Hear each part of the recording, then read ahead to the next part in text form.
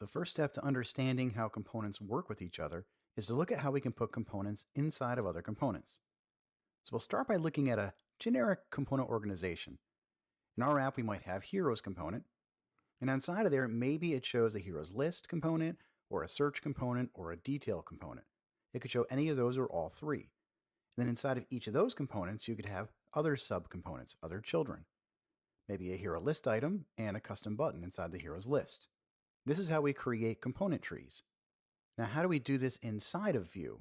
The how is by defining these inside the components themselves. For example, we might have Heroes View as our component, and notice we've got this component section here. This is where we define the child components of the component we're in. In this case, Heroes View has list header, hero list, and hero detail. Let's go create a child component called hero detail for our Heroes component. To begin, we're going to go inside of the 6 component communication folder, begin and view heroes. We'll right click it and choose open in terminal. Once we're in there, we'll run npm install. Once those are installed, we'll run npm run serve just to see what the beginning state of our application is. Once it's there, you can click on the link or open it up directly inside your browser, and there's our application. Now we're going to take this application, which is showing us a list of heroes here right now, and then when we select one, it shows us the hero detail. We're going to split that into 2 components, the list being one component and the detail being a second one. So back in our code, we'll cancel or Control-C out of the terminal, and we'll close this window there. And we'll explore the View Heroes folder, and we'll see under Source we have Components. There's a Heroes component. We're going to right-click on Components and choose a new file, and we're going to create one called hero-detail.view. And we're going to take advantage of one of these snippets. We're not going to need the styles for this one for the component. And inside of our template, let's just say hello. And down below inside the export default, I like to give these a name because it helps show these up inside of the Vue developer tools in the Chrome browser. Now if we go back to our Heroes view, notice we have a comment here on line 7 showing the heroes list begins here. And then we have another comment on line 33 showing the hero detail. We're not quite going to get rid of that template yet, but right above that template, let's just put in the new hero detail component that we have. And the way we do that is like this. Now, that doesn't exist yet. It has no idea how to get to it. So we have to reference this in some way. So what we're going to do is we're going to come down into our code, and now we'll add our components. Notice it doesn't know what that is yet. So now we have to import it. So we're going to type in import hero detail from, and then we're going to tell it where to go get it. It's going to be at components, and that's a short reference to the components folder, and then hero detail. And we don't need the extension because it also knows about those extensions. So now what have we done? In our parent component, we're referencing this hero detail. We're then telling this heroes component that it knows about this hero detail component. And then up in our template, we've defined it up here. Now if we run the application, which we can do by npm run serve again, and we can just keep it running now. We go back to the application, we refresh. You can see the hello was at the top up there. And then it moved to the bottom. That's because it's showing right below the list. When I select one, you're still seeing the hello. Well, what if we didn't want to show the hello, this hero detail, unless a hero was selected? We can actually put this VIF that we used on the selected hero also on the hero detail. Now, if we go back to our application, you'll notice that it's not showing up now because there's in the list mode and there's no selection. Once I select one, though, we do see the hello. There's another place in our application which we're already using this kind of structure, and that's inside of the app view. The app view is a component which is using a header bar right here and then heroes as both child components. If I scroll down, you'll see it's using components with header bar and heroes just like this. So we're just using the same pattern to create a component tree. Now that we know how to create component trees, the next question is how do we pass values from the parent to the child?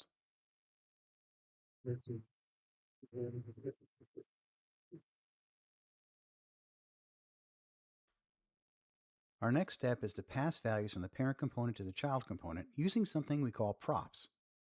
The way this is going to work is we're going to have our heroes view component, that's our parent, and then we're going to have this hero detail component, that's our child. Now notice we have this hero binding in the parent. That hero property is now defined in the child. That's a hero prop, ERD, right? That's where props come from.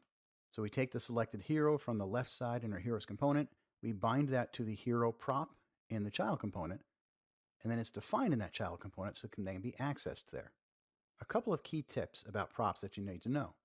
First, casing is important. So if you have a camel case prop name that you define inside your child, you're going to use a kebab case equivalent in its templates. And camel case is when we do something like we're seeing here, where we've got new words with an uppercase, and that kebab case means that they're all lowercase with dashes in them. Types are really important too. We can define those props as strings, numbers, booleans, and so on. That helps restrict the domain. And there's also a lesser known feature, but it's kind of cool. Normally we use dynamic property binding here. That's where we say colon, the prop name equals, and then some model, like hero.name. But we can also do something static. If you just want to pass in a string, you can just do title equals Mrs. Awesome. Notice there's no colon there, and Mrs. Awesome is not a model name. This works great if your static value is a string. But I do recommend you use the colon, the vbind, with static non-strings. Another important part about props is validation. Notice here we have these props set up where the first one does a very simple make sure this message is a string. The hero prop is of type object, and we're giving it a default value with this factory function. So by default, it's going to just be an empty object, but it could have some values if you wanted to put it there. Defaults can also just be a plain type like 100. And then if you want to make sure a prop is required, you can set the required flag to true. The default is false. We can also have custom validation using validator functions. Now these let us define our own logic, which we could import from other places too. But just to show how that works, what we do is inside the prop, we create this validator property. We give it a function which accepts the value of the prop. And then we write our own logic. In this case, the logic is saying that this is a string and it's got to be success, warning, or danger.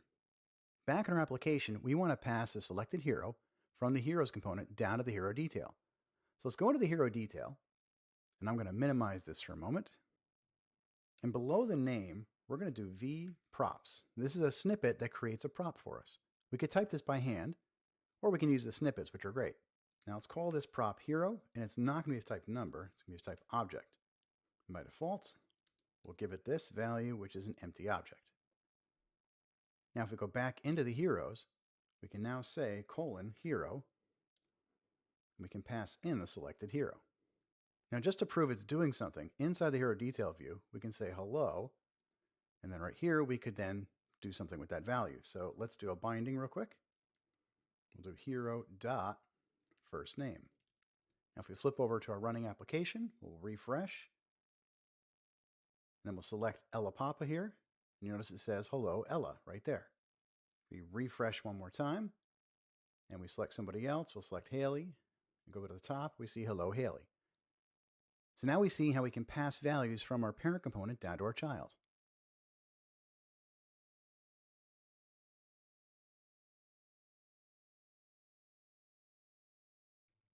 Our next step is important. We're going to learn how we can take one component and split it to two components, a parent and a child. This is something that we'll commonly do in applications as we see components getting too large. For us, it's our heroes component that will become heroes and hero detail. Flipping over to our code, notice we have this hero detail which we just created. Now we're going to select everything that's in the template below that. We're going to cut it right out of there. We're going to go over to our hero detail. I'm going to replace that div with everything that we just grabbed. Then I'll press save so it formats it. If that doesn't work, you can hit F1 and then type in format, and it should format the code for you. Next, we no longer need this selected hero to be a VIF because it's not going to get here unless there is one. Notice back in Heroes View, we have a selected hero right there up in the parent. Now we're passing the selected hero in, and it's being bound to a hero prop. So if we go back to the hero details view, we're going to find a bunch of things in here that say selected hero.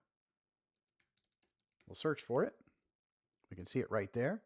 Every place I see selected hero, I want to find that. I want to replace that with just the word hero. Now let's open the command palette. We're going to use a feature called select all occurrences of find match.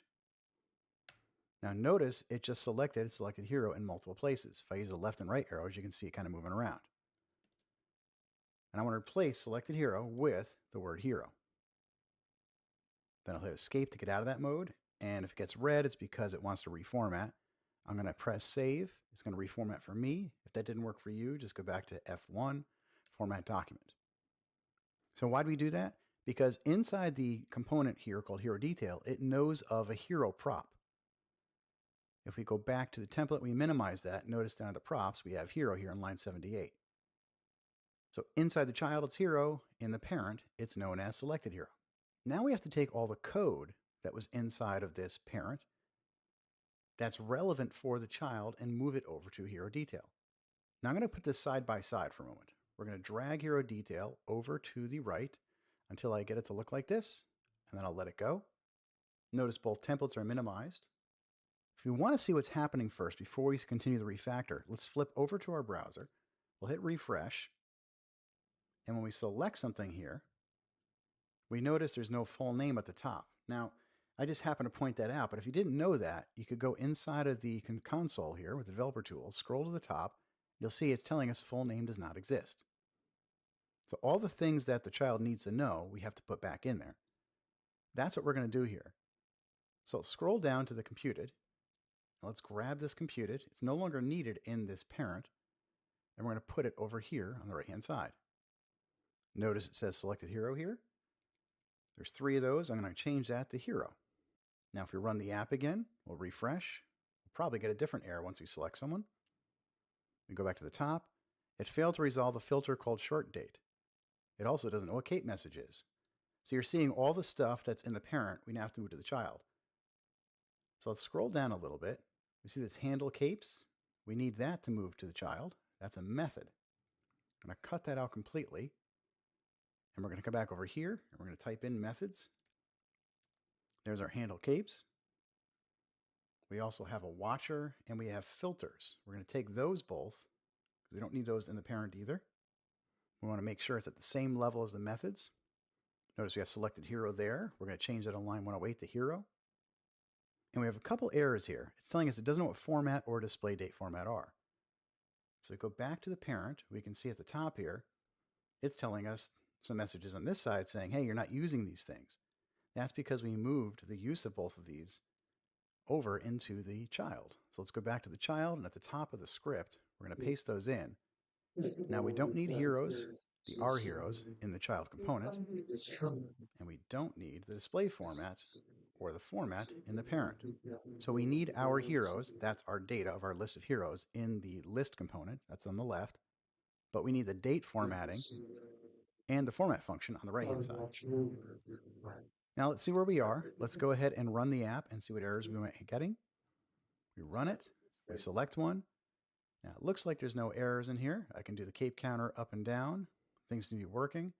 When I hit cancel or save, we're getting an error. It says save and cancel are not functions. So now at this point, we can go look for those functions over here, cancel and save. And the logic might be a little different. So what I want to do is come down into the code and find our methods. And let's create a cancel hero. And we'll just create a placeholder. Do the same thing for the save hero. So we create a placeholder for cancel hero and save hero. We come back and refresh. We select, and now cancel and save no longer give us errors. We're not quite finished, but we do have a working state of our application, and we just learned how to refactor one component into 2. Next, let's take a really close look at what we've done by watching the data flow through the app.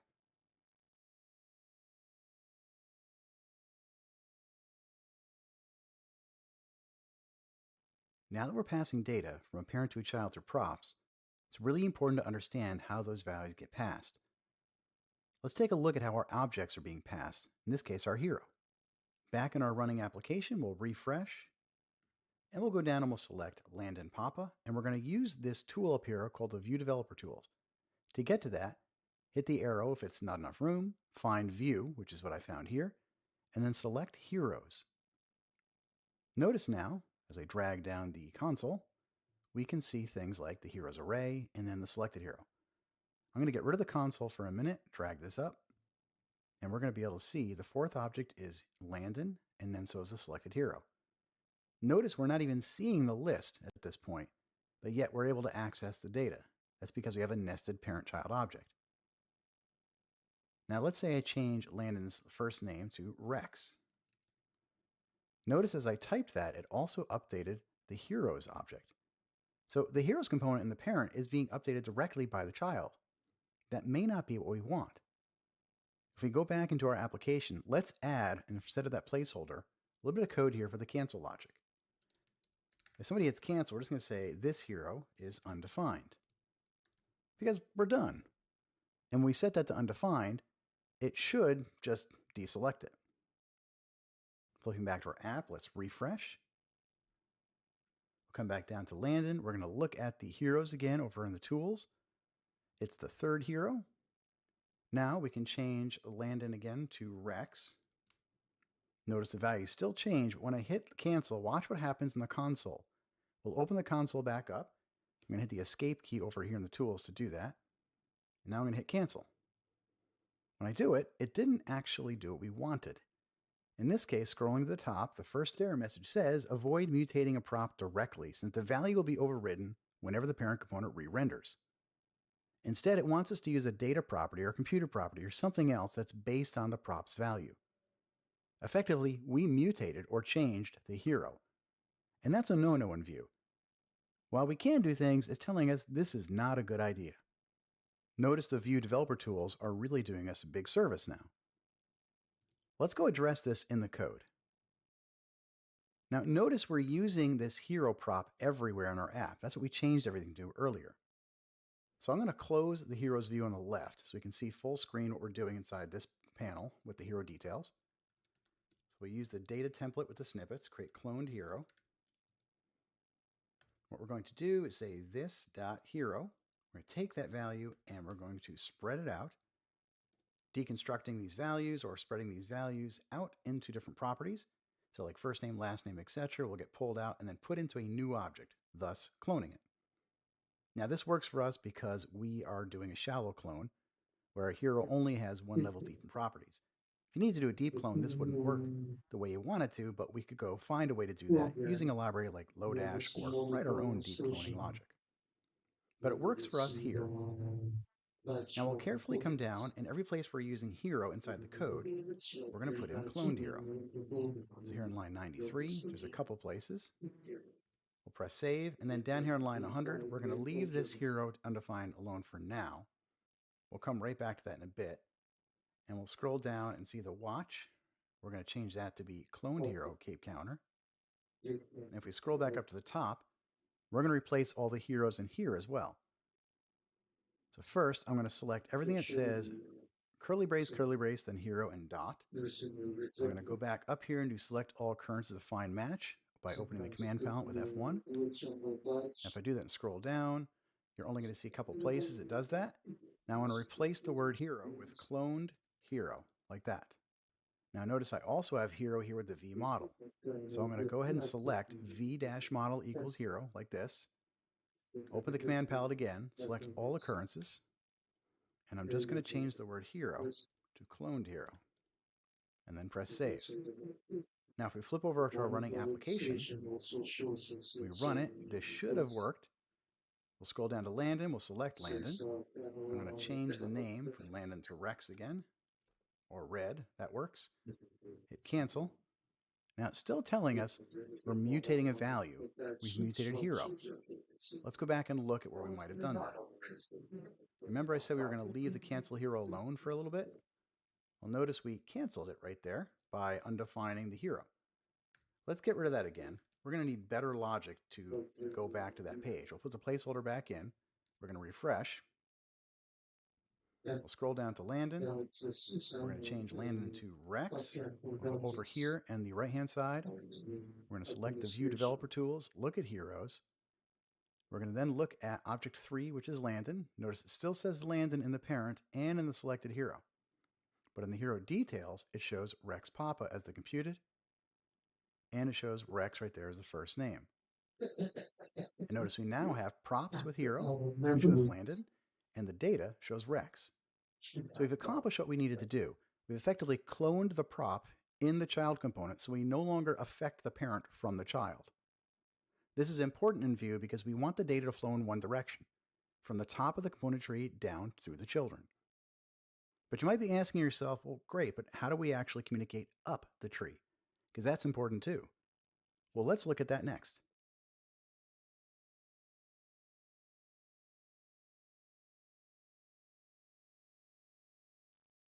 There's one last step for us to be able to communicate back from the hero detail up to the parent. Let's learn how to do that. Now we've got our heroes view component, and it's got code like this with a hero detail. But when we save or cancel, we want something to happen. So saving and Let's canceling log is an into event. the In our hero administration detail, we have to procedure. define that event. Now we might have a method like save If you hero. get in What we personnel, do is we emit the name of the event and then pass any values optionally that we want to pass back up. So here we fire the event with this $emit, advanced, and then and you'll that's just a view see function. all It then these takes this name that we gave selection. it inside the quotes If here on you the want right to called select save, this and that's LA what we personnel, bind to in the parent. That's why those match. And we also pass up, in this case, the value of our hero, whatever that happens to be. In ours, it's going to be this.cloned hero.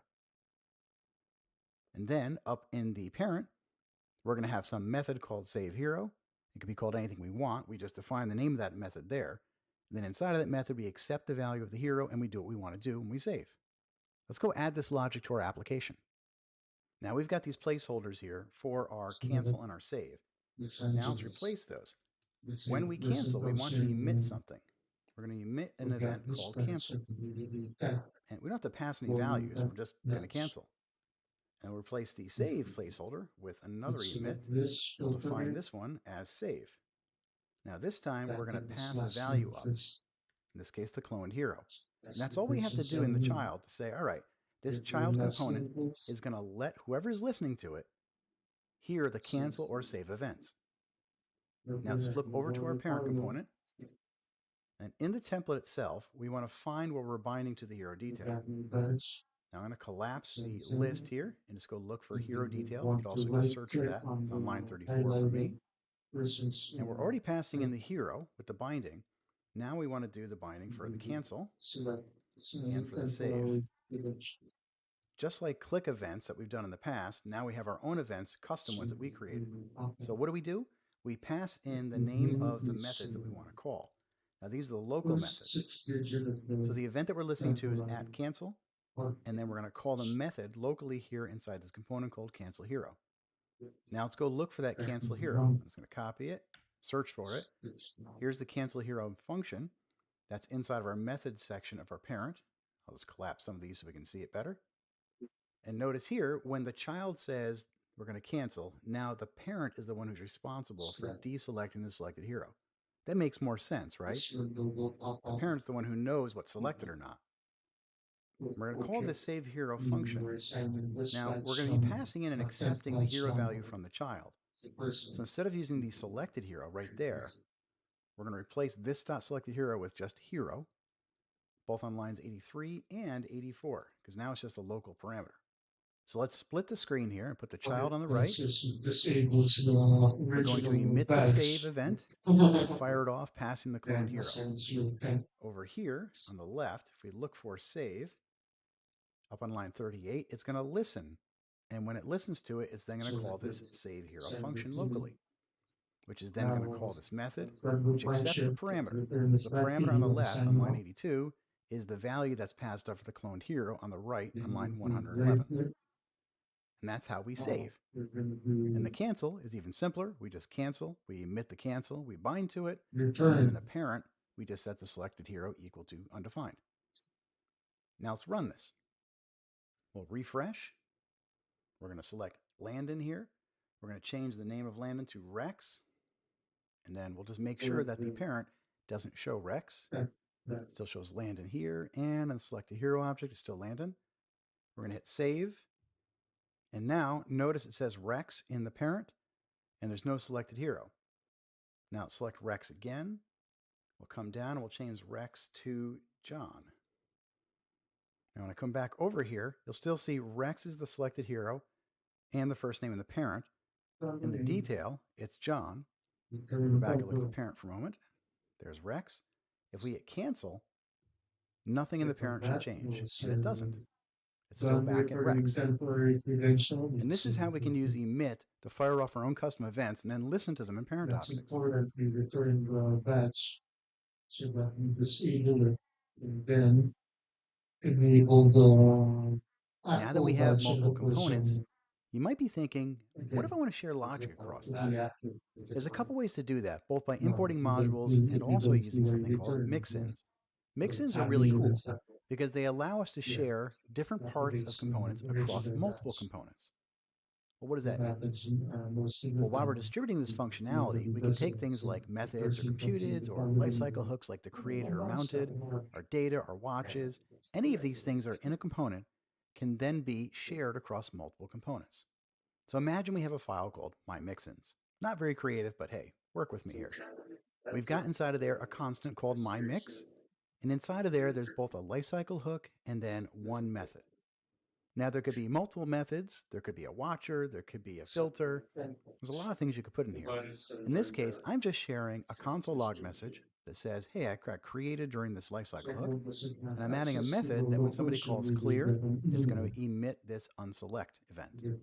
Now, if I want to share this across different components, all I have to do is in my components themselves, import mymix from mymixins, and then inside of the component, there's an object property called mixins, which I then set to an array value, and I can put multiple mixins in here. So what's happening is all those mixins on the left, created lifecycle and the methods for clear, are being merged into my existing component. So again, the mymix on the right is being merged into the component. Merge is the key word here. So you might be wondering what happens when you've already got some methods or lifecycle events inside of your component. So when conflicts occur, there's a couple rules. Here's the high-level overview. If you're merging in methods, components, and computeds, because those are three different things you can have inside of your objects, they're merged with the precedence given to the component's method. So if I merge in a method from a mixin called clear, and I've already got a clear method inside my component, the one in the component's going to win. Same thing with computeds and the components, because there can really only be one of those inside the component ultimately. Now data, you're going to get a merged superset. So you could put data inside of your mixin and then pull it into your component. And it's going to take the merged superset of all the data from the mixin and your component. Again, with precedence given to the component's data.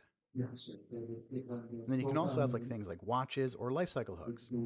So if we have a watch or a hook, they're both going to run with the mixins running before the component. So if I have a lifecycle hook and a mixin and the same one, like a created one, inside the component, both created hooks will run where the mixin runs first, the component second. Let's walk through an example so we can see how this works. We have two components, heroes and hero detail. Let's say we wanted to pull in a mixin into both. And go back and look at our code here. Inside the shared folder, you're going to see something called logging mixins. We want to add logging to both of them. So I'm going to close down everything but the logging mixins. Opening the lifecycle hooks, we can see we have a computed that grabs the component's name.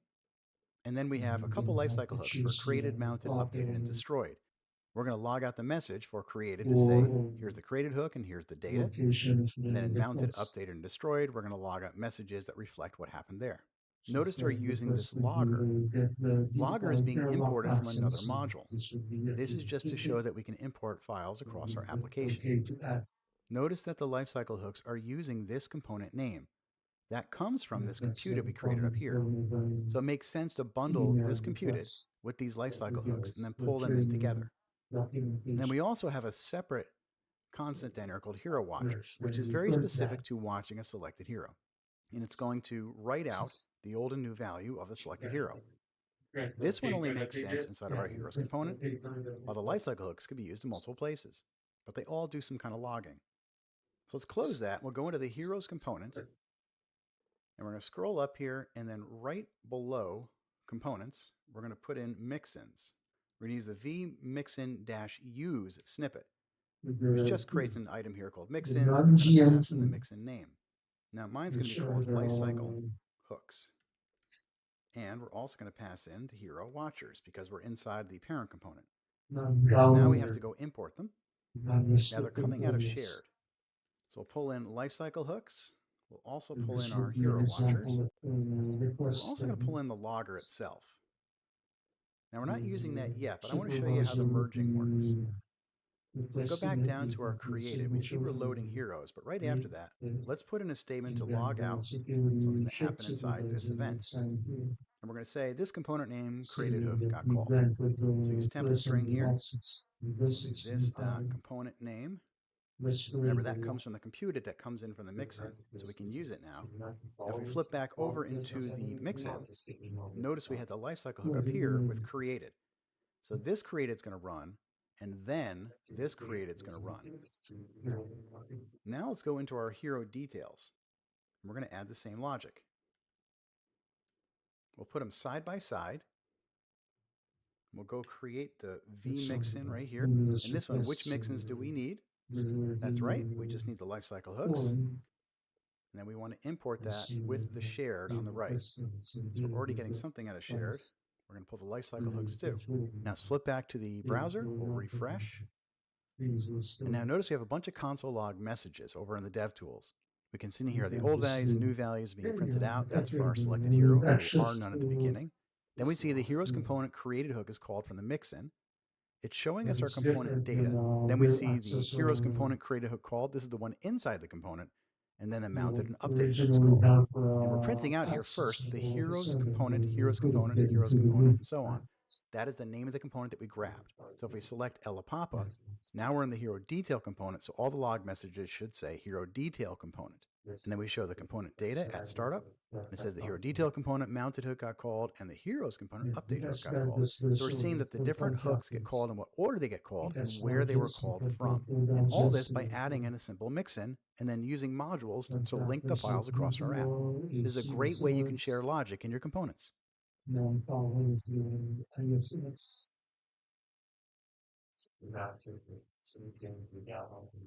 We've covered a lot of ground in this module. Let's take a look back at what we learned. Everything was about parent and child components and how we can communicate between those two different kinds of components. We saw how we can define our props, which we then pass values down from parent to child, and then how we can emit events from the child to the parent. And then listen to those events in the parent and then take action upon them. And of course, that we can share logic across our components using things like mixins or just importing other modules. As you build applications with Vue, you're going to be creating a lot of components. Here's 3 tips to keep in mind. Create small components, components that make sense, and try to do one thing in general. It's a guideline, not a rule, but it does help to maintain the app. And as you do that, you can communicate down through your components with props from parent to child, and then communicate up with events from child to parent. Now our components are going to need data. So in the next module, we're going to learn how we can access data and pull them into our components.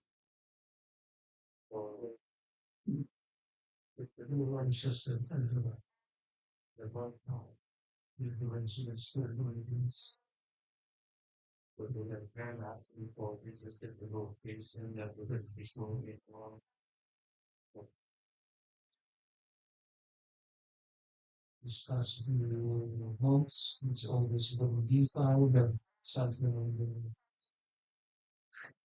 it's been top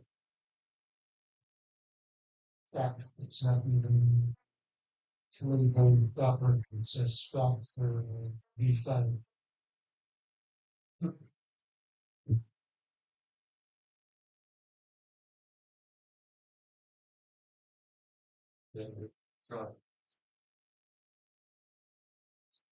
This they found that their classes, then it's the kind of church. This is the overall different pinball, the normal crush. In fact, the flash with the sun, the photo Lorenzo, the S again. And the rand is for all the trust. And the WS crash.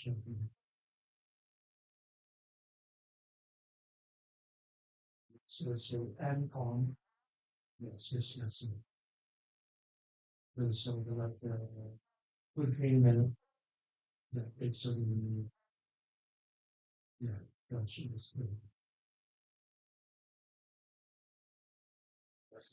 With that, no, they've got different stuff like that. You're the uniform, basically the uniform capability, not the Oh, that's the renting, you know, over the mission, the character. So the Simon and the last, the Simon was the podcast influence. Usually have beer or doing see that. And some of them have the green pass and some do not. So they have the green pass. They doesn't value so that's a, in some instances you can't get a hold of anybody. You're not too busy with the job.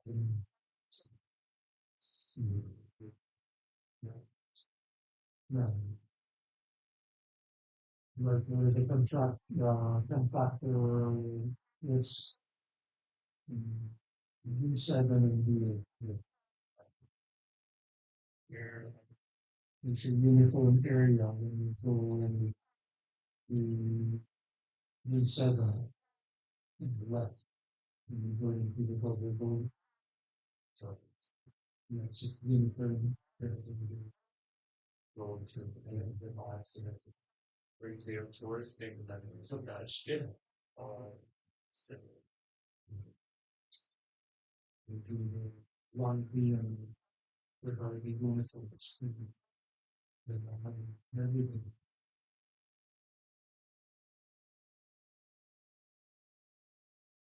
So that's the only, I guess that's the only task that's like tricky. Because it's the best one where we can do sending and what you collect the parts. It's just you know, the relationship doesn't do it. Normally, we would let them send them and the beautiful route and then the discipline, we should have the discipline box. Yeah, it's the in contact with the table. Now I have the discipline box. So it's good. And how would you know since you're good? Or you check the visitors badge, you know. Yeah, check the visitor badge, log, and then usually when the proxy comes back, we'll have you back to the badge.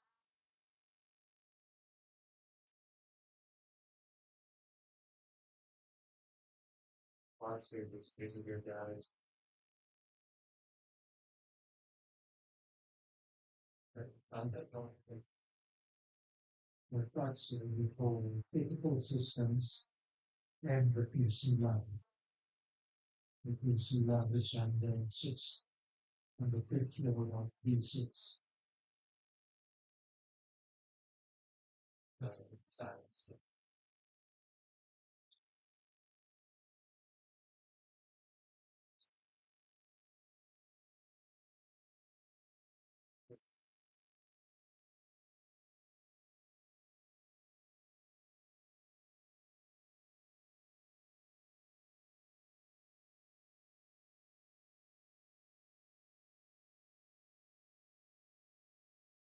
Global contract. So they did LA personnel for temp badges. You want to look at contractor badges. So they go to personnel, you drop down, and then we'll select credentials. Once you select the credential, you see contractor credentials. So then we go look at it on that.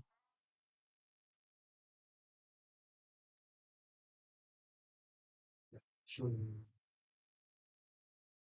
the different badges and the photo. And the one with 051. It says 054.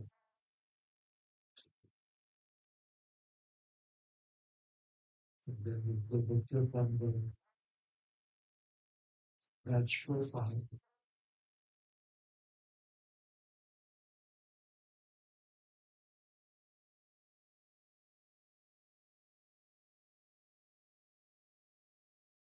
that itself. We will check loss in this area, and then it's we will put save and clicks. So that we that's how we get this area then attracting that. Hey, how can you turn that 54? Okay. So we open that again and check, that's this will so we put type of it's the temporal with that it's for the vulnerable expiration events to necessarily the contract with that necessarily if we're going to use that.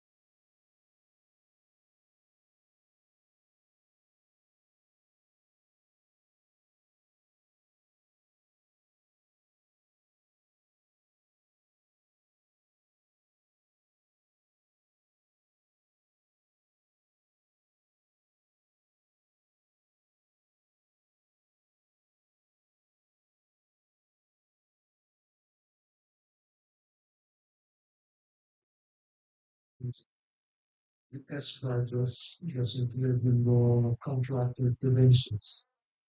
It's in the yellow personal. So you would do a filter and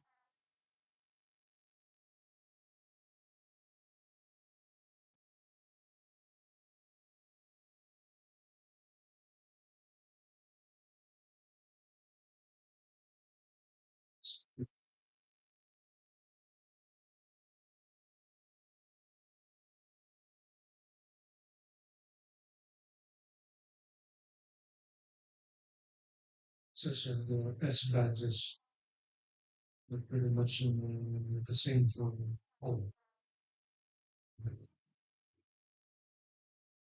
It's because of the nature of their project. They need access to that door in San Fernando Road, next to the warehouse.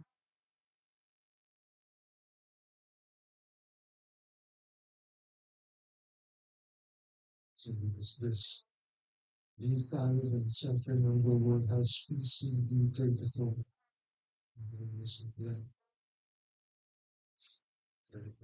actually this video. And the access to that is through the that we would have limited access to our main entrance like say D5 main business.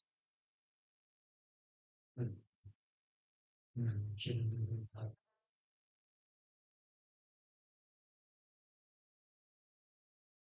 some of them assume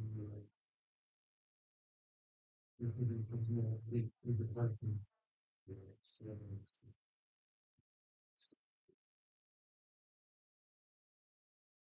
to be used to machine.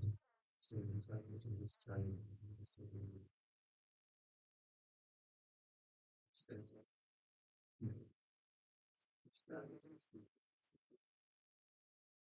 not all the time.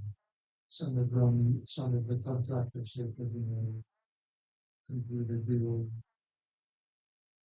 contract, be very good, that they and back to basically now never been booked.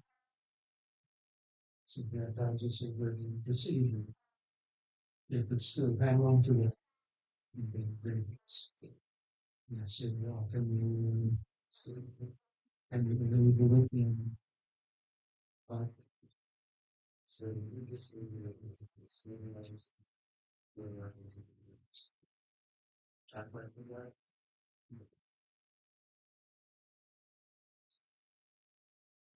So just, yeah, this, eventually, so the different,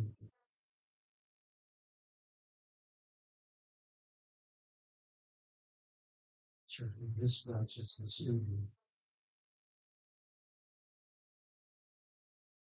and then possibly, and then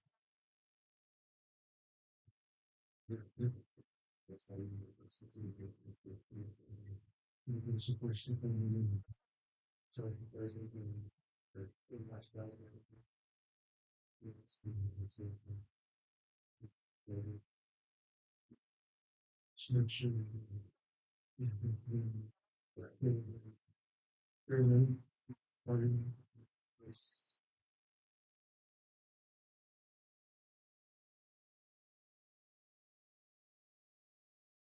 the person who reports to the make sure it's in black. We got Brian to have video. Yeah, we have to do. That's not all. Just to keep us in protected.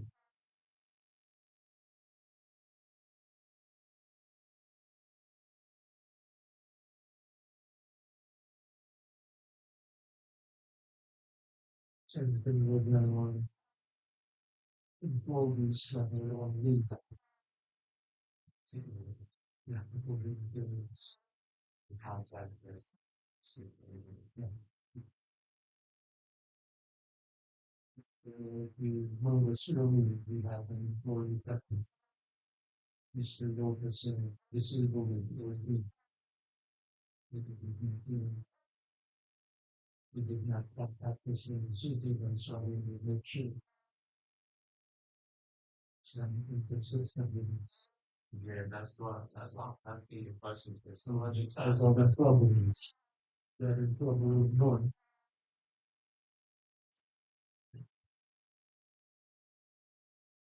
So these folks, what I understood is when you open up a profile, there are two areas that you're checking. Where you have on leave or active or inactive. So here, your status is active, right? But you could have on the credential disabled. So the active one is right. So my understanding of that, this badge is active, is okay. You could actually turn off the disabled slot. If that it turned out, no, you should actually still put make sure that the person is okay as you can have. They would sometimes have only here and then on the credential be disabled.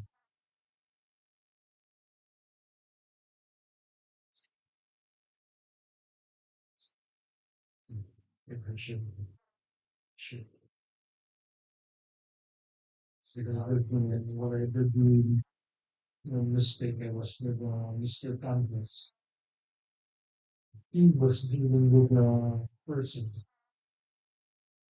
He was helping the person. Here, you have to run. Nothing for anything. It could be This is giving what is it? Oh, it's so good. And compared to the data to the performance to there was an ISS. There's entertained. The next day she came online. As a it was a type person working the person. We said, okay, we're good. So, okay, we're good. And then I just trusted for him. The hurricane, it's somebody again. Yeah, I got the way.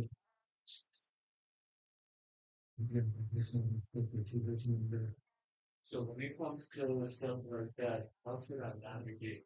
Should I let the manager diligence or should I just start like this? Yeah, due diligence. Talk to the person, have them contact your supervisor and send us an email.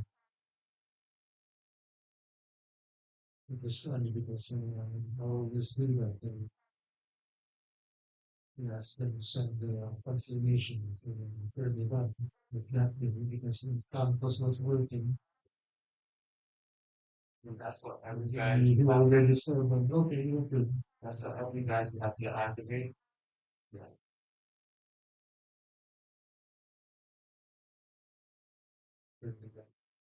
that, I'm the one who's adding to the here.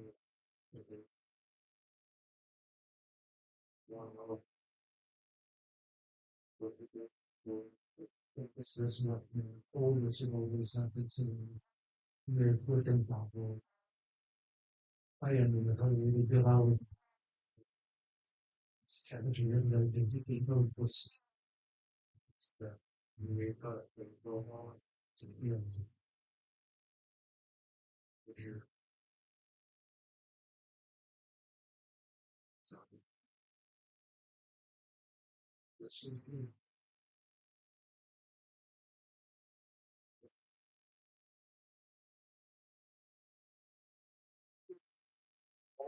watching the monitoring screen.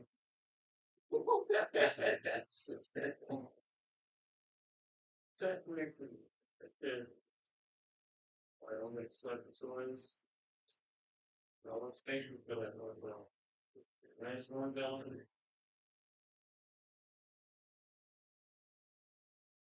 One of the exception device at the maybe you could arrange the device in centers. That's our list.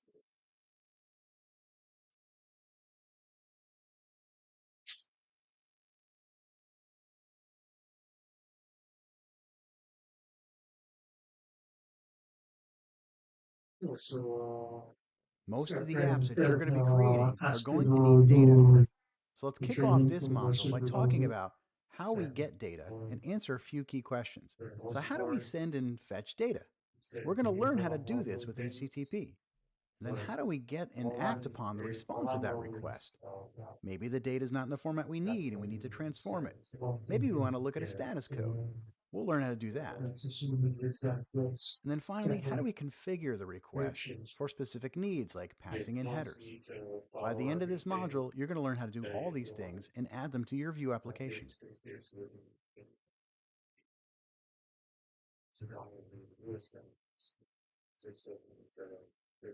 Our first step is going to be how to learn to use the HTTP client with Vue.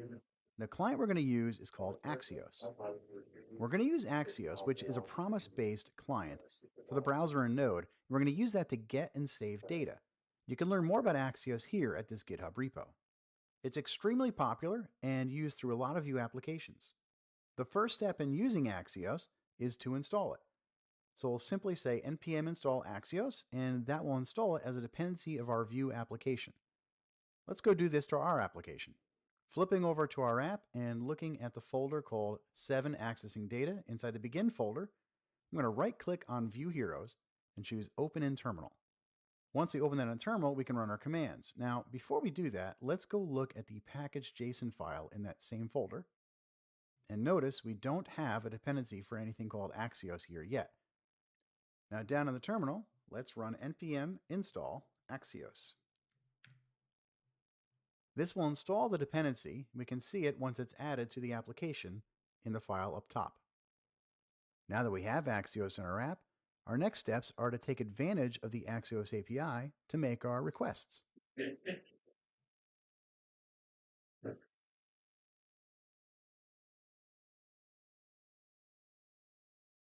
Now let's take a look at how we can fetch data using Axios. The first thing we need to understand is how we can use the API to do gets and posts and puts and deletes.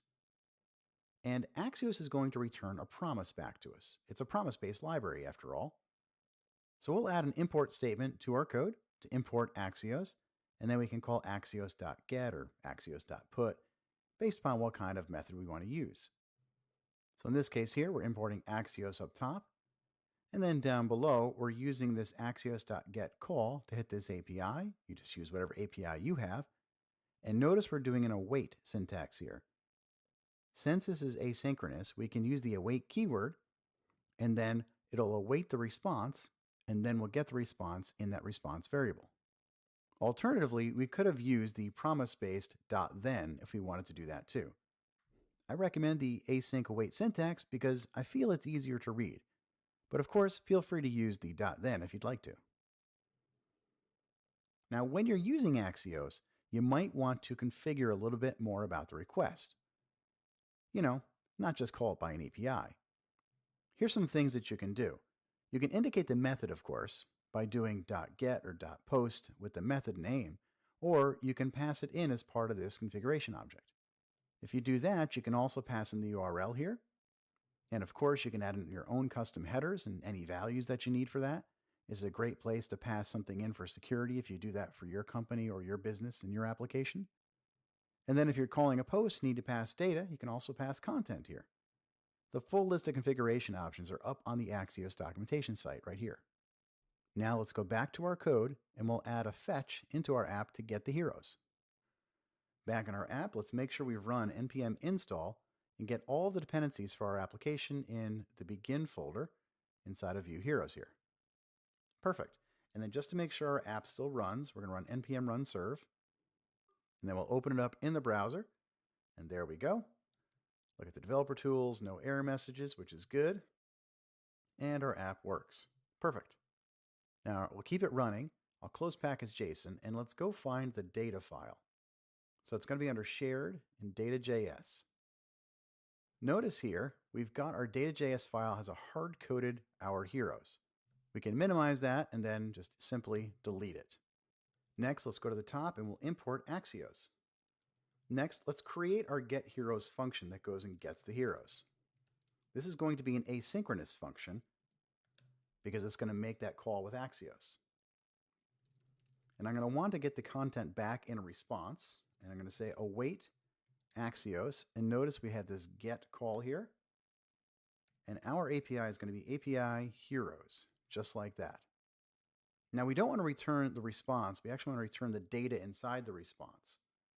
And we also have some dates that need to be parsed. Remember, we had to format those in a special way. This is pretty common that you want to transform your data. So I'm going to make a constant called heroes. And this constant is going to go and interrogate the response's data. It's going to map that using an array map function because the data is going to be an array of heroes. And then I'm going to say for each hero, let's perform this transformation. We have an origin date in each hero. I want to change that origin date by using the format function that we had previously. So we're going to say take that origin date and then use this input date format, which we still are importing up top, and that's going to transform it.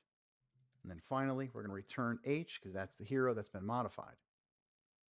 And finally, we'll return the heroes. Now what this does is it means that we have a getHeroes function that's going to call Axios' get. It's going to await the response. Don't forget the await. If you do, it'll actually skip past that line of code before the response is there, and that won't give you the desired results. So because this is a synchronous call here on axios.get on line 7, we need that await. And then we're going to transform all of the origin dates to have a better date format. Then we're going to return the heroes. Now we want to expose this getHeroes function, so I'm just going to replace our heroes down there with getHeroes. That should get rid of all the red lines in this file. Now let's go over to our components and look at the heroes.view. I'll minimize the template. And down below, there's going to be a call here to data our heroes. Mine's on line 68. I'm going to change that to get heroes. Now you might be tempted to leave it like this again, but remember, get heroes, if I hover over it, is actually returning a promise. We don't want the promise to be the heroes. We want to await the results of that promise and then put the results of that inside of this .heroes. Now when we do that, you might get other errors like, hey, you can't use the await keyword outside of an async function. It's saying that load heroes isn't defined as async. So we can define it as async. Now we have an optional part here. Load heroes is being called from created. Technically, if I had a line of code right after this would be called when. That's a good question. Think about that. This line of code here on line 63 would be called immediately after load heroes is called, but it would not wait for the response. If I wanted it to wait for the response, I'd have to do a wait there as well. And technically, I could then define that as async. It won't hurt to do this, so that's okay to put this in place. That protects us in case we ever add a line of code right there. We wanted it to wait till the heroes are back. Let's follow the bouncing ball here and we'll see if everything is in line. Async created is going to call load heroes, which is then going to call async load heroes. It's going to await the get heroes. Let's go and look at that data. Here we're calling the async function for get heroes. We're calling an API called API/heroes. Where is that server though? That's a good question. So let's go check that. We're actually using a file to get our heroes. You could call any API that you want. And that file is inside the public API folder. And it's actually called heroes.json. So back on line 7, I'm going to put .json at the end of that line. Now normally, are you going to call a JSON file? Probably not. In your apps, you might build a node server or a serverless function or some other backend that has an API. Here we're just trying to make it work, so we're going to put our own file in place. By putting it in the public folder, this API and heroes.json file are going to get distributed with the build. Once we get the heroes back, which are inside this file here, there's our data. That array will be looped through, it'll map the origin date, return the heroes back to heroes, and then it'll take those, stick it in our heroes data, and then render it on the page. Flipping back to the browser, let's refresh. You can see our log over here, and there is all of our data, and everything's working just great. And if you want to check out the network tab, we can come over here and click on network, and we can see that there's a heroes.json file, and that's the API call that was being made. So now you know how to make a fetch call with Axios to get your data.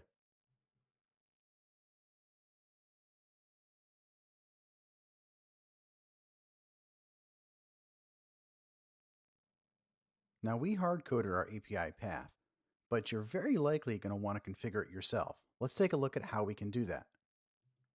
Back in our application, let's go back to the data file.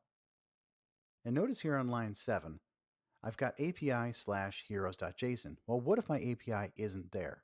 Or maybe in development mode, it's here at API on the same server, but when I go to production or some other environment, it's at a different URL. Well, there's a file in your project called .env.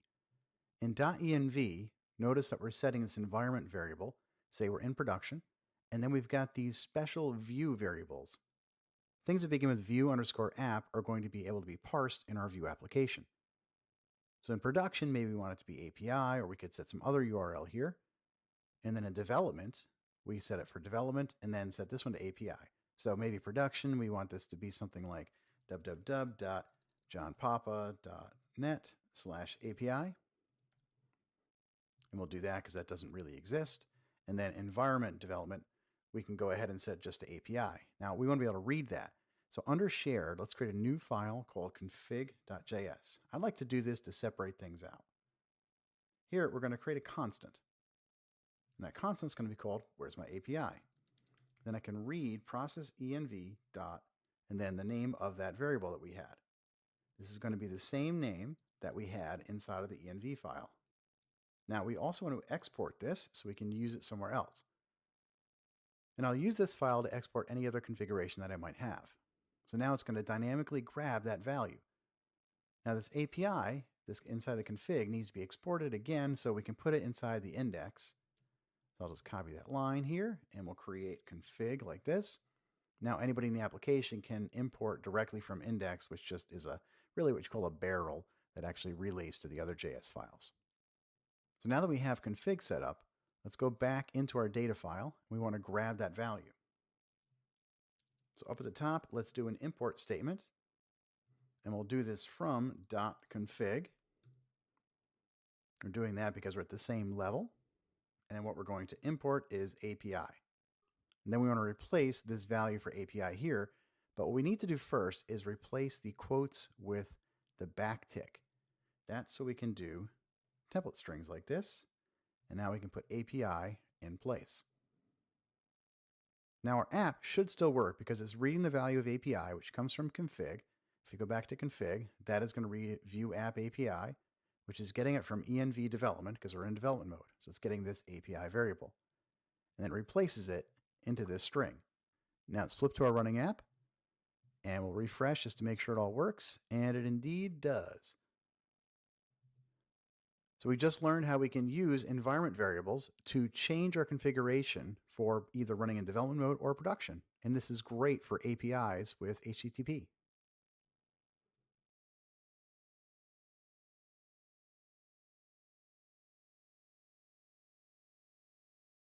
The world I live in is probably similar to yours, where all the data doesn't always come back in a happy path. Sometimes we have to parse the data and really interrogate it and add some error handling. Let's take a look at how we can add some of this to our application. In the data.js file, we're getting back a response and assuming everything just works, meaning response is there, it's got the data, and it is an array, and then it has these values for heroes. Let's add a little bit of logic to make sure that we handle any errors that might come in play. So first, let's add a try-catch statement. And then I'll take this and wrap it. So what we've done is we're saying, hey, try all of this, and if there's an error, what do we want to do? Well, there's a lot of things we could do. First, let's run a console error, and we'll log out the message. And then we do want to return something. So in this case, we'll return an empty array. It's not great error handling, but it's a start. Now, I'd recommend that you log this out somewhere that ends up on your server, and that you'd also put a message on the screen to the users in a very nice way. There's a lot of options you could do. But the try-catch gives us the structure to do that. Next up, when we get the data back, we want to make sure there's actually the data we think is there. So this response data could be a problem. Let's go create a function that handles this for us. I'm going to create a new constant called parseList. And that's going to accept a response and then operate on this data. This effectively becomes our function. First things first, let's go ahead and create a list variable, and we'll grab the response data, and then we'll return that. And then let's connect this with our code up top. So up here, let's create a data variable, and we're going to call parseList, and we'll pass in the response. And then down here, we replace response.data with just simply data, our new variable. Now we haven't done anything quite yet. We've just grabbed the response.data. So before we do this, in our parseList function, let's check if we got our 200 status code. So we'll look at response.status here. And if it's not equal to 200, well, then we've got a problem. So let's throw an error. And the error message we'll give it is response.message. Now you may even want to check to make sure that there is a response object and then it's got a message property in it. There's a lot of things you can do here, and I definitely recommend you write some guard logic on that. If it gets past here, we're assuming there's a response.data. Well, what if there isn't? Now we could say something like this. Well, if the response.data doesn't exist, which we could do something like this, then what do we do? Well, we could return back an empty array. Assume that was no data there. Or we could log out messages. Now, once we grab this list, now let's make sure our list is an object. So we'll say if type of list is not equal to an object, let's go ahead and set the list equal to an empty array like that. So we didn't put a lot of guard logic in, but we did put some in here. And this is just to give you an idea of what you can do to make sure that your data is protected. Now let's make sure our app still runs. We go back to the running app. I'm going to refresh, make sure there's no error messages. And indeed, it is getting our data and everything still works. But now we can see how we can use the try catch to handle logging and also to make sure that we're checking our response that comes back.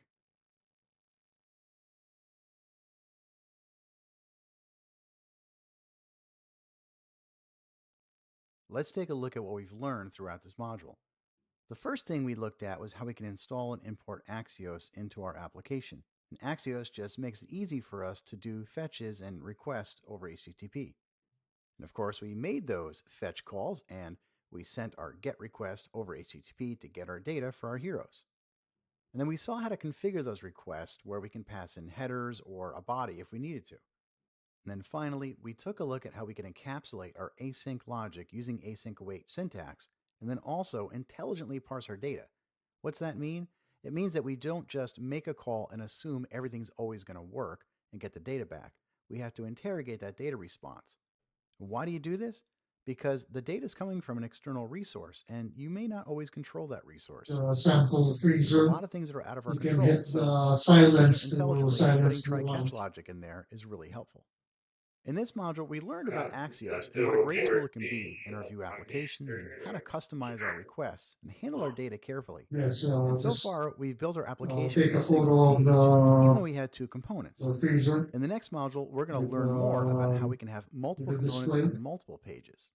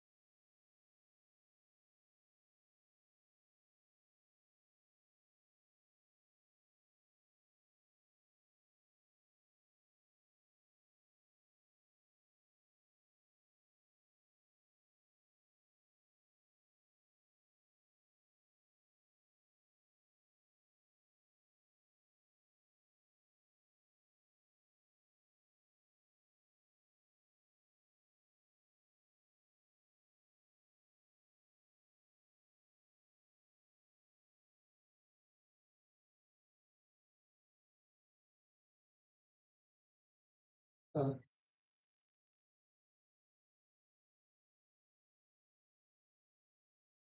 that-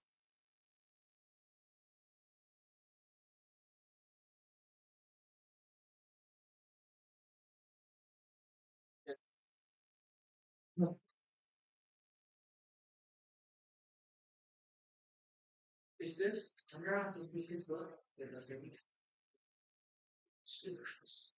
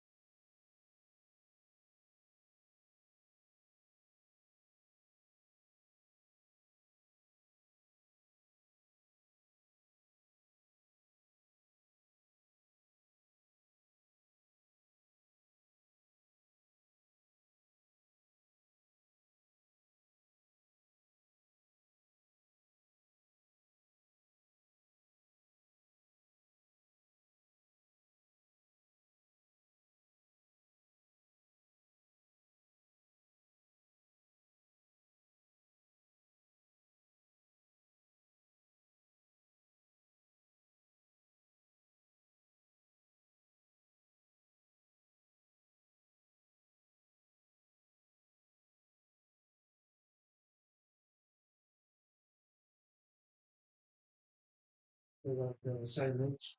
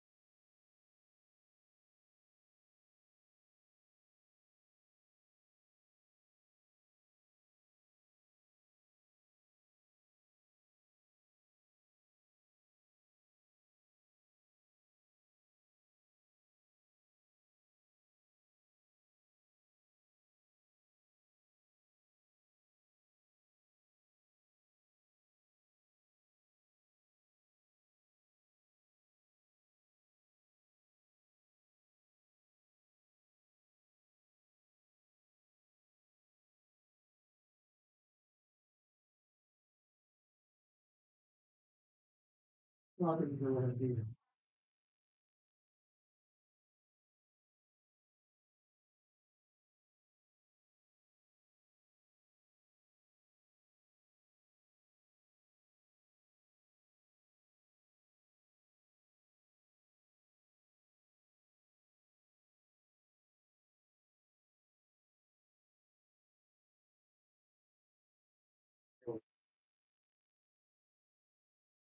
I don't help me. See what? We come up regular teriyaki and regular beef. Skin veggies. Call address. Ah, Olive, mysterious, beauty. Got it. Oh, we'll see them. Okay. Okay.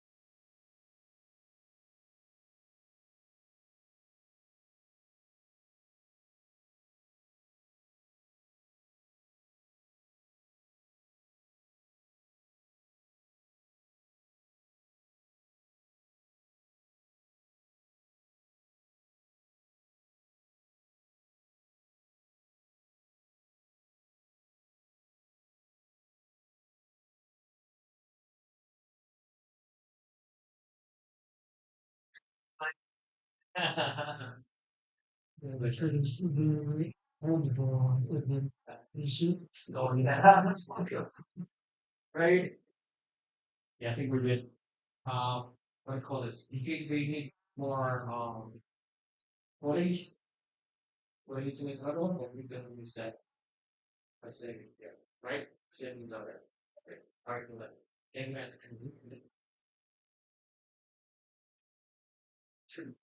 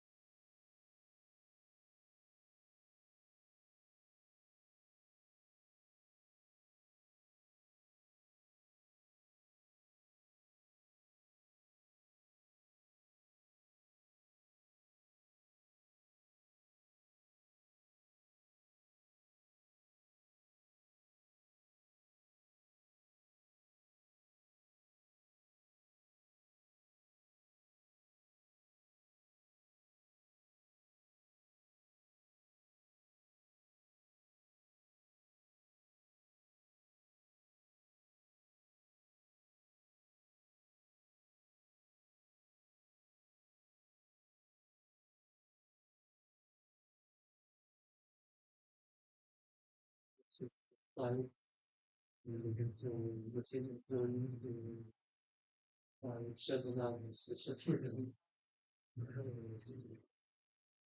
See, I think we will 30 minutes at least, it's getting the 30 hours an hour, not 80.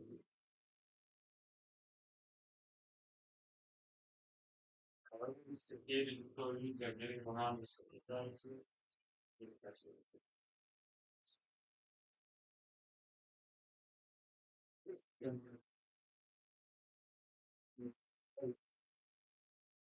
I know. Oh, fine.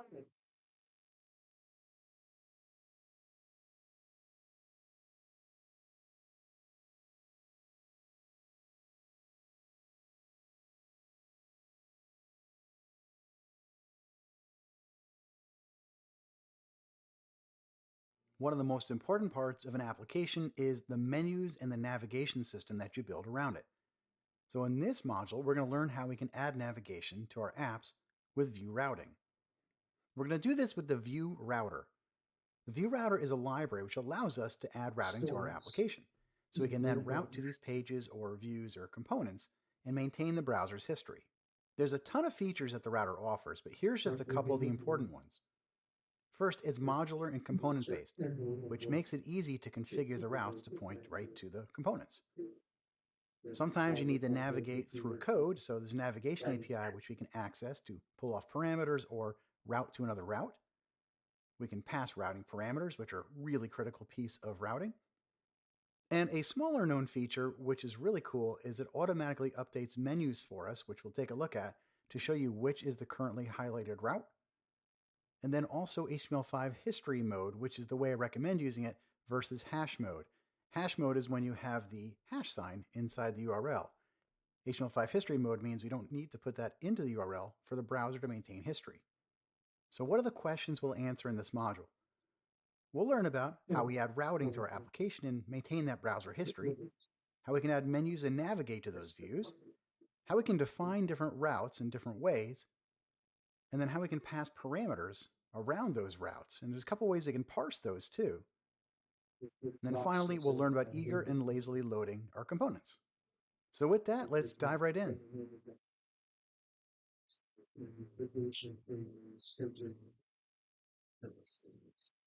Let's learn about how we can add routing to your applications. There's a couple main steps we have to follow. First, we have to add the router to our View app. We'll do that together. And then we'll define the routes that we're going to be using. That's how it knows where to go from a route to a component. And then we're going to tell our app about the routes, that they exist. And then we're going to add some navigation links and a place for the components to appear in the application. So the first thing is to install the router. This is the View router. It's built for Vue, and we're going to use the CLI to do this. It's the easiest way to do it is the Vue add syntax. You can learn more about the router at this link here. And you can learn more about the CLI from this link, or you can check out my course on Pluralsight on the Vue CLI. So we'll run this command together, Vue add router. It's going to install the router, and it's going to add some code to our application. We'll take a look at the code that it adds.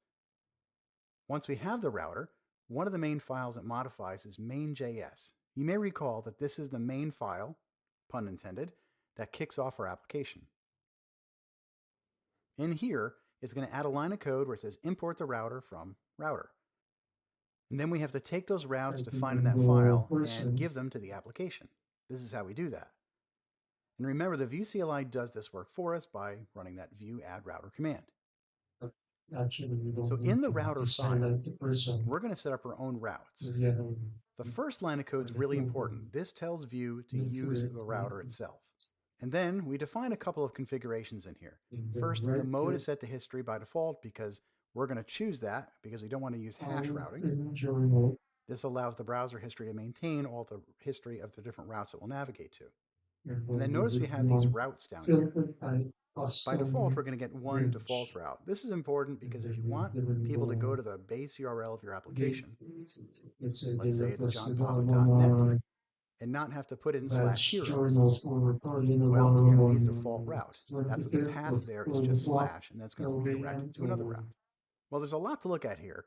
I find it's a lot easier to go do it ourselves, so let's dive right in. We're going to Let's join flip back to our application and go to 8 Routing, Begin, and View Heroes. We'll right-click and choose Open in Terminal. Run npm install. We want to take a look at what the application's doing from the get-go. Now there's a new command we're going to run called npm run dev. This command's actually running a fake backend against the JSON server and our Vue server together. So where's that fake JSON server? It's actually using a program called JSON server, and all of our data is in this db.json. Now when I click on this and run, we can see the applications right here with the dev tools, just to see what's happening. No errors there. Then we'll click in the upper right-hand corner and choose a view for the dev tools. We'll make a little bit more room to look at them, and we can see here what's happening in our app. We have the heroes component right here. Then when I select one of those heroes, Heroes has an embedded hero detail. This is what we've been doing all throughout the course. We want to change this around to ultimately add a menu to this application for heroes, and then for other pages. And then when we navigate the heroes, we could also then navigate to the hero details on separate pages. Well, flipping back to the application, let's Control-C and cancel out in the terminal. We'll run view add router. This command is going to go get the router for us and install it. And it's going to ask if we want history mode or not. And by default, it's true or yes. So we're just going to hit enter. Now it's doing the npm install for us, and then it's modifying some files. We're going to take a look at those files because you notice the upper left here, we can see a color. It shows all the files that were changed. It's telling us right here in the red which files they were. Let's go look at the get changes. Now the package JSON and the package lock changed. Here we can see that the Vue router was added to the dependencies. That was the only change in package JSON. In the main app, it added this router file, and it added the router to Vue. Then the router file, it added a couple of routes by default to some pages and components called home and about. We'll be modifying that. Now we already had an about view. We haven't been using it yet, but we're going to use it in this one. It actually tried to overwrite it. So I don't want the one it gave me, I want the one it tried to delete. So I'm going to undo that by clicking on this button right here to discard the changes. And then finally, it added this home view. Now we don't have a home view, so we're just going to delete that file. You can either discard the changes here, or to show another way, you come back over to home view. I can right click it, and then I can choose delete right there. And we'll move it to the trash. Now the app isn't going to work quite right just yet. So let's take a look what's going on. In the main file, we've got this router file, and it's passing in the router on line 8. Let's go check out the router. Now here's the router file. We want, by default, to go to the heroes component. So let's look in the components folder, and we can see we have hero detail and heroes. Let's move those over into views. By convention, we're going to route to things that are in views, and then the stuff that's in components are just nested. Now you can design your app structure any way you like. It's just the way I like to go. Now we want to route to heroes view, so let's go to the router. And up here, we're importing home. We're going to change that to heroes. Now we'll come down here, and we want by default this route called heroes to go to the heroes. So when it hits this slash path, it's going to go to heroes. Now I actually want to add a second route to heroes. So we're going to copy and paste that. The first one is actually just going to be slash. Then I'm going to do redirect. And I'm going to tell it to redirect to heroes. And the second one is going to say the path is actually heroes. So it looks like I have two paths here. It's really just two configurations. Effectively, I'm saying whether you go to slash or slash heroes, eventually I want you to end up at this component. And then the second path is for about. If we go to slash about, I want it to go to the about component. Now, where is that one? It's under views, and it's actually about.view, just like this. Now that we have these routes, where are they going to appear? If we go to app view, what we had been doing is just putting heroes directly inside of this div in the main. We're going to remove that. We're going to add something called a router view here. The router view is the X marks the spot of basically where all the components are going to show up for the router. Now because I did that, I no longer need to import heroes. And I don't need to import it into the components either. Now let's run our app one more time. We're going to run npm run dev.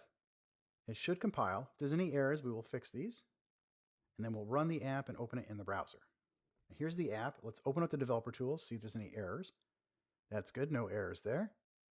And then we're going to open up the View Inspector tool. Notice we have the root, then the app, the header bar, and then here's our heroes. Notice this time it shows the router view is pointing to slash heroes. And that's what's happening up top. On this area. Make a couple changes here. We'll go to slash and I'll hit enter. Notice it goes back to slash heroes. If I select this one right here, it's still at slash heroes because we didn't create a route for the details yet. We'll do that later in this module.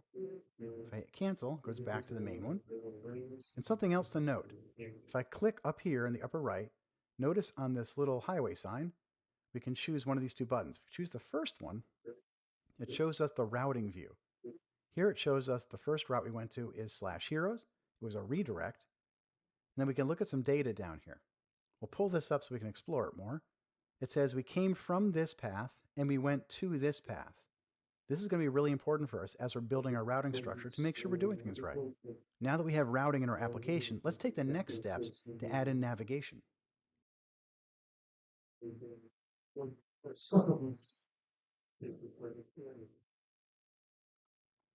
Now that we have two different components that we're routing to, let's add some navigation to our app so we can navigate and move to those routes. What we want to do is add a menu. So in App View, we're going to make some changes. Now it's important to understand the View CLI is going to add the router view and some router link components for you if you have a Hello World app. But sometimes you have to add these yourselves. The router view component is the X marks the spot. That's where the components show up. We've already added that. Now we want to add router link components. This is for our navigation or our menu links. And of course, we can modify these as needed. So we're going to create a navigation structure that looks something like this inside the div with ID of nav. Here we can see a router link that's pointing to slash heroes. Now this will generate a hyperlink that's going to go to slash heroes, and as long as we define that route, it'll then make that component appear inside the router view. And of course, the router view is where that component will then appear. Now our app is a little bit different, so let's go add code with router links to our application to create these menu items. Back in our application, we want to go into App View. I want to add some router links right here between this div and the main class. This is going to be our menu items. Now I happen to like to put these in their own component. That way I've got my navigation bar in one place. So we're just going to create a component called navbar. And no, it doesn't exist yet, but it's going to very, very soon. So it's building the application and it needs to find navbar. We're going to go under components here, right click, choose new file. We'll create navbar.view. And we'll run a snippet vbase. Now there's not going to be any code or any styles. So we're just going to need the template. Let's remove the divs and we'll add a nav structure. We'll give it some CSS to make it formatted. These are classes that are part of the Bulma style that we've been using. And then we're going to give it a title here using a p tag. This one's going to have our menu label in it. And we'll just call it menu. Now we'll create a UL here and we'll give that a class of menu list. And I'm using Emmet to create that for us. Now we could create these by hand, but let's use a snippet again. We'll type in vroute and you'll see three options. The simplest of which is route path. We'll use those here because we want to tell it, all right, if you see slash heroes, and then we'll replace the link title, go to the heroes. And we'll duplicate that line. If we see slash about, go to about. Now here, make sure that these match exactly. So we have to have slash about and slash heroes in our routing file. Now that we have navbar ready, we can flip back into app view. There's navbar here. We now need to import it just like we did the header bar. So you can copy and paste. You can say navbar. And then over here, that'll be the navbar. It's important that this is exactly the same as what's on line 5. So 15 and 5 had to match. And then down here in components, we have to tell it that this navbar is a child component. Once we do all of that, we've effectively made our own navbar. We've included it inside of the app view, and we can run our application. Let's take a look.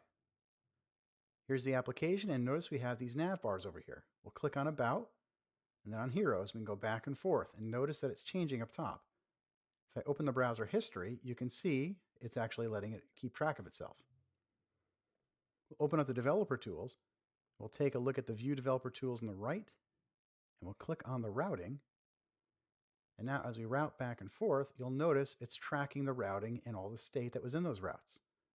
One last thing. Notice that it's turning green on About, and we're on the About. When I click on Heroes, it turns green on there. There's some CSS that automatically gets attached to each of those router links to define which one is currently selective or active. If we want to see that, we can inspect it with the regular browser tools. We can come over here now and see there's a class called routerlink exact active, and then routerlink active. That means that those classes are getting added to whatever one is active at the time. If I click on About, you'll see it gets moved to the About one. And as long as our CSS file, our style CSS in this case, that we're using in the app defines those classes and stylizes things, then we can automatically highlight the route that we're on. So now we have routing navigation with the router link all connected to our app with highlights for the routes.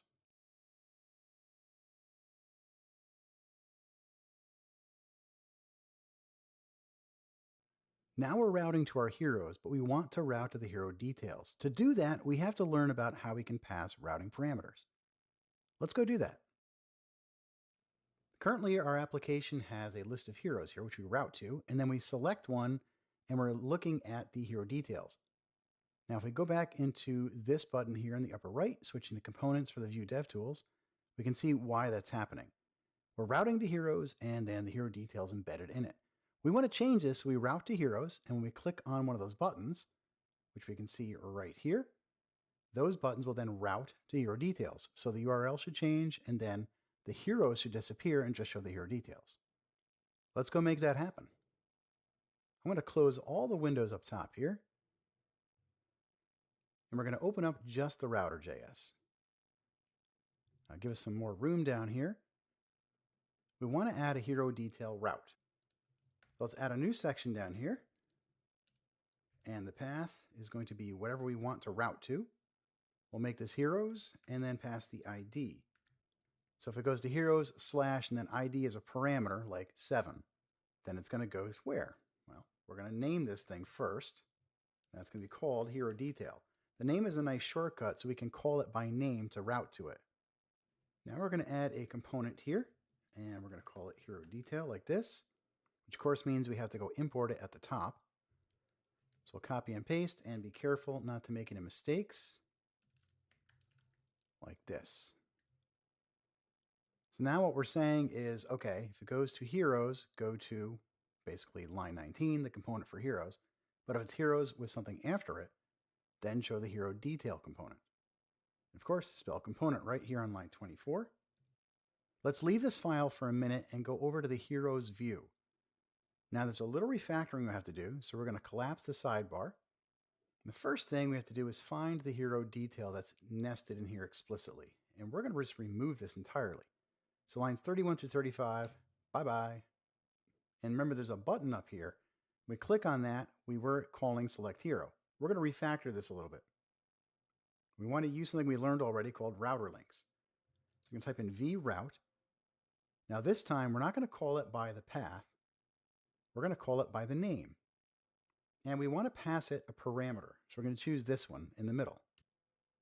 Now, what do we want to route to? The name of this thing is going to be hero-detail. That's what we called it in router.js. Let's go look at router.js just to make sure. Yep, line 23. And then after we're in that one, we're going to then look at the parameters. And the first parameter is going to be called ID. Now, the value for this is going to be hero.id. Where is hero coming from? Remember, we already have a hero in each of these items. And the link title, that's going to be the content of this router link. So now we already have a button. What I'm going to do is I'm going to wrap everything with that button inside the router link, and then we're going to modify the button itself.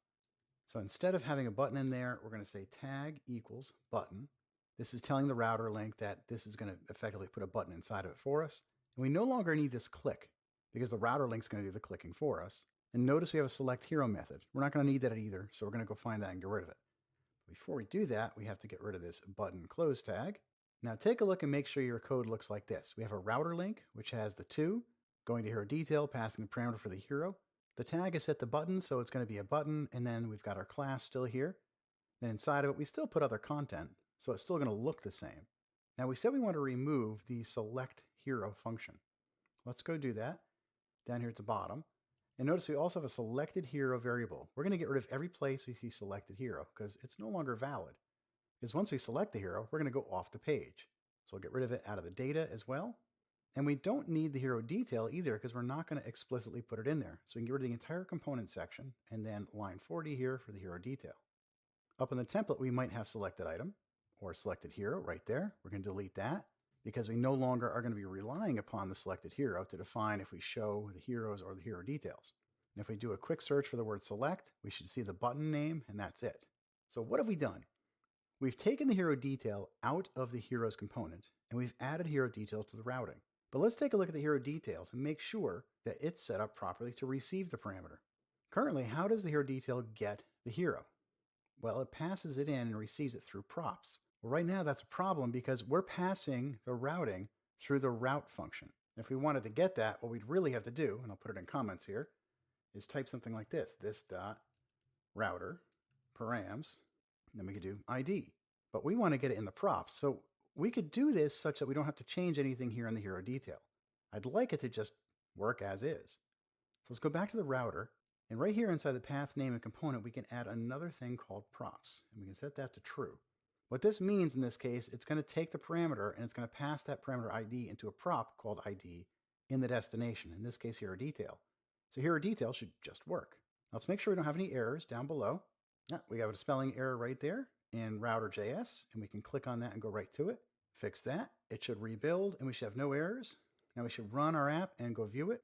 Here's the application. Notice it says heroes up top. If I click on select, there we go, heroes 10 up top in the URL. I hit cancel. That's not working yet. We'll fix that. Let's go back to heroes and let's take a look at the dev tools. So in our dev tools, we've got the view tools over here. We're going to click on routing. And now when we go to heroes, we see that. And we see heroes 10 and go to about, go back to heroes, go down to Madeline, it's heroes 20. We see all these different items. Now we have to fix the cancel and save buttons here. We'll do that in a moment. But notice one other problem. So I refreshed and we see the error down here. It's saying there's an invalid prop type for prop ID. It's getting a number that it's expecting, but that number is coming back in as a string. Well, let's examine what's happening here in the route. Notice the route says the ID is 20, and that's a string. Well, let's go back to heroes, and now let's select Ella right there. Notice the route actually shows 10 as a number. So if I go to it through the heroes, it comes in as a number. But if I refresh on this page, it's coming in as a string. And that's a problem. Don't worry, we'll fix that next.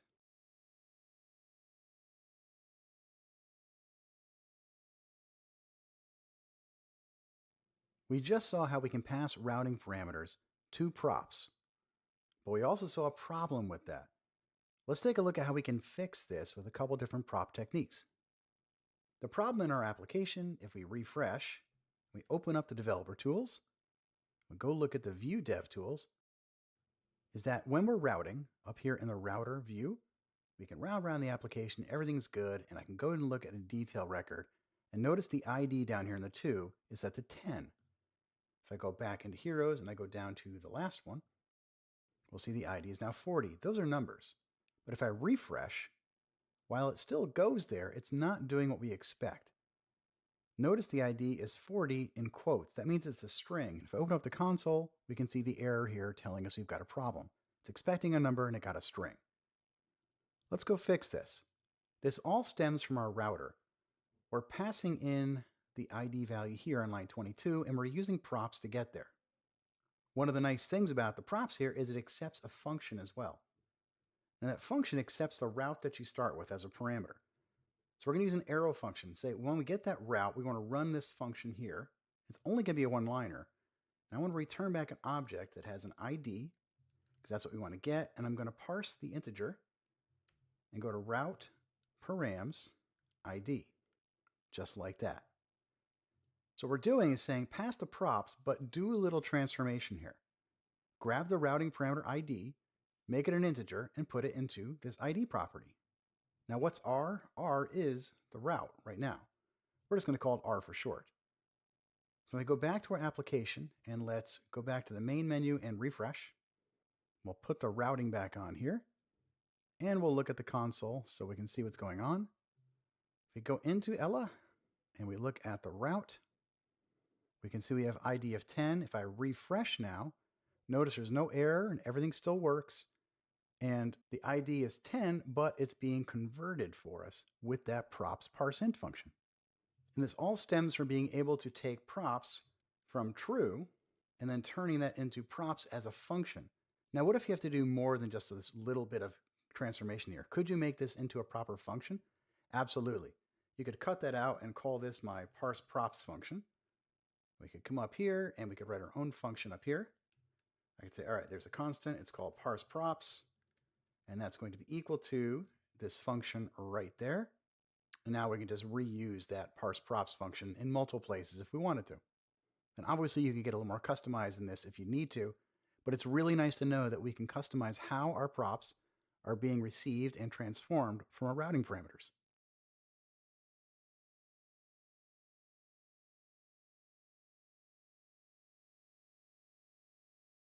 So far, we've only been loading our components using eager loading. We're going to take a look at lazy loading as well.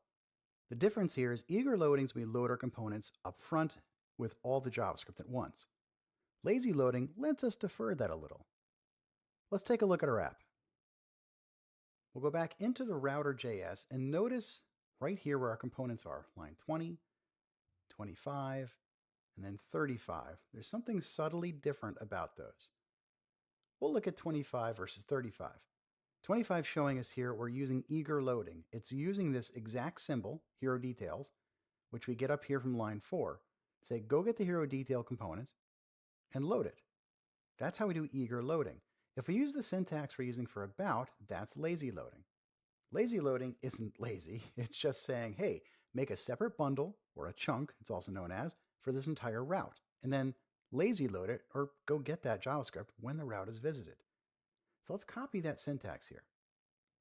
Let's go up underneath line 25 and we'll paste this new syntax and we'll comment out the old one. Now the big difference here is we want to make sure we're pointing to the actual file name. So we can't misspell this. And then the Webpack chunk name, let's call this heroes. Now let's go back to the top. We no longer need hero detail there. Let's also get rid of heroes. We'll do the same thing for it. We'll once again grab this component syntax. We'll comment out what's there. We'll paste in this one, and we'll go get this file called heroes. Now notice the Webpack chunk name is called heroes for both of these. This means it's going to put both of these components in the same file bundled together. If you wanted them in separate files, we could name them differently. So here, I'm just going to call this bundle heroes like this to be super explicit. And we'll call this one bundle about. Now we can delete our commented code. You might be wondering about this Webpack chunk name. That's a comment in line. That's something that Webpack under the covers or the Vue build tools are using to look and say, all right, when I name this bundle, what do I name it? If this comment's there, it'll name it by this file name. If the comment's not there, well, it just picks one. Now we have one more component in our application. Let's go find that one. We'll click on the Explorer view in the upper left. Notice we have a page not found view right here. In the router, I'd like to add this last route down here. A page not found is, okay, you put something in the URL and it just doesn't exist. So the page not found is where it defaults to. So how do you set something like that up? Good question. Well, we have to set a path up, and the path is going to be star, means anything. And in this case, we're going to do not a lazy loaded, but an eager loaded route. And this component is called page not found. And now because we're getting that directly, we're going to have to go import that. There we go. So page not found is eager loaded, and that's down here in line 40, and the rest are all using lazy loading with code splitting, where it splits our code up by the bundle names. We run back to our application and we go back to the root. Now let's refresh. We're going to take a look at the network tab for a moment. If we go look at filter on all, we're going to see some files called bundle, dash, and then about and heroes. If we could just click on JS, we're going to see those different bundles. So there's the main app. This is our backend data. And we have bundle heroes. And then there's a crossover bundle where it combines a little bit of the vendor logic and things that the heroes bundle also needed. And we can still route through our application. We can click back on the view tools to check that out. These tools are super helpful to see what's happening. And now as we click through the application and go through different routes, we're going to see all those routes showing up here in the history of this. Now we saw how we could have the bundles show up here, But what if we wanted hero details and heroes to be in separate bundles? Back in our application, that's easy to do. We could simply just call the second bundle hero-detail like this, go back to our application, and now notice we have another bundle for hero detail right there. And it's loading now because we're on the hero detail. If I click back to heroes, boom, lazy loaded bundle heroes came across. Let's see that again. Refresh from the root. This time we got bundle heroes because that's what we're looking at. We click on Madeline, and then the bundle for hero details came. Now, should you lazy load every single component in your app in its own bundle? Probably not. Lazy loading is a great thing, but you may want to bundle several of these things together because you could have hundreds of components in your apps, and that would be a lot of traffic for all these different calls. And quite frankly, if you're going to look at a hero, you're probably going to look at the heroes list as well. So these two things kind of make sense to go together. But let's say I had villains in my application too. In the villains part of the app, I might put a villains bundle together and then have a heroes bundle. So you could have several bundles in your application. Just make sure the names are all matching where you want them to go in the same bundle. And that's how easy it is to set up eager and lazy loading.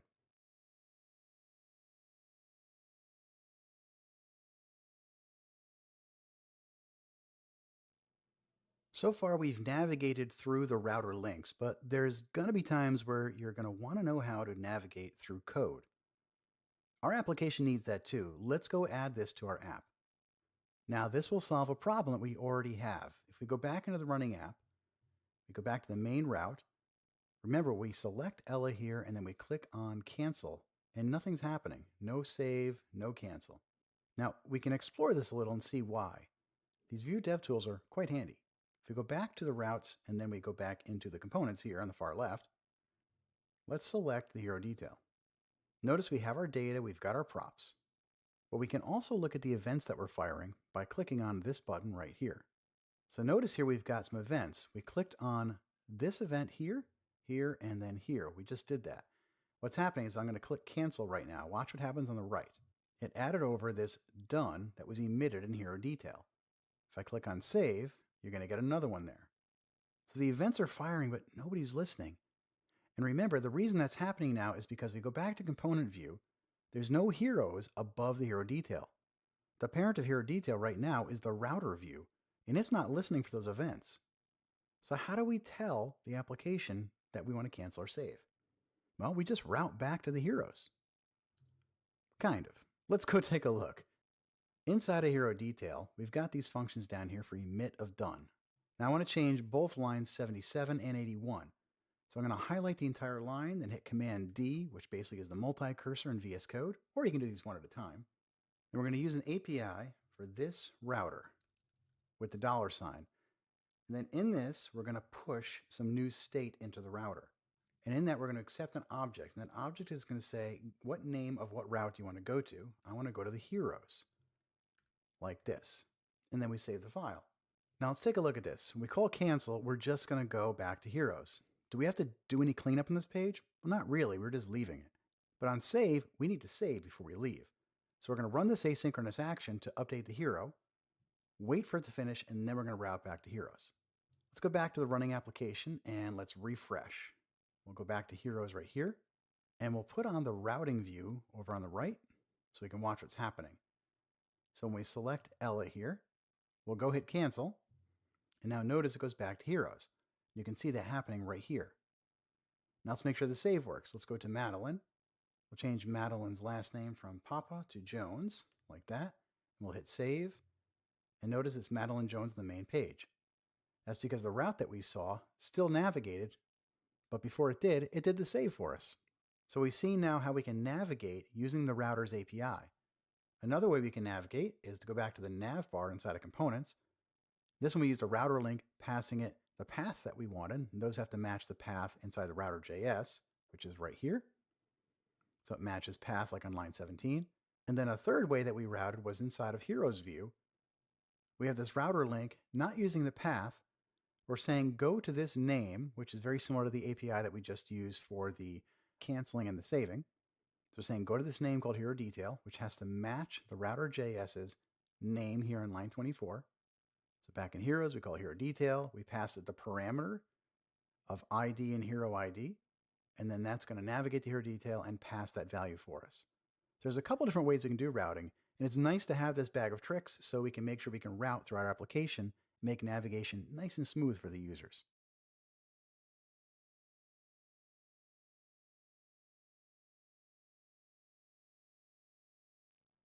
We just took routing for a spin with Vue, so let's take a look at what we learned, because there was quite a bit. We saw how we can add routing with the Vue CLI. That was with the Vue add router command.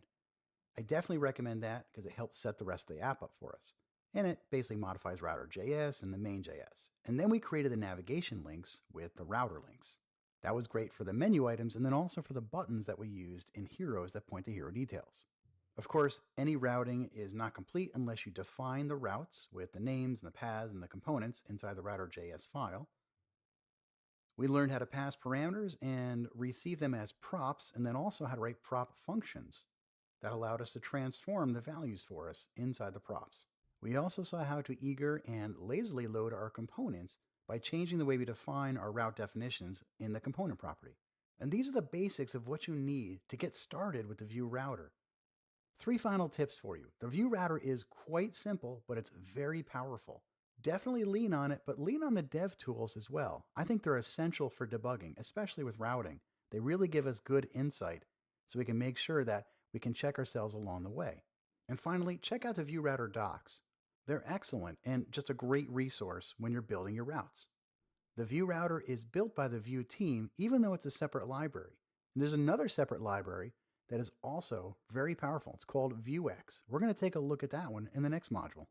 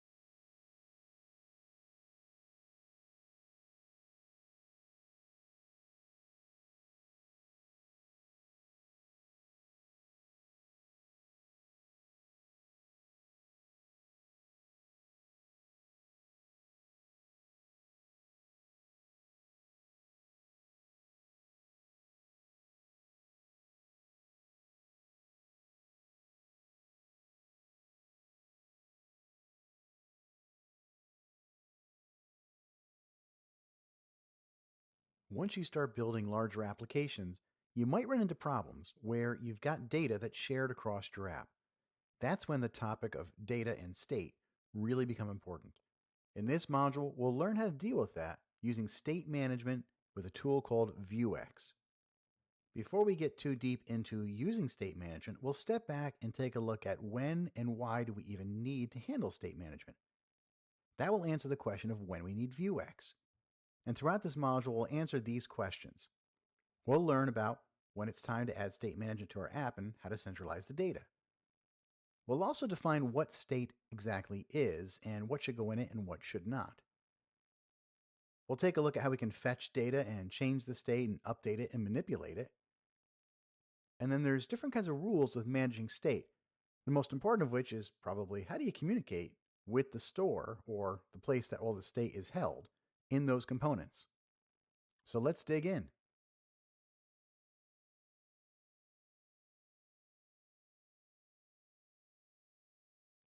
The place that we hold our state or our data is often called a store. Well, we haven't had one of these yet and we haven't talked about it much. So let's look at our application before we introduce this, just to get the foundations. Let's open our application and go to the Chapter 9 Begin View Heroes. We'll right-click and open in the terminal. First, we'll run npm install and get everything that we need. Once everything is there, we're going to run the application and take a look at it. We'll run npm run dev to run this. Now let's open our app in the browser. So the application works and we can select people and we can change their names and we can save them if we want to and go back and change their names back. So everything seems to work, but we don't have this thing called a store yet. So what do we have to get our data? Remember, we've got this heroes component here. And let's just collapse at the top on line 1, all of our template. And we'll take a look down here at where we're getting our data. A good place to start is in created. It's calling load heroes. We then come down to load heroes and it's calling our data service to get the heroes. Aha! We've done this many times already in this course. We've learned that we use a service or just another module to make our HTTP calls, in this case using Axios to get our data. So right now, we just use another module to go get what we need, and we're not sharing data across different components. We just always get it whenever we need it right from the database. So is this good? Is this bad? It's neither. It really depends. In the next section, let's explore how we evaluate this.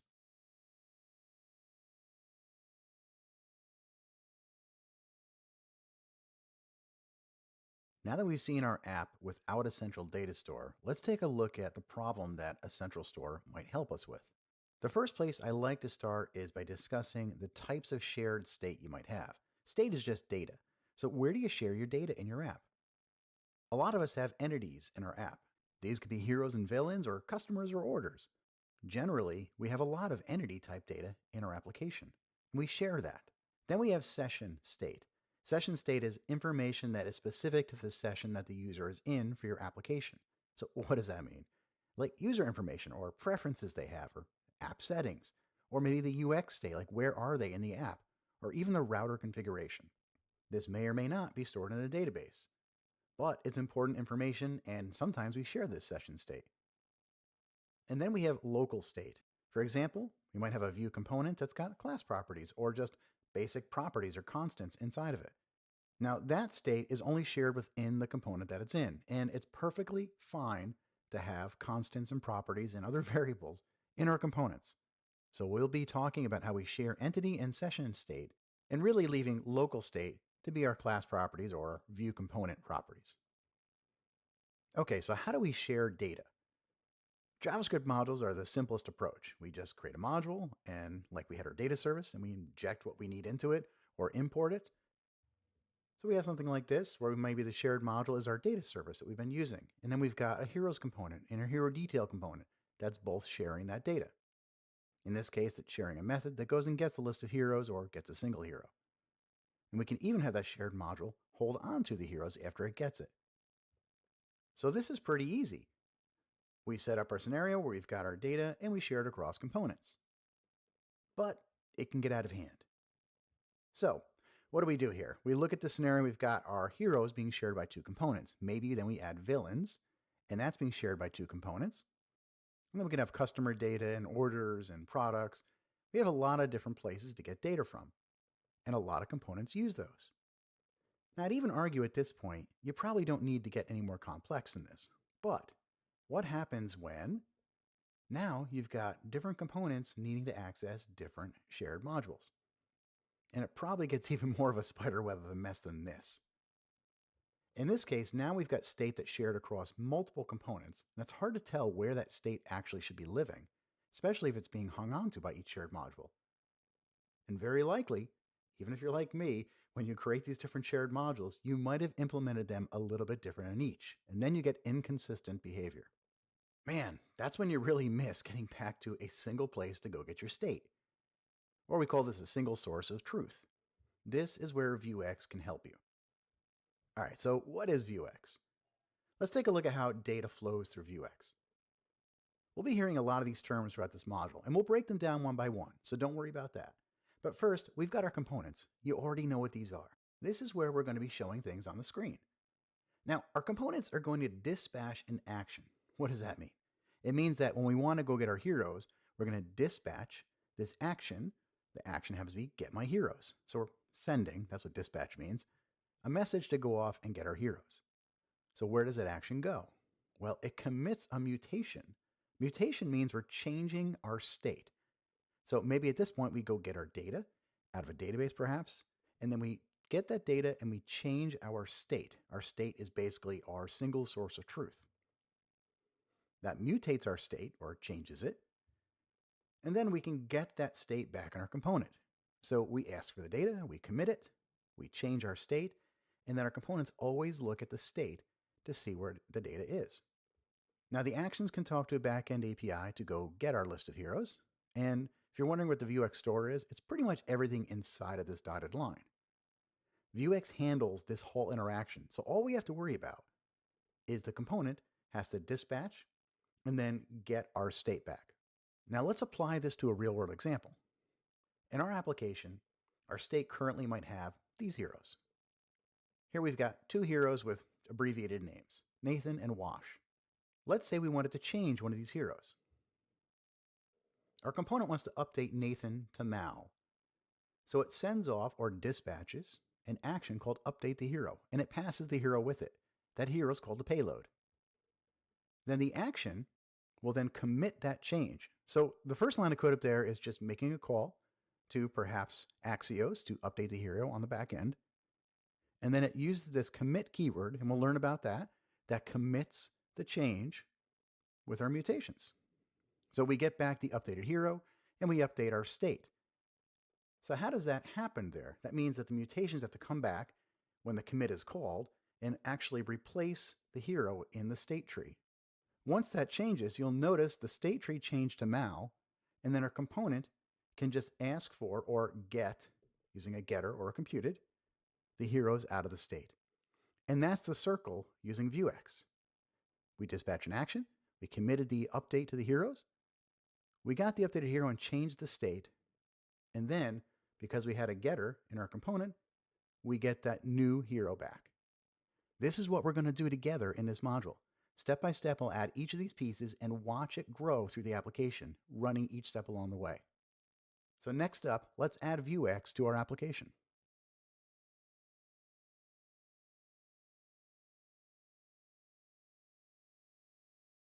Now it's time to add Vuex to our app. Here's the steps that we're going to follow. First, we're going to add Vuex to the app itself using one of the commands we're going to learn. Then we're going to customize our store. And then we're going to tell the app about the store. So after we create the store, we have to let the app know where it is. And then finally, we're going to tie in the communication between the components to the store. The first step is installing Vuex. And while we can do npm install and then manually wire it up, the easiest way is to use the vue add syntax from the Vue CLI.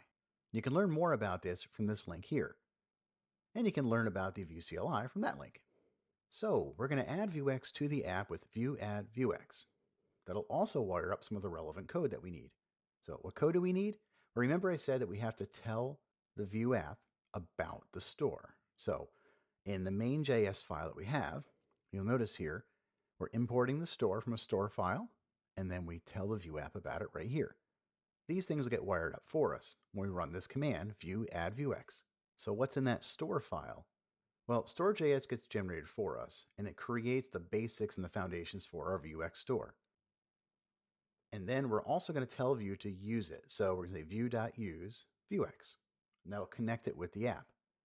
And the store itself gets created with this command here.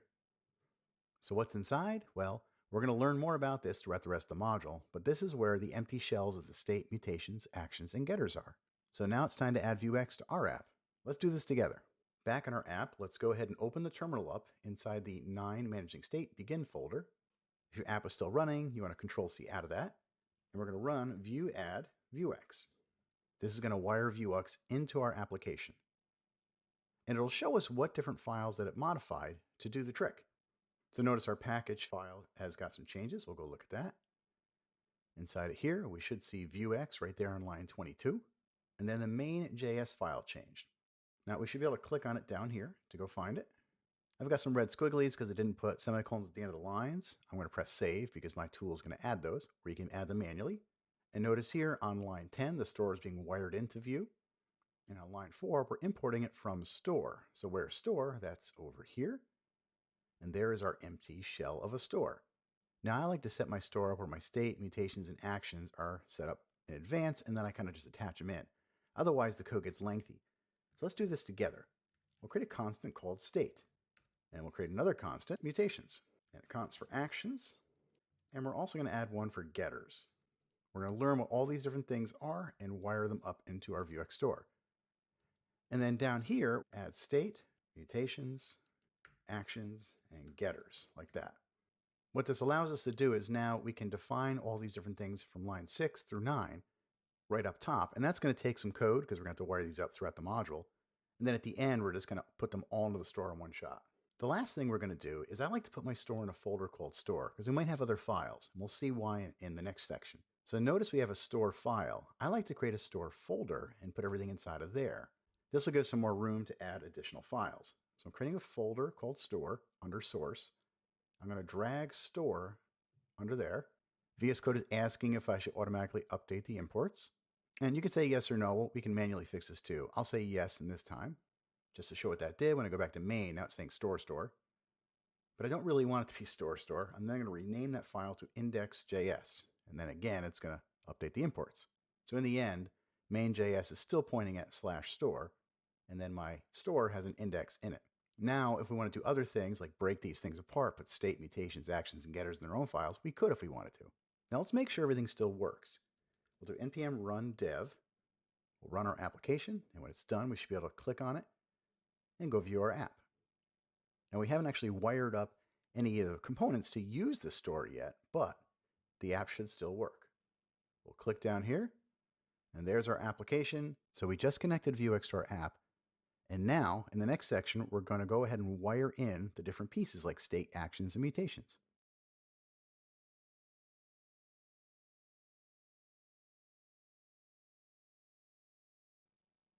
Now that we have vuex in the app, let's go set up our state. Now, what's the state? That's the data that you want in the store. So in our store.js file, or for us, our store/index.js, we're going to set up an initial state. Our initial data for the app might have heroes and villains. We're going to use heroes as an empty array because when it starts, there's nothing there. But you could have arrays or objects like a user object or whatever you need for your state. Let's go do this together. In our application, let's open up the store/index.js file. That's right here. And notice we've got our state up here. We're going to create a heroes array like that. And by default, it's going to have nothing in it. So on line 7, we're setting our heroes in our state, and then the state gets added on line 14 to the store. Now let's go connect this to the component. So back in views, under heroes view, we currently have data for our heroes. We're going to delete that. Now that data was bound to everything on the page, so we need to replace that. We removed heroes, so we now have to go get heroes from our store's state. Now scroll down, we have a couple other places we're using heroes, like right here in load heroes. We can get rid of that. Now we'll comment this line out because that's a placeholder for we're still going to have to get the state somehow. So first you might think, let's go get it directly. We could do this. Go get the store, and then we can go to state, and then heroes. Like that, and then we could set the local heroes if we had them. But we don't have heroes locally, right? So we can't do this exactly. And this syntax of this.store, $store, that's a keyword we can use with view. That gets us access to the state and then to the heroes. But we can't do that because we don't have a heroes array. We just removed that. So how do we get the heroes state from the store? Well, where do we get things or put computeds and actually get values? The computed section, right? Let's create a heroes computed. And here we can type that same code in and have it return it. So what we had before was we had data.heroes. Remember that array that we just got rid of? We're replacing that with heroes as a computed. We're still going to have something called heroes on the page that we can bind to. Now let's go back to the app, and you might think it's got an error because there's no data. If you look in the developer tools, there's no errors here. Remember, we have our initial state with 0 heroes in it. Let's just add a fake hero just to make things work for a minute. So we just created a single hero in state. Flipping back to our app, notice we have Holly Smith now in the application. Let's go look in the Vuex tools over here. We pull down to View, and now when we click on this second icon, we can switch to Vuex. This icon helps us look at what's going on with the state. If I click on the base state, you'll notice the base state has heroes with an object, and it now has Holly Smith in it, because that was our initial state. Back in our code, let's go look at the component. There's an easier way to write this. We have a heroes computed, which goes and accesses the store state heroes. But there's a special function, and I'll comment that out, called map state. And we're going to use the spread operator to get all these different things out of it. So it's a function that Vuex offers to us that we can use as a convenience. And what state do we want to map out of there? We want to get to the heroes, like this. And it's going to accept the function, which has state, and we can say, go get the state's heroes, like that. Now, it doesn't know what map state is, because we have to go import that. So let's go back up here, and we'll do import map state. And then from, guess what? Vuex. Now, if we scroll back down, we can see our map state is here. And what we've done is effectively gone from writing this code to saying, now we can access any state we want by simply saying, go get the state called heroes. That's what's happening over here on the far right, and returning that to a local computed called heroes. But there's a lot of hero state, state hero stuff going on here. So there's an even quicker way. I'm going to copy that line again. We'll go to a third way. We could just say, hey, create something called heroes in here and go access the state called heroes, like that. And that'll also work. Let's go check the app to make sure. We refresh, and there's Holly. But guess what? There's an even easier way. So we comment that one out. Because this is the same name both ways, we can actually use a syntax with the array format, like this, to say map the state, go get the thing called heroes, and then create a property locally called heroes, and we're all set. So I walked you through the progression, 4 ways to go, to show you how much easier it is to write this line on 109 than it is to write the ones above it. What should you do? It's up to you. Personally, I prefer line 109 or 108 if you want to be a little more explicit. So flipping back to the app, we refresh, and there's our application. We can see our state is right here. Now, just to make sure we clean up, let's go remove the initial state, and we've removed Holly. Now, this is great for initial state, but how do we actually get the heroes? Well, that's next.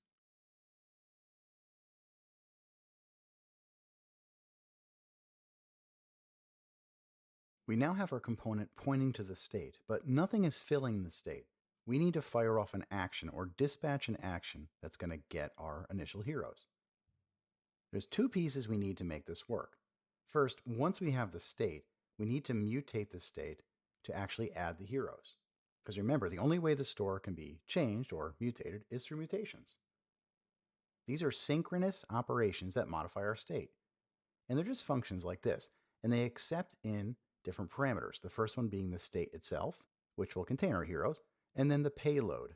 That's the second parameter. So imagine we had this function called addHero. We could pass in as a payload the new hero and then push it into the state. Well, what's going to fire off that mutation? This is where we might dispatch an action. So we also define actions, and these can be synchronous or asynchronous. And again, they're just functions. So they can commit 1 or more mutations if we want. This one here on the right is firing addHero, The first argument is the context which Vuex passes us, and we're pulling out just one piece out of there, which is the commit function. So the action is going to accept the hero we want to add. We're then going to call off to our existing data service asynchronously with async await to add the hero. And when it's done, we're going to commit that new hero to a mutation, which is then going to go ahead and write it to our state. Now, these can call other actions they want. They can be synchronous or asynchronous, and we can call these directly from our components or dispatch our actions. Now, if this sounds familiar, it's exactly what we showed in the model earlier in this section.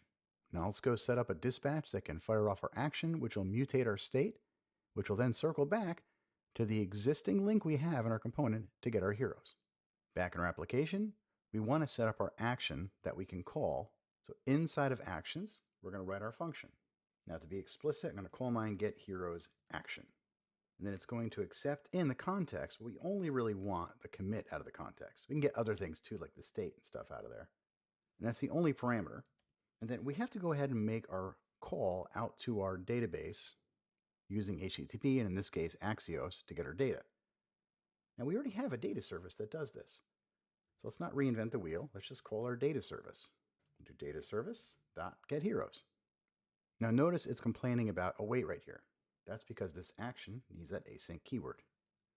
And it, of course, wants our data service to be imported. So let's go do that. And once we get our heroes, we want to commit those. So we're going to call that commit. And we need to call a local mutation here called getHeroes. We're going to pass a string in there. And we're going to pass in the heroes. And you can see it building at the bottom. But where is getHeroes? Well, we need that to be in the mutation. And let's space these out a little bit. So our mutation will have a getHeroes function here. And it's going to have its own parameters. It's going to accept in the state that it gets passed, and then the heroes. And all we're going to do is say, okay, go get this state and access the heroes and put all of the new heroes in there.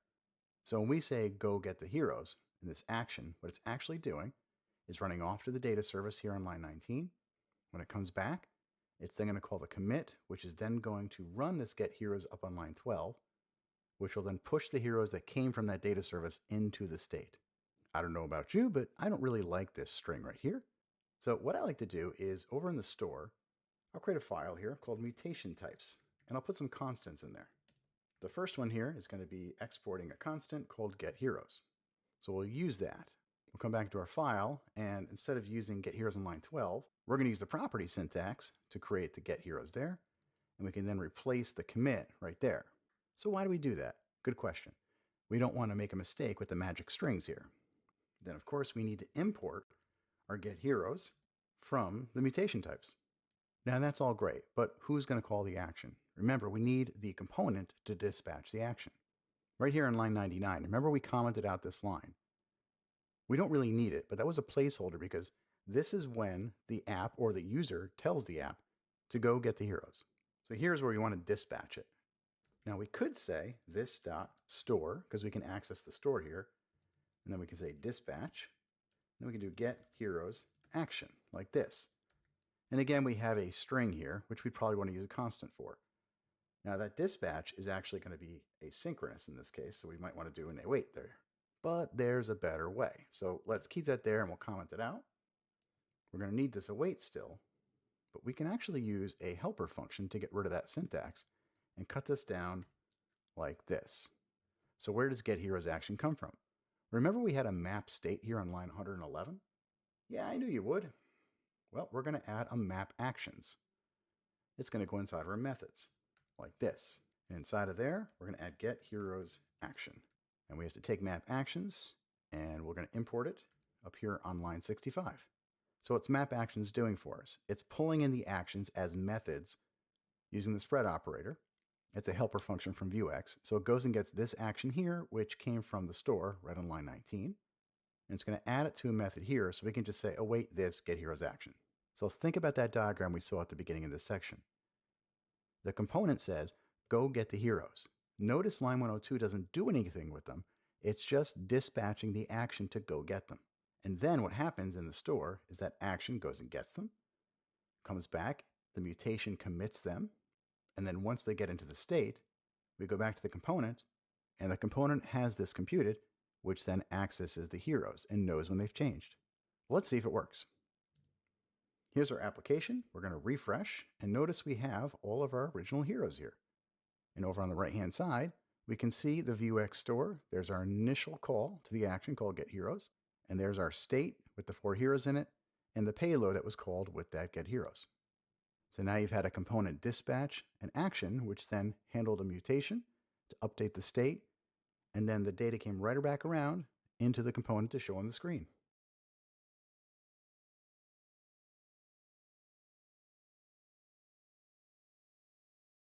There could be a whole lot of data inside your state, and sometimes you just want to get one piece of that.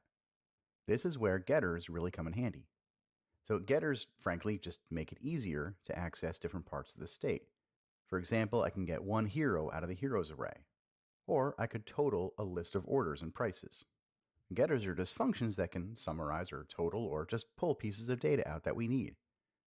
For example, we might have a getter called damage total. Assuming we have a bill in our state, inside there's a bunch of items on the bill. We can then calculate the cost and then return that total. Let's flip over to our app and see where getters can be helpful. We already have our list of heroes that we're getting out of state. And we're using map state here on line 112 to just get the state directly. But when we go to get a single hero, as we do here in hero details, we need to get just the hero by their ID. Now, we don't have something that makes it easy to get that today, but we're going to do that together. So we'll go back into our store over here in index.js, and we can see we've got our heroes up here on line 9, but we want to get just one hero. So inside the getters, let's write some code. We'll call this get hero by ID. Now all getters are going to accept state. So we'll pull that in, and that's going to be a function. We want to have an additional parameter though, and that's going to be the ID. So it's a custom parameter we're going to pass in, and that's going to be the hero's ID, right? And then we're going to say, all right, give me back inside the state everything in the heroes where we find that hero ID matches.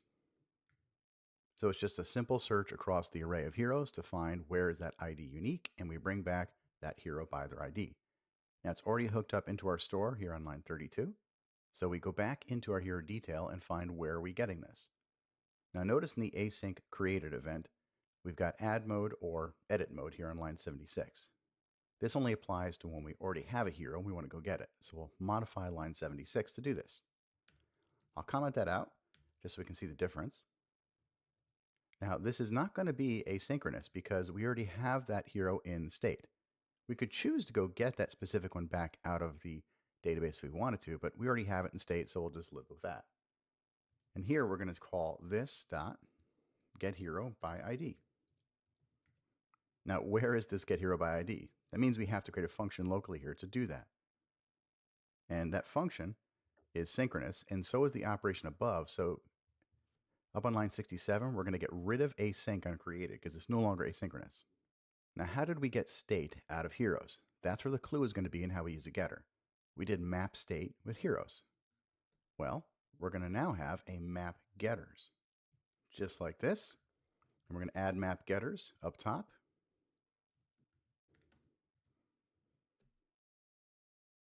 Now with the map getters, we could use the longhand syntax where we say there's an object here. We want to get hero by ID, and it's going to match get hero by ID. But as you might have guessed, we can do the same thing we did over in the view heroes, and instead just say go get hero by ID, and it's going to map that directly to a getter here as a computed. So now line 78 says go talk to get hero by ID, which is going to be a getter right here, and that's going to map to the get hero by ID inside of our getters in our store. So does this work? Let's find out. Here's our data. Let's open up our dev tools. We'll go over to the Vuex tools. Now we'll select Ella, and the data showing up right down here, and everything just works.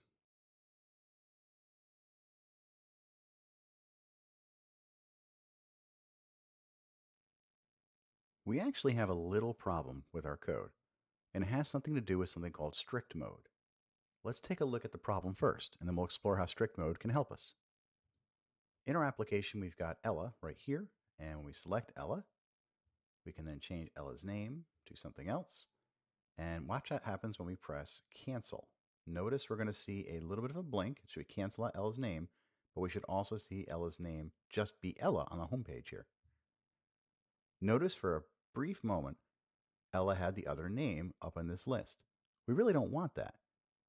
Well, that's a symptom of the problem.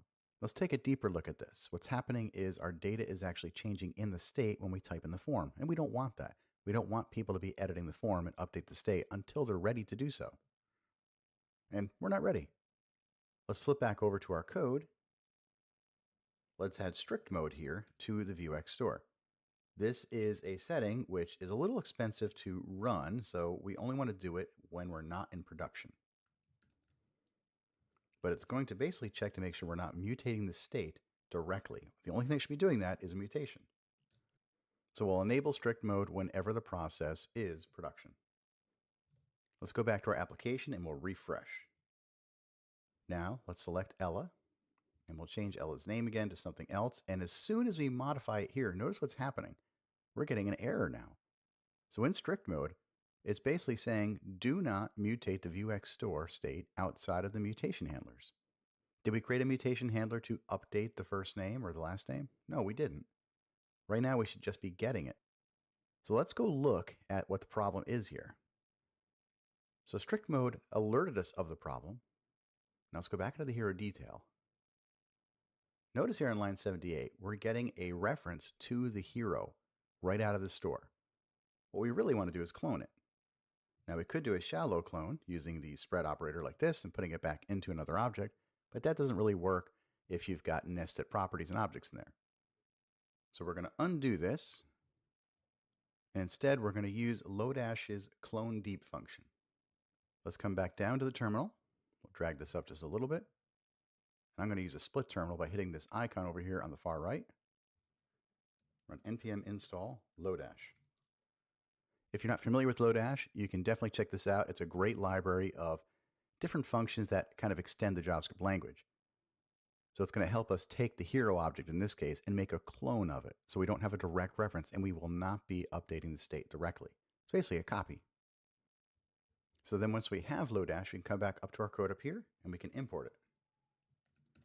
And the function we want out of Lodash is clone deep. Now we're not using clone deep yet, which is why it's red. We can come back down here and now we can clone this hero just like that. Now, sometimes when I add new libraries, I like to cancel out the terminal. And I hit Control-C there to do that, and then run npm run dev again, just to make sure all the file changes have got picked up. So let's just do that just to be safe. We'll flip back over to our app, and we will refresh. Go back to the main heroes menu first. We'll select Ella.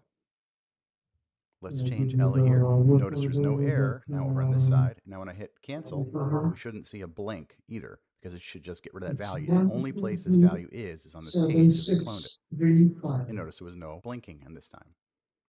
So what do? We made sure that our application is not mutating state directly. The only way we should mutate the state is if we go through that cycle that we've been talking about, where we dispatch an action and then the mutation occurs to the state so we can get our state back out. 8297. We've made good progress. We have our Vuex store working so we can get the list of heroes or get a single hero. But now it's time to mutate the state for updates, inserts, and deletes. Let's take a look at how we can do that. We'll flip back to our code, and here in the index.js, which is our store, you can see we have one mutation already for get heroes. Now we're going to create them for add, update, delete. So let's go into the mutation types first. We'll make 4 of these, and we're going to have one for add heroes. It's actually the add hero, like that. And then we'll also have one for update hero, and then delete hero. So now we have our constants. We'll flip back over to index.js, and we'll start using those here. Let's start with the add hero. Now we know mutations are going to get state and then a payload. In this case, the payload is going to be a single hero that we're going to add.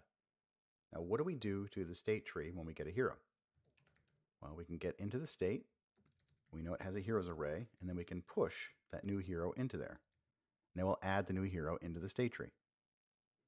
So we've mutated the tree. Let's go ahead and do a delete. Again, we'll get the state, and we're going to delete a hero, so we have our hero. So how do we get rid of a hero? There's a couple ways. We know we're going to modify the heroes here. I'm actually going to do is find that hero first. So I'm going to go into state heroes. I'm going to use the filter function.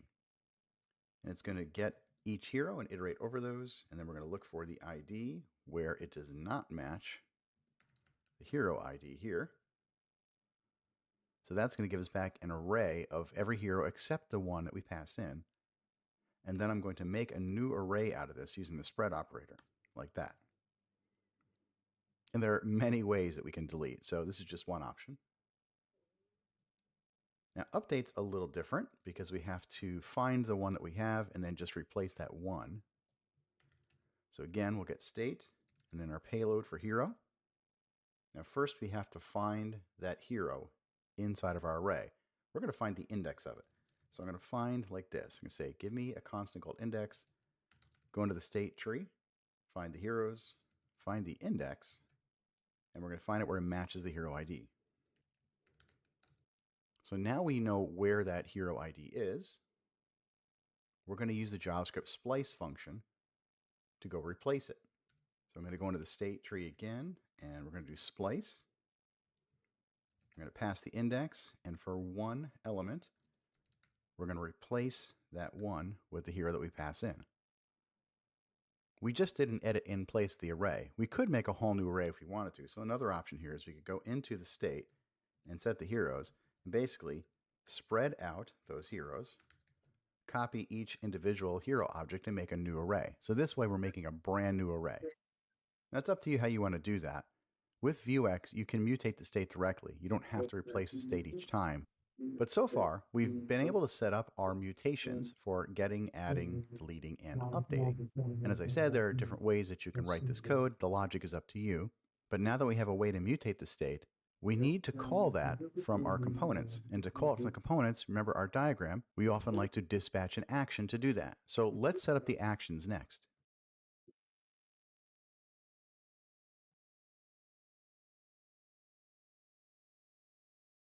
Next on our list is to set up the actions so we can call and dispatch those actions from our components.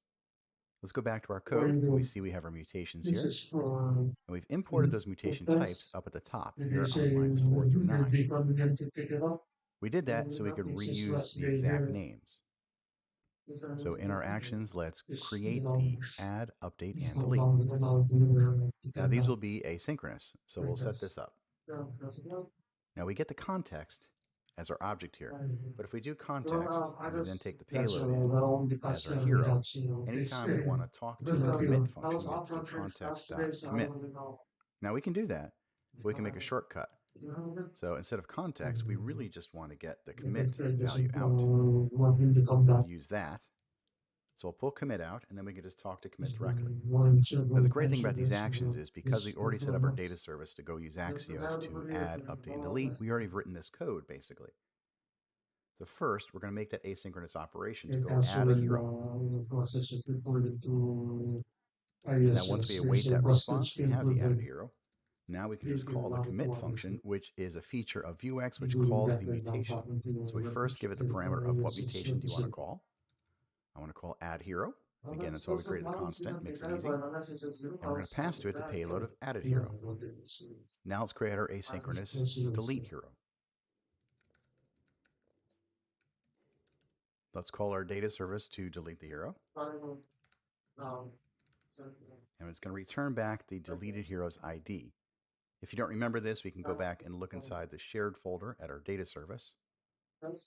And let's find our delete hero. And notice here on line 64, we're returning the hero ID that we're going to delete. So why do we need to know this?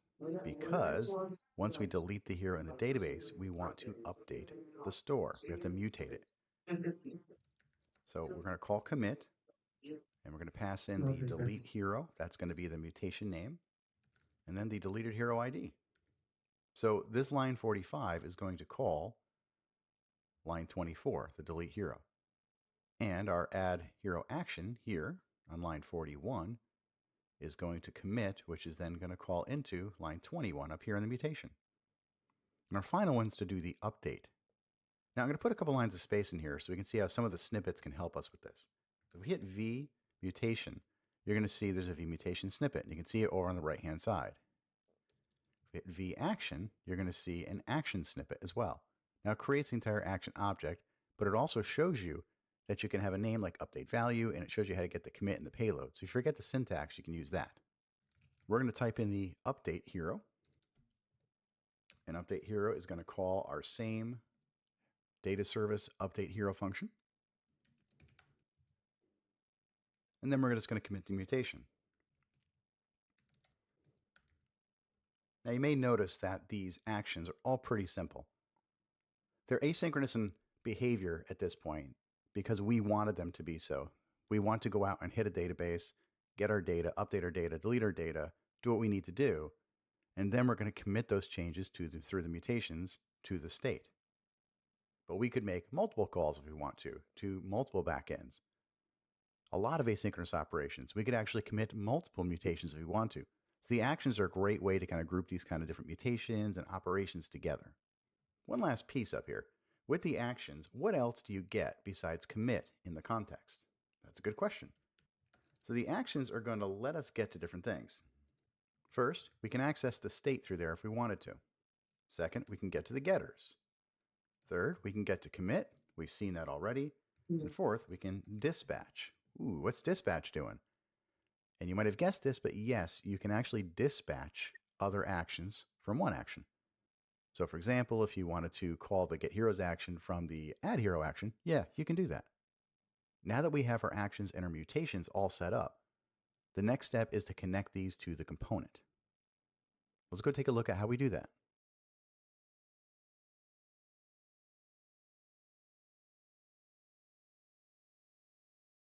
We now have our actions and mutations to modify the state tree, but we need to dispatch the actions from our components. Let's go do that together. So we need to dispatch these actions. Now let's go back into Heroes View. And one hint here is basically look for any place we were using the data service. Right here in line 94, we're doing data service delete hero. Now we're going to comment that out. Instead, we're going to fire off an action. So we want to call our action, which is going to be this delete hero action. We'll pass it the same parameter we did in the line above, which is the hero to delete. We go back into our store and we can see right here in line 45, there is our asynchronous operation to delete the hero. If we want to wait for that to actually finish, we can type await right here. But how do we actually get that action? Because we can't just talk to it directly, right? Well, we could say this.store and then do dispatch, because remember we can just dispatch our action, then the name of the action, which is delete hero action, and then pass it our this hero to delete. But there's a shortcut, which we've learned many times, and that's why we're doing this right there. We just want to call it directly. So these mapping functions are great. Remember we used map actions to get the get heroes action. Well, we can do the same thing to get the delete hero action. So now we can call this delete hero action directly. Once we do this, if we go back up, data server should be red because nobody is using it. Right there it says it's defined but never used. Well, we can delete that line of code. Now our heroes component is completely using the store to get the heroes and then to delete a single hero. We also have the hero detail. Let's find where data service is being used here. There's the lines for updating and adding a hero. So let's delete the import up top. We know we're going to need some actions in here. So how do we get those? We just type in map actions up there. We go back to find wherever we had the data service. We can delete that line of code. And these two down here are going to have to be changed. Let's go back to our store and look at the name of the actions we want. There's add hero action and update hero action. So back in our methods, we need to map those. So let's map those actions.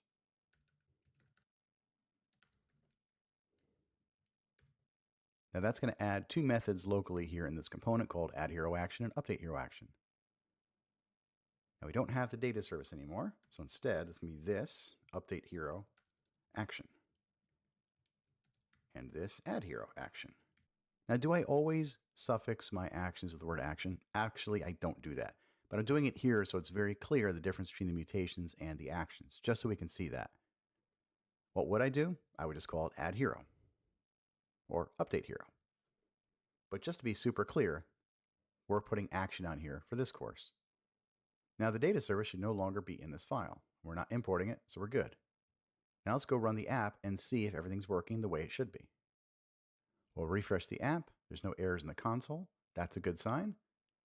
First, we can see our state is changing over here. We'll just make some more room so we can see it all side by side. And then when I delete Ella, we'll say yes. We should see the action called delete hero was fired. The payload was 10. That should be the ID for Ella. The state tree looked like this. And then when I got back to get heroes, because it refreshed, now the state is missing one of those. So when I select Madeline, we scroll down, we can change Madeline to Colleen. When we press save here, we saw the update fired and then the get heroes. So we can actually walk through the state. Notice here we've got get heroes. That was all of them. We deleted the hero. Then we re-got them, and now we have the one without Ella. Then we updated. We changed Madeline to Colleen. And then we got our heroes. What about adding one? We'll press the add button here. We'll add one called John. Now we can see the add hero. And in the end, we can walk through all the state and see what's happening. So now our current state shows the fourth hero is John. So now we have connected our heroes and hero details components to fire off the dispatching of the actions, which then fires off the mutations and commits those to the state. And then we get the data back through state and getters into our components. Ultimately, we now have a single source of truth for where all the state is.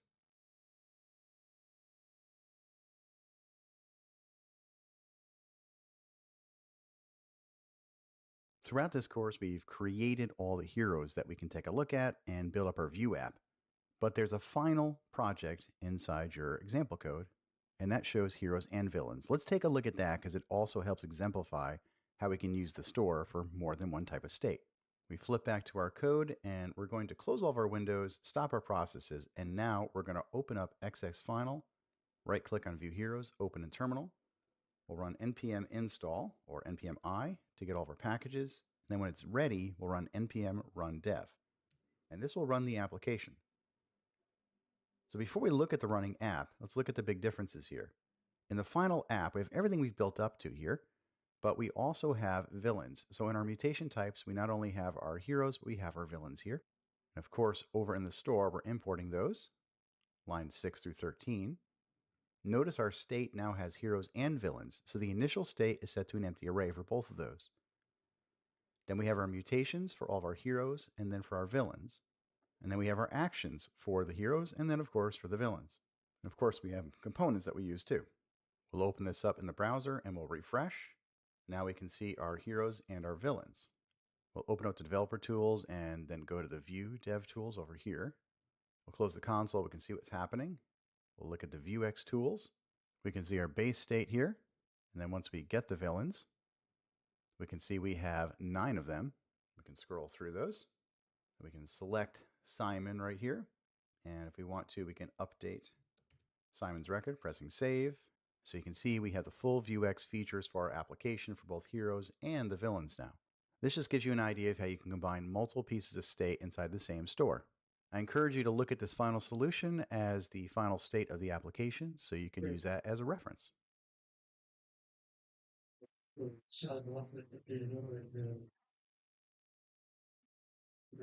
So here's what we learned. We saw how we can start with our initial state, and then our components, by mapping the state, can get that state and show it on the screen. And then we want to dispatch an action to update a hero. We dispatch it past the hero. That action then will then go update it in the database and fire off the commit, which actually fires off the mutation. And the mutation then replaces that hero inside the state which then, because we're actually accessing the state through map state or getters back in the components, we get to see that on screen. So what did we learn exactly? We learned how to add Vuex with the Vue CLI to our application. We then learned how to create our initial state and then how to update that state or modify it by dispatching actions that then commit the mutations. And then finally, we learned how to use the different map functions like map actions and map state to communicate from our components to the store. And just to summarize what we started out with in this chapter, Vuex is not for every app, but if your state is shared, Vuex can really help. And as you can see, I'm a big fan of recommending the mapper functions to reduce your code complexity. And if you need to look up any other details about Vuex, there's a great set of docs online. Now, thank you for coming along on this journey with me of Vue getting started.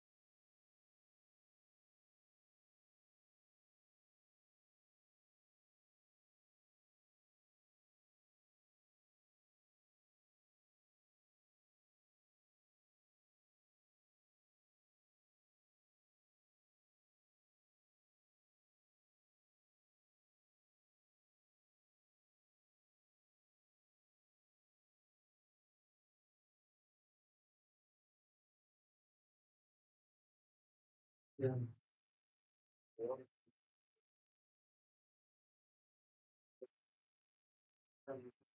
Since the security, they know that the security mode.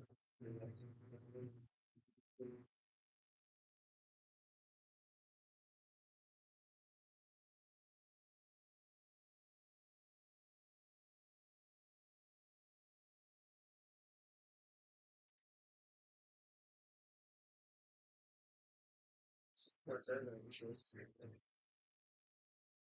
almost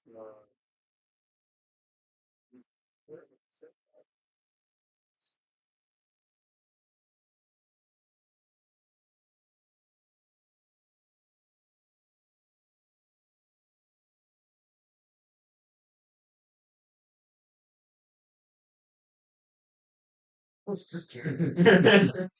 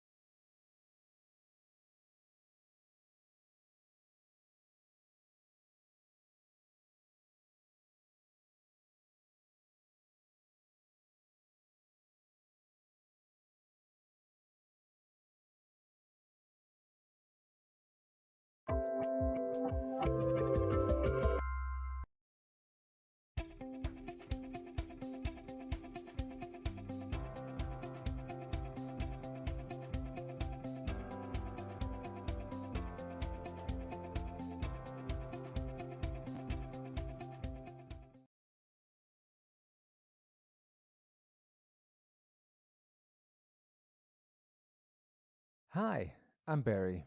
Welcome to this course about JavaScript variables and types. This course will teach you some advanced concepts and techniques in JavaScript that can help you to create readable and maintainable code.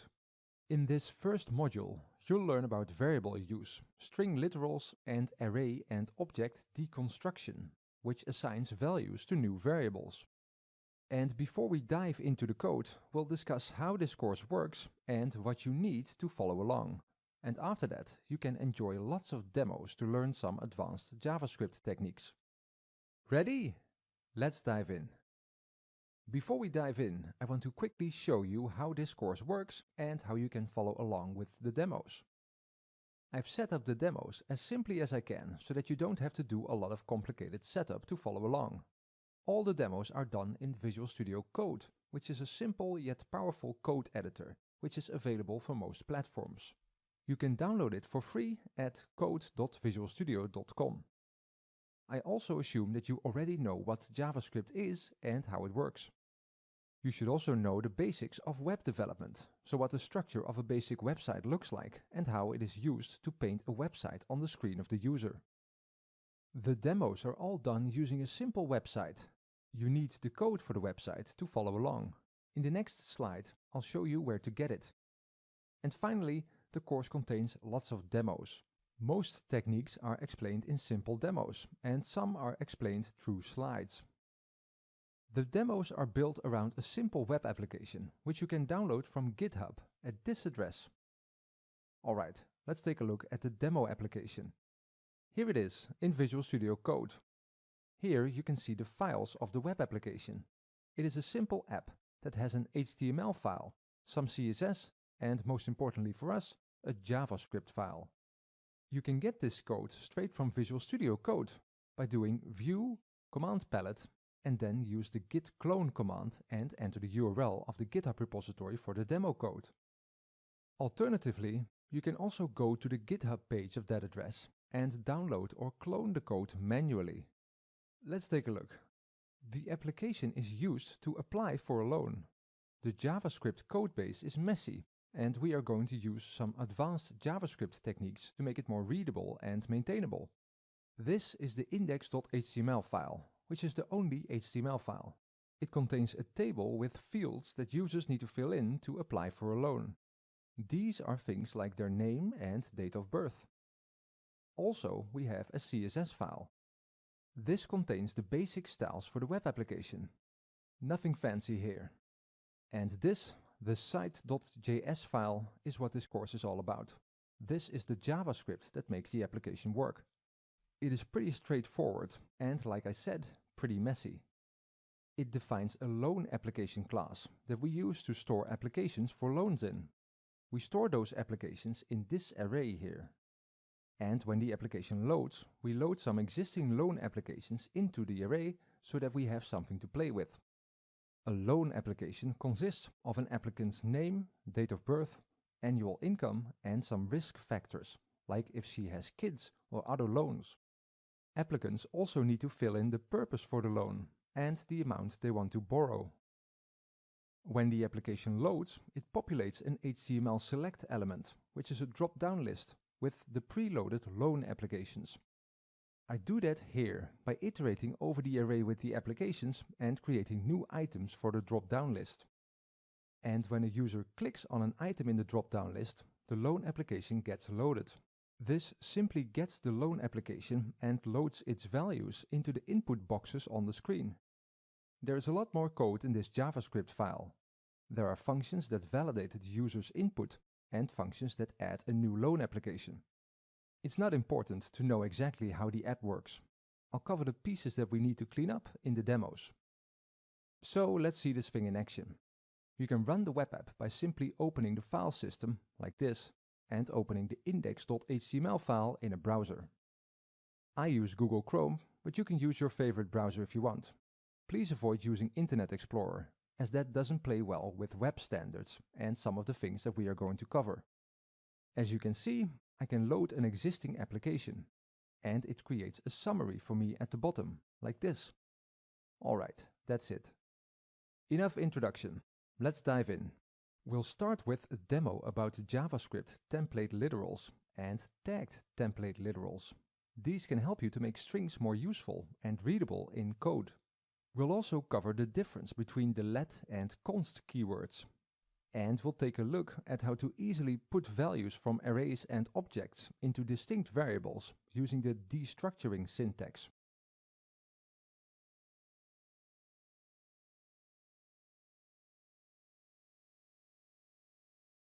Here we are in Visual Studio Code.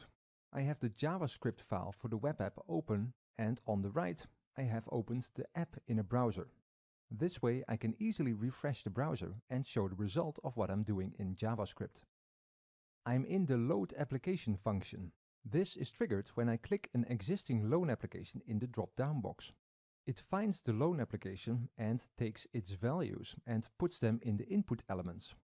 It also shows a summary, which I call the risk profile, right here.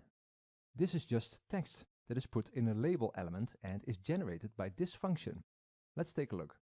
The generate risk profile uses the inputs from the user to generate a risk profile for the loan. Obviously, this is not how your bank does it. Well, I hope it doesn't. For instance, I take a look if your name and title has an MD, PhD or doctor in there. If it has, the risk gets lowered. I also take a look at age and adjust the risk for that. And also the amount that you want to borrow versus your income, and so on. And here, at the end, the risk is calculated and I aggregate that with some other details into a long string that I return and is displayed on the screen. We are going to focus on this string. This is not a great way to create a string like this. It is long and not very readable in code, especially on a screen like this. So what can we do? We can use a template literal to make this more readable and useful. A template literal is sometimes also called a string literal in JavaScript. How do we do that? First, I want to make this one long string without the concatenation, like this. Remove this one and this one. Okay. And now I use backticks to indicate that this is a template literal. There we go. And here is the beautiful part. I can now add variables through interpolation with a $sign and curly braces. This will add the applicant name at runtime. I'll do this one as well. And finally, the risk profile also. Okay, let's save this and see if it still works. Refresh the browser and load an application. Alright, it still works. Oh, I do have an additional period here though. This is the text that I insert that says that the application will be reviewed or not. Alright. I would also like to format the text by creating line breaks. I can easily do that in a template literal by formatting it how I want it to look. And it automatically preserves the line breaks. See? It works. Let's add another one.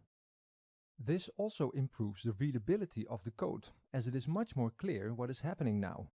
Let me change it slightly by taking this string and put it in here. Now add the loan amount as well. I just want to show what that looks like. This is the amount that the user wants to borrow. I still need a currency sign in front of that. I can, for instance, do that like this.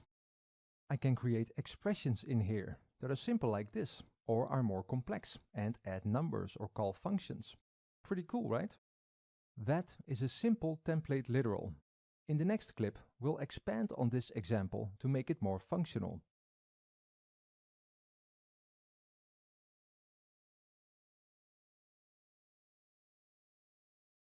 Here is the template literal that we've created in the previous clip.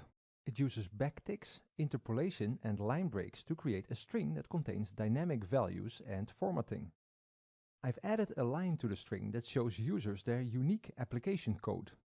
Applicants can use this code as a reference code when they need to contact us to talk about their loan. This is a string that I generate randomly with the createApplicationID function here.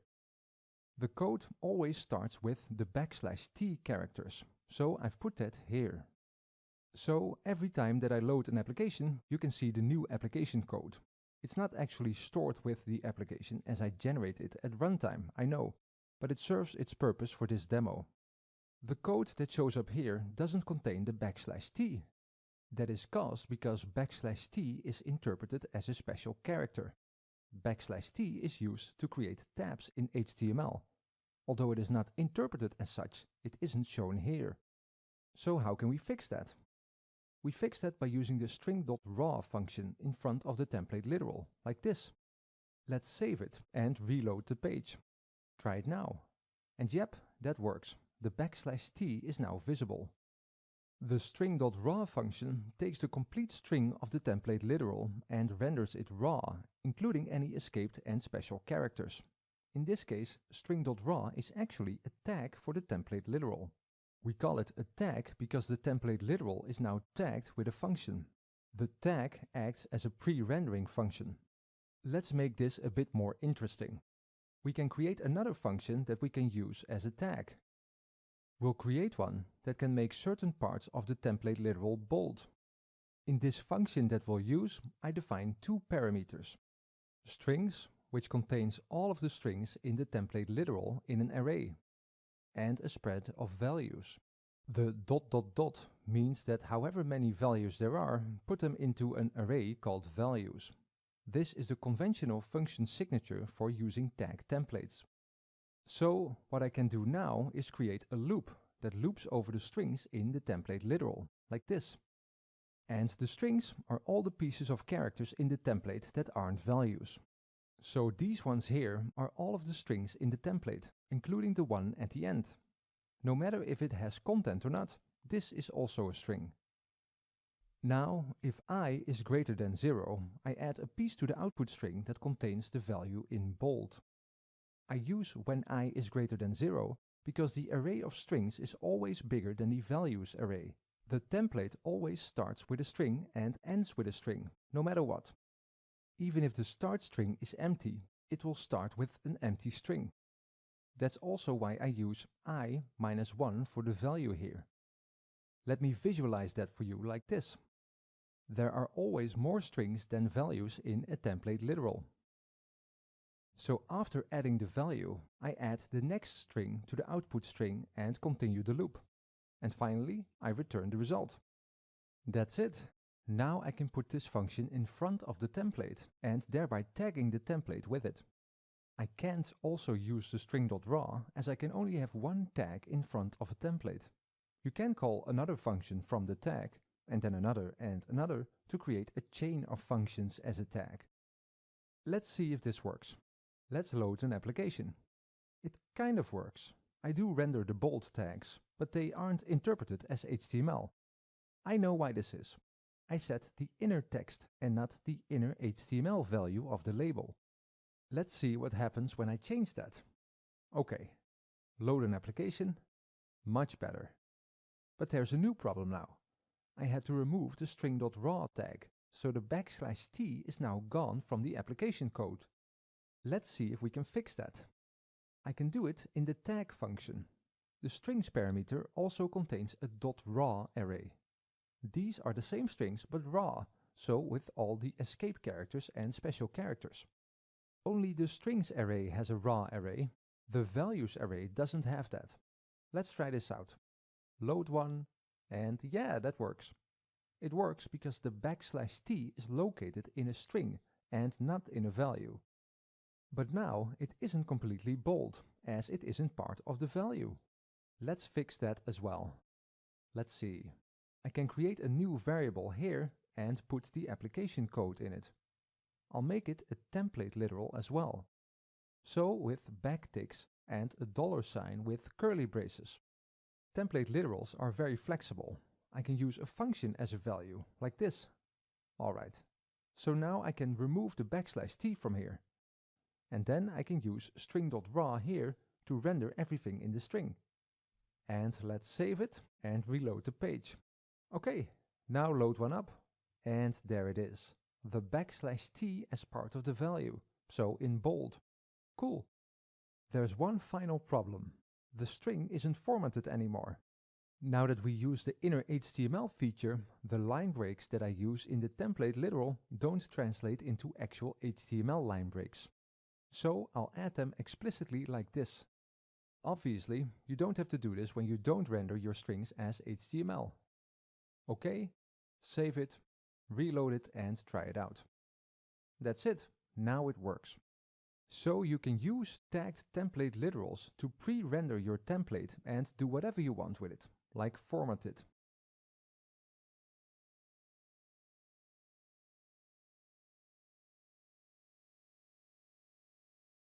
Let's talk about the different ways to use variables in JavaScript. We are going to talk about the difference between the let and const keyword. To explain this concept, I'll first use slides and then apply it in the Loan application demo code. To understand let and const, we need to talk about variable scoping. Here's a function. Within the function, I can have a variable that uses var. Because I use var here, I can use this variable x throughout the function, including in an if block here. And I can even reassign it in this block, and that changes the meaning of x throughout the function. Even outside the block, x is hello. That is because var has a global and function scope, and doesn't have a block scope. Let is different from var in that respect. Let does have a block scope. You can use let just as you use var to declare variables, but let has a block scope. So here, x in the if block is a completely new variable and only applies to the scope of the block. So x outside of the block always is the value of the var, not of the let. Block scope also applies to const. In that respect, const is exactly the same as let and can also be used to declare variables. So just like let, const can have a block scope. So in this example, const x doesn't exist outside of the if block. So using it outside of the block will result in an error. Now consider this example. We use a var y here, and directly after that I redeclare y as a let with a different value. That is not allowed and results in an error. And that is because I cannot declare the same variable as a let in the same scope. The same is true in any scope, including within a block scope. In the if block, I cannot redeclare y as a let, but y can be redeclared as a var, even though var has a global scope and the y var is already declared in the function. Now to solidify that. It is not allowed to redeclare an existing variable as a let in the same scope, no matter if the existing variable was a let or a var. But of course, I can redeclare a let within its own scope. So in these if blocks, I can declare lets with the same name, because they don't exist outside of the scope. This scoping mechanism of lets also applies to const variables. Here is how const is unique.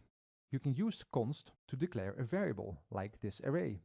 But because it is a const, you cannot reassign it. This will result in an error, no matter what the type of the value is that you try to reassign it to, including null. Reassigning is not allowed. But that doesn't mean that a const is an actual constant, because you can change values of the assignment, like this.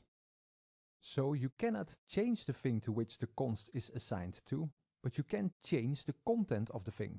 That's pretty confusing, right? If you do want to create a variable that has a value that cannot change, you can do that with object.freeze, like this. So why would you use const instead of let, which has the same scoping properties? You'd use it to indicate that your intention is to not change the value that it represents. To me, const is more of a readability helper than anything else. Let's sum that up. Variables that are created with var have no block scope, but a global or function scope.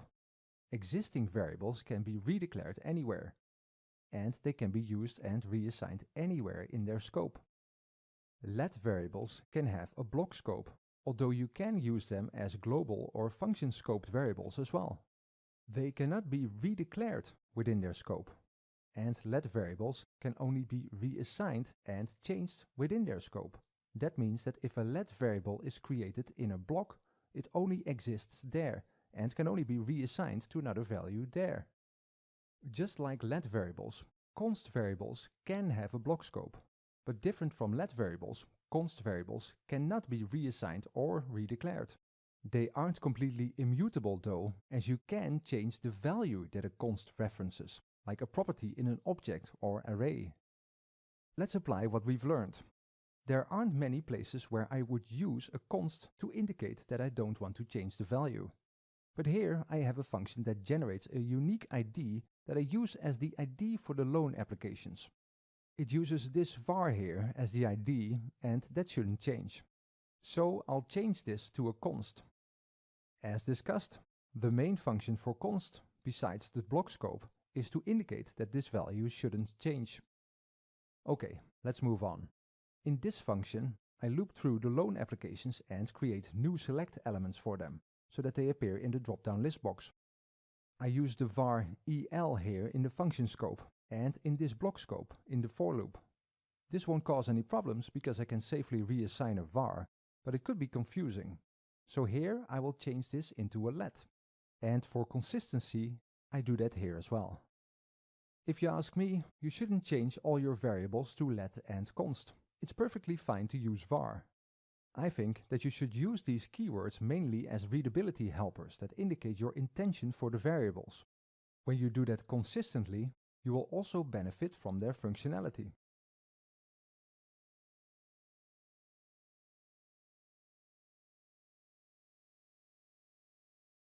We are back in Visual Studio Code. Let's take a look at the app on the right. In there, you can see some checkboxes. Loan applicants use them to indicate if they are employed or not, and if they have other loans or credit cards. We use that information in their risk assessment. People without employment and an existing loan, for instance, are a high risk to loan money to. I store this information in an array called factors. And here, in this function, I take that array and I deconstruct it into several variables that I use to create a loan application object with. This syntax is alright, but when I have a lot more of these values, this will get very messy and hard to read and maintain. It is also error prone, because I need to manually make sure that I type in the right index of the array. We can change this for the better using the destructuring syntax. It goes like this. I declare something that looks like an array with the names of variables that I want, that comes from the factors array. These variables aren't actually in an array because they are on the left side of the equals sign. That's it. Now I can remove what I have here. Let's see if it still works. Reload it and load an application. Yeah, the checkboxes are still loaded, so it still works. This deconstructs the array into 4 distinct variables. To make this more readable, I can put all of these on a new line without breaking anything. Let's test that. Reload it, and yep, it still works. And I can even put a trailing comma here without breaking it. Nice. So what would happen if I removed one of these variables?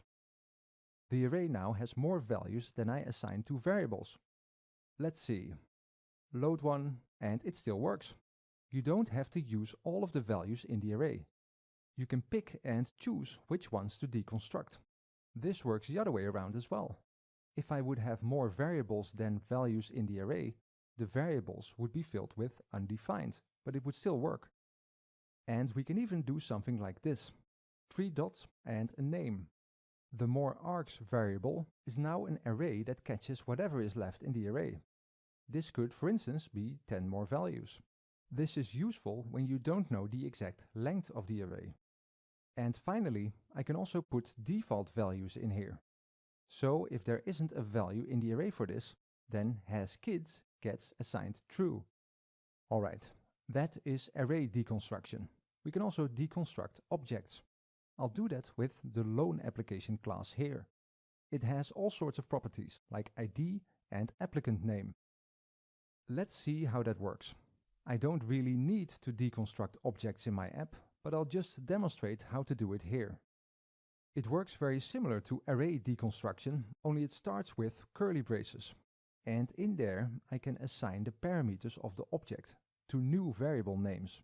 Like the ID value will be stored in a variable called A, and the applicant name value will be in variable B. And that's it. And also here, I can put everything on a new line for readability, like this. And I don't have to assign values to new variable names. I can just do it like this, which results in variables with the names ID and applicant name that I can use in the rest of my function. Also, I can use default values, just like with array deconstruction. Alright, that's it. As you can see, using the destructuring syntax improves readability and makes deconstructing values into variables less error-prone.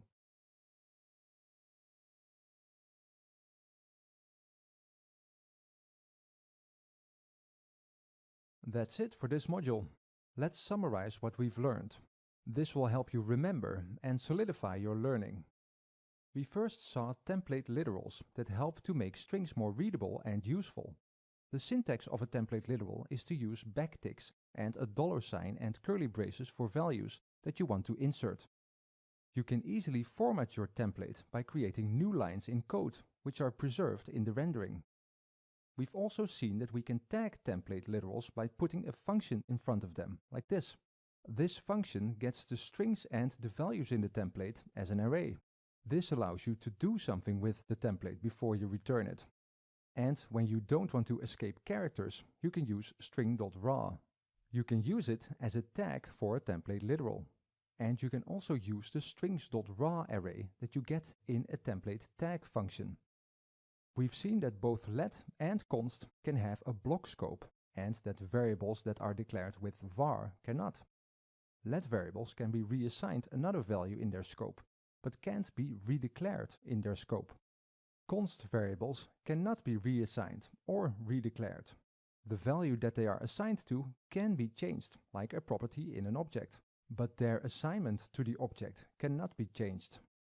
You use var, let, and const to indicate your intentions for the variable as readability helpers. Finally, we've seen the destructuring syntax. This can destruct an array and an object into distinct variables using this syntax. You can also use default values, and this syntax can be spread over multiple lines in code. Alright, by now you might be wondering where to go to learn more about these topics. I found the following resources very useful. First is the MDN web docs from the Mozilla Developer Network. These are very in-depth. Also, the W3 Schools documentation is very good. You should check that out.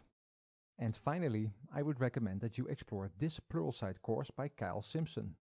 In this course, you can learn more about the topics that we've talked about in this module. Alright, ready for the next module? Let's go!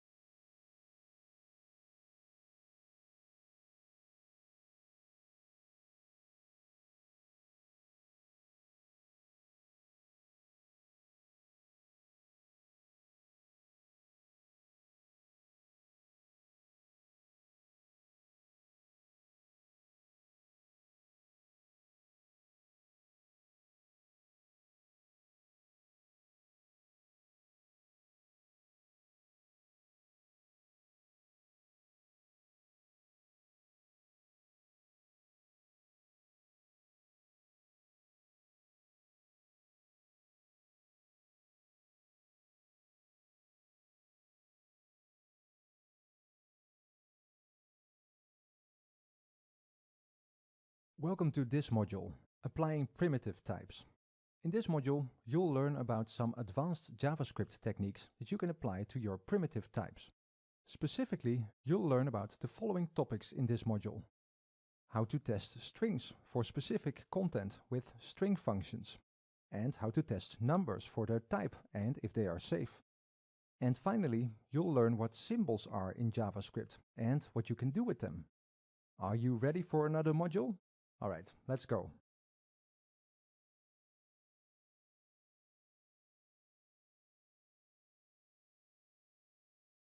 Here we are in Visual Studio Code, in the JavaScript file of our loan application.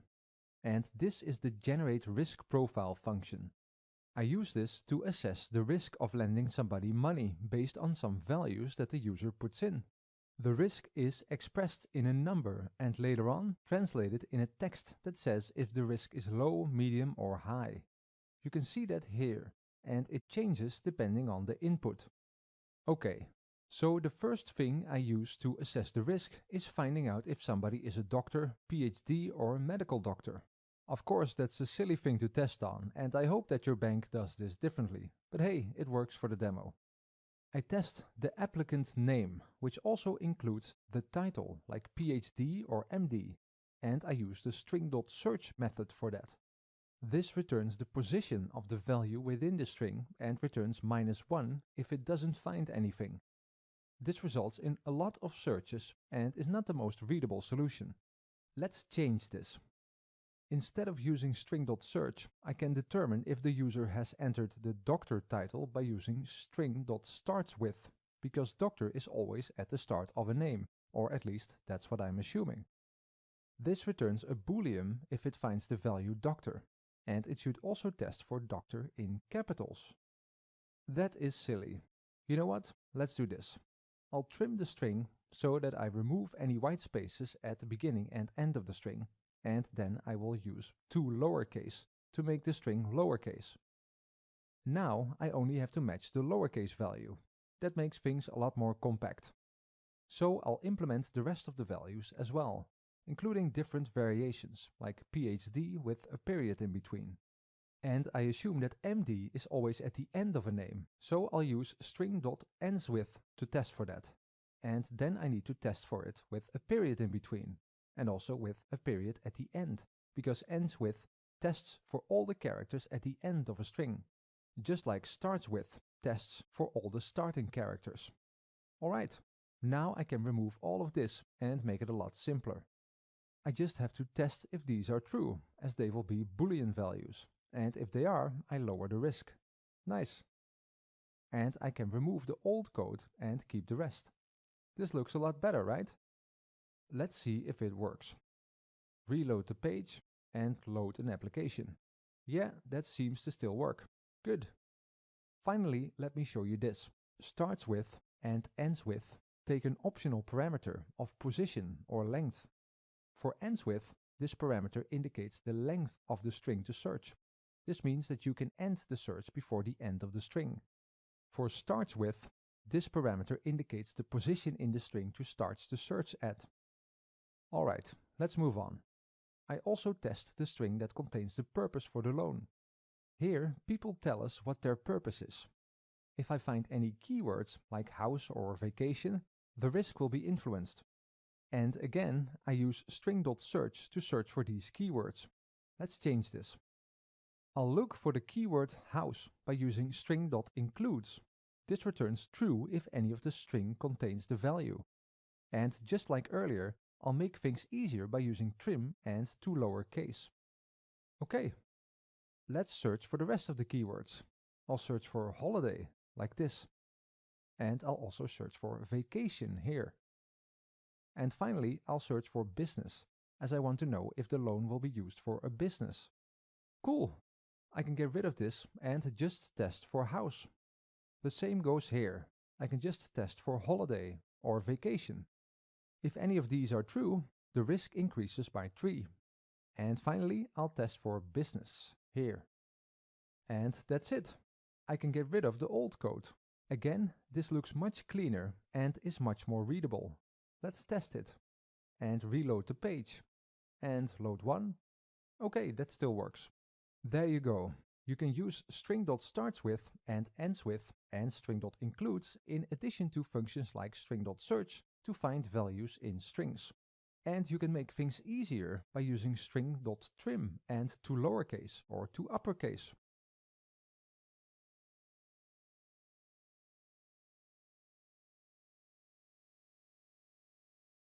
Let's talk about testing numbers.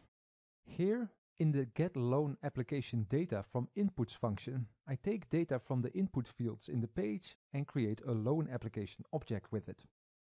This function is used in here, in the validateApplication function. It gets the loan application and checks if all the fields are inputted correctly. For instance, by looking at the application date of birth. If that is undefined, the date wasn't entered, and the user can't save the application. Let's try that. I'll modify an existing application. Let's type letters in here instead of numbers and try and save it. Oh, that worked. It has been added to the list. Let's see that. Oh, it didn't really work. The date is scrambled and the fields are filled with not a number values. Let's try something else. I'll clear the fields and I'll type in a date with letters. This also calls the validateApplication function. This is actually seen as a valid date once all the fields are filled in. Okay, well, let's see why that happens. That should be here somewhere. This is it. I get the values for month, date and year from the input fields here. And then I check if they are empty or not. And if not, I create a date, regardless of what's in the values. That's what is going wrong. Okay, let's fix this. Instead of checking if the string is empty, I can check if it contains a number with number.isInteger, like this. This returns true if the number is actually an integer, and false if it isn't. And I'll do that for all the values. Okay, let me make it a bit more readable. And save it and test it. Let's type in a date with letters and see if that works. And no, the validation message doesn't go away, so this isn't valid. What if I save it? Let's see. No, it isn't in the list, so it isn't saved. That worked. So what does number.isInteger test? Let's take a look at it in the Developer Tools console. In Chrome, I can get to this by pressing F12. Let's test number.isInteger on a string. That is false, because that's not an integer. And what if I test it on 25? That is true, because that is an integer. And 25.3, that is not an integer. And what about 25.0? That is also an integer, because 25.0 is stored as 25, without the decimal. And what about something else, like null? Also not an integer. And infinity, that's also false. Okay, this is very reliable. In JavaScript, all numbers, so integers and also floats, are all stored in the same way. They are all stored as double precision floating point numbers. Because of this storage mechanism, some larger numbers can lose precision. For instance, if I take this number and add 1 to it, it is still the same, because of the rounding that happens because of its storage mechanism. And if I add 5 to the same number, you'd expect something else than this, right? When we use integers, we can prevent losing precision by using numbers that fall in between the max safe integer value, which is this one, and the min safe integer value, which is this one. And we can easily test if an integer falls in between these values with the number.isSafeInteger function.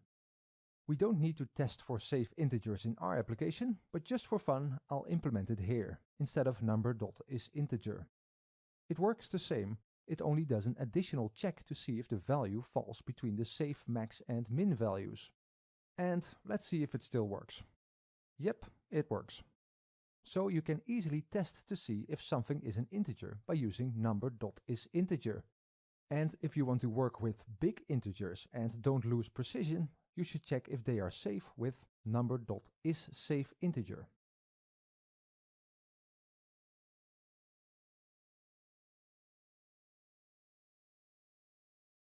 Let's talk about symbols in JavaScript. You probably rarely use or see a symbol in code, but it's good to know what it is. Let's take a look. A symbol in JavaScript is a primitive data type that can be used as an identifier for object properties. Because this use case is pretty rare, I don't need it in the loan application, and so I'll explain symbols right here in these slides. Symbols are globally unique, unguessable values. No symbol is exactly the same, and as developers we have no way of knowing what the unique value of a symbol is. Let's explore that. This is the way that you can create a symbol. Notice that you don't use the new keyword. You just create one like calling a function. Optionally, you can pass a string to the symbol when you create it. This string can be anything you like and is a label for the symbol. The string is something that you can see in your console to help you with debugging. So if you would log the ID symbol out to the console like this, you would see symbol because that is the data type.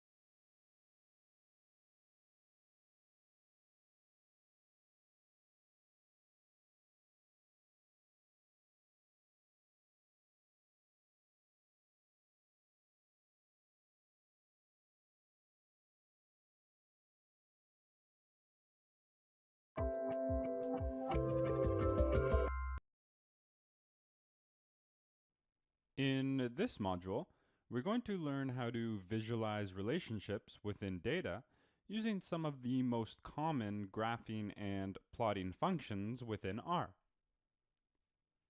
First, we will run through a quick review on the understanding of scatter plots and linear regression. We will then implement a very simple example of a scatter plot and line of best fit using R. We will then introduce and understand bar plots and implement a simple example within R. Next, we will review pie charts and again implement a simple pie chart example using R plotting commands. We will then take a look at understanding and implementing histograms and discuss how these can be very useful in finding relationships within data. Finally, we will introduce some additional visualization tools that can be useful for further learning and even more complex plots and visualization within R.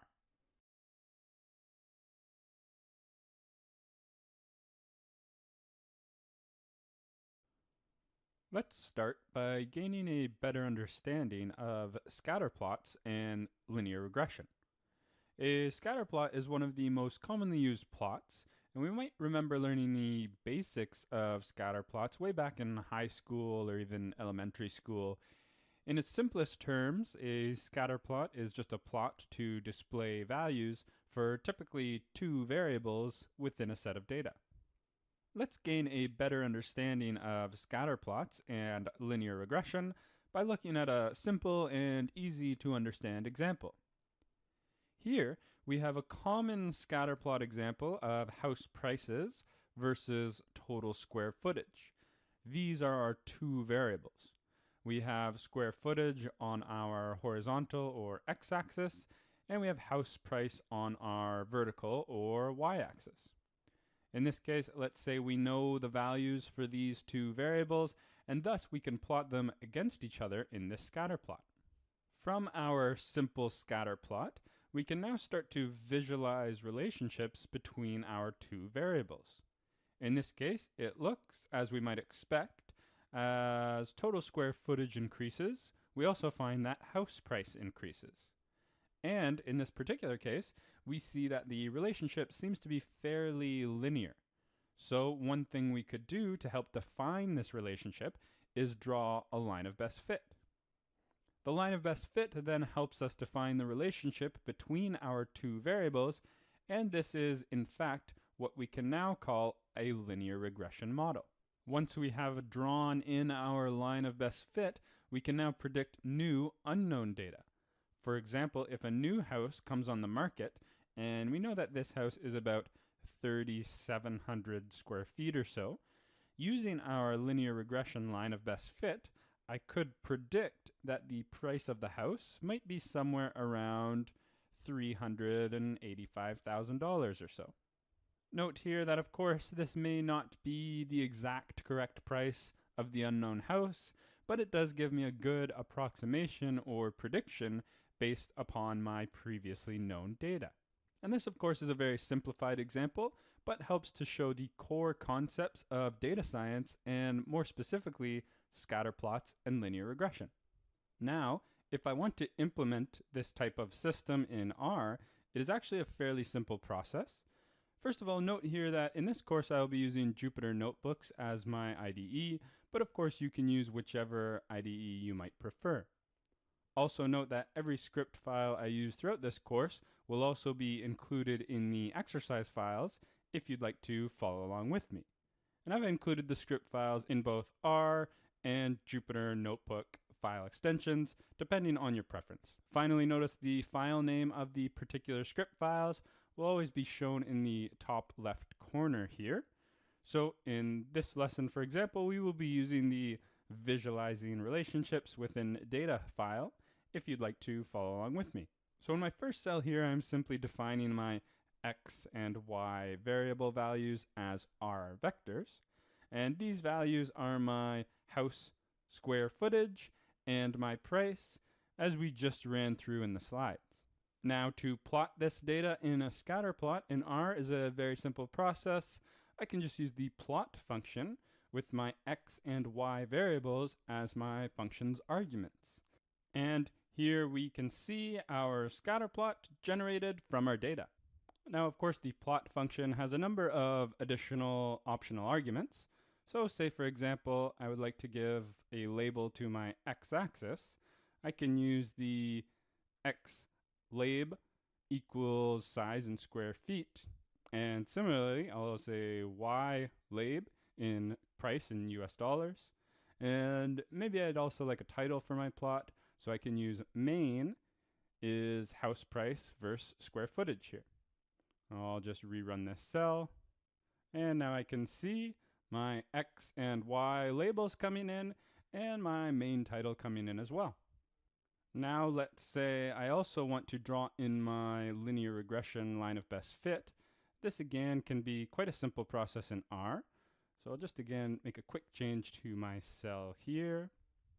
And here I can use the LM function to generate a linear model function from my two variables, X and Y, or house square footage and house price in this case. And then I can use AB line to plot this linear model on my scatter plot. I'll just rerun this cell. And now I can easily see my data within my scatter plot and my linear regression line of best fit. As we can see, the plot function is a very powerful and very easy to use visualization tool within R.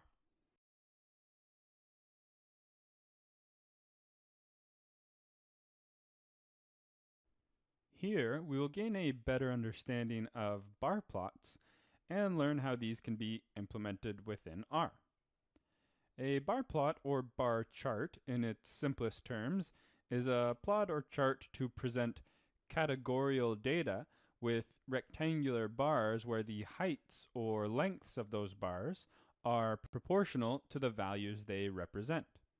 Again, the concepts of bar charts or bar graphs might bring us all the way back to high school or even elementary school, but again, it is a very useful and common way of visualizing data.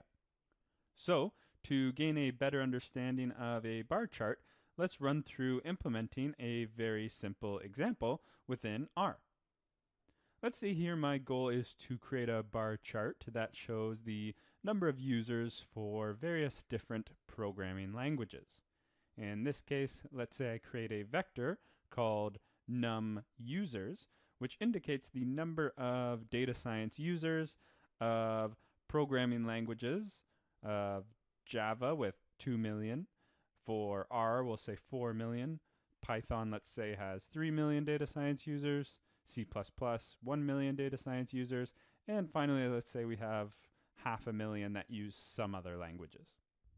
Now that I have this data, I can simply use the bar plot function to plot this bar graph of the values given in our num users vector.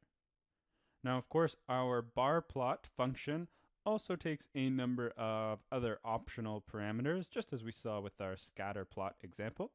So I can add my X label as programming languages, my Y label as number of users in millions, and my main title as number of users for various programming languages. Now, in many cases, it might also be nice to put in my values for my x-axis. In the case for my programming languages, as it is not exactly fully defined which language is used in this case, I can do this by creating another vector of whatever names I may like and passing this into the names.arg argument. So now in this case, I might create another vector called prog_lang that will give me the names of those languages, Java, R, Python, C++, and other in this case, and adding that names.arg argument to my bar plot function. And now if I run my bar plot, I can see my number of users and the names of the programming languages across my horizontal axis. Here we can see bar plots give us a great visual representation of categorical data and is very simple to implement in R using the bar plot function.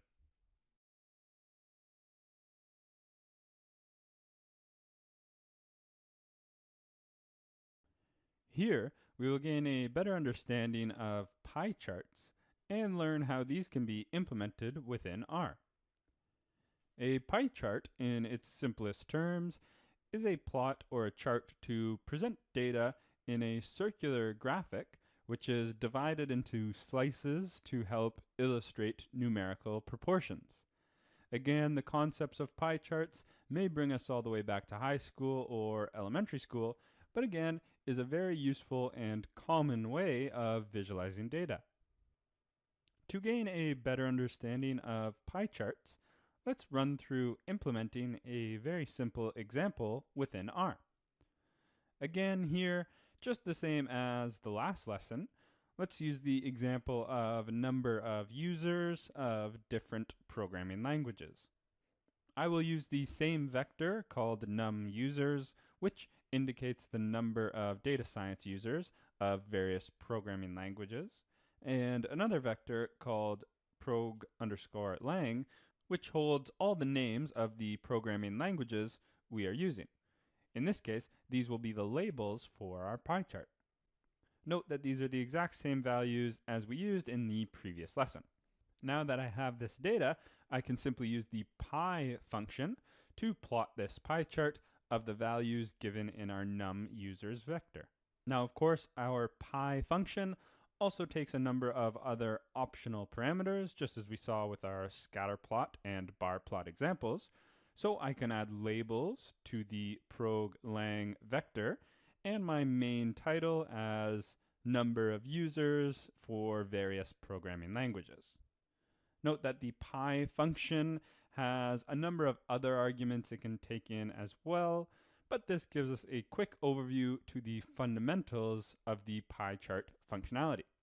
And here we can see pie charts give us a great visual representation of data and data proportions, and is very simple to implement in R using the pie function.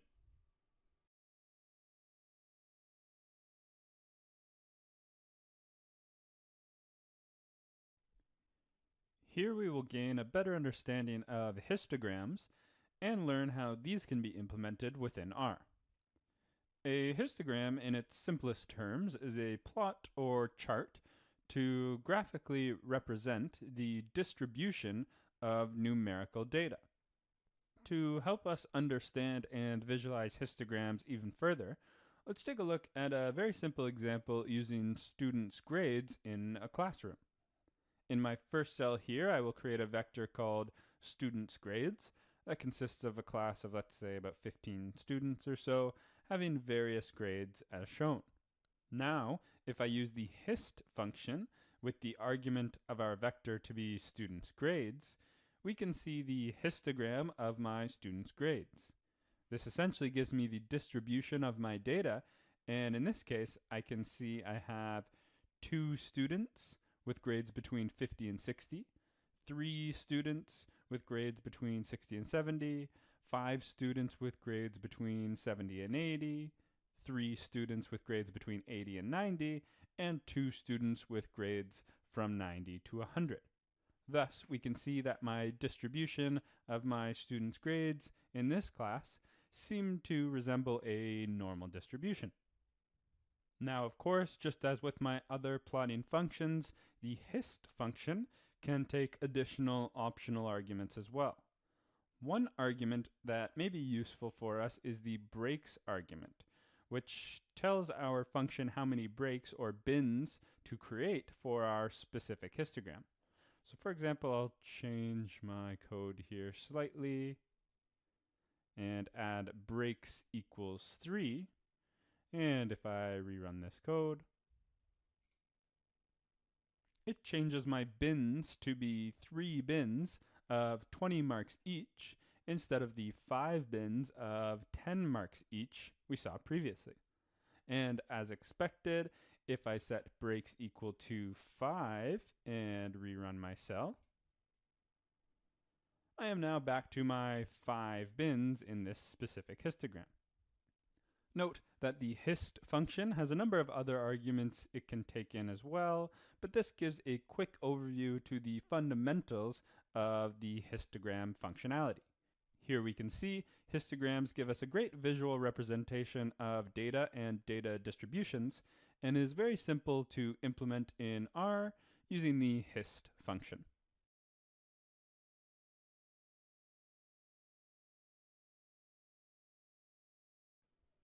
In this clip, we will introduce some additional methods and tools for data visualization within R.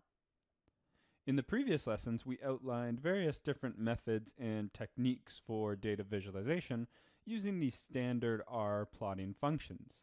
However, it is important to note that there are many additional packages and tools that have been created specifically for more advanced visualization needs. 2 of the most commonly used visualization and plotting packages within R are ggplot2 and plotly. We won't go into too much detail with either of these packages in this course, but it is important to know they are available to us and can be very useful for visualization purposes. If you are interested in learning more about either of these packages, Pluralsight actually has a number of great courses on both of these tools, and I would highly recommend looking into these courses. Just to give a very quick introduction to ggplot2, in this cell, I first must make sure ggplot2 is loaded into my environment. Again, remember these are additional R packages that may not be pre-installed with your default R environment, so most likely you might have to load in the ggplot package. Next, I create a data frame from my original house size and house price data. I do this because the first argument in my ggplot function must be a data frame. My next argument in my ggplot function is my AES function, which stands for aesthetics, and here I define which of my data frame will be the x and y axes in this case. Finally, now I have built my plot, I'll want to actually plot some of the points. And I can do this by adding the geom_points layer to my plot. And this should give me a scatter plot that is essentially the exact same plot that we created earlier using the default R plot function. Again, I won't go into further detail with ggplot or plotly in this course, but if you are interested, please check out some of the great courses that are already available to us on Pluralsight on these topics.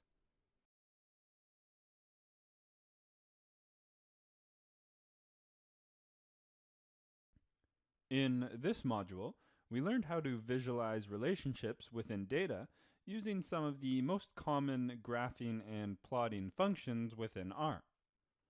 First, we ran through a quick review on the understanding of scatter plots and linear regression.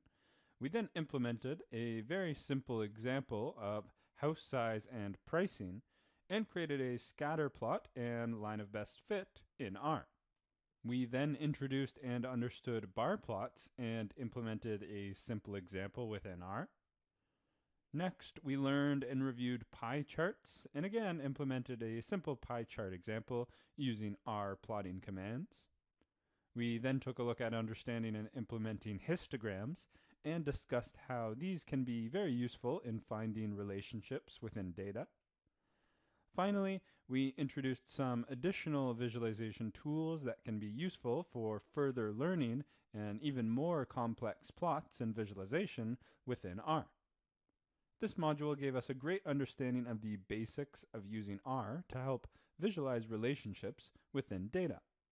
In the next module, we will learn about determining relationships within data using some of the most common statistical measures and metrics.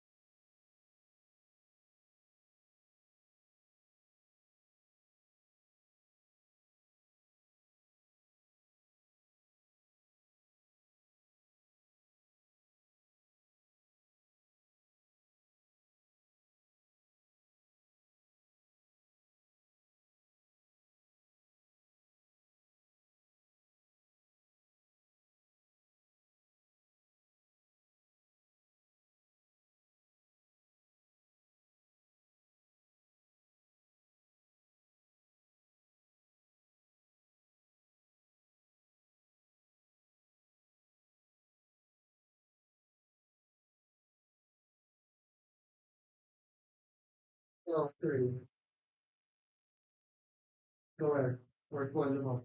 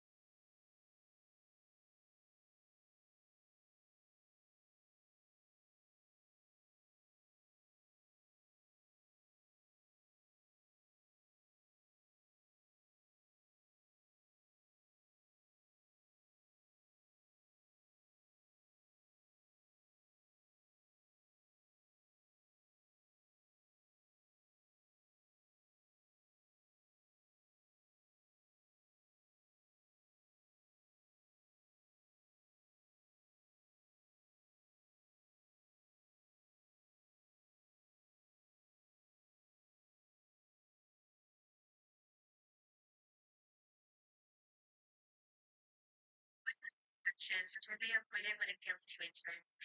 Hugs, kisses, or cuddling might make you feel uncomfortable or even trapped.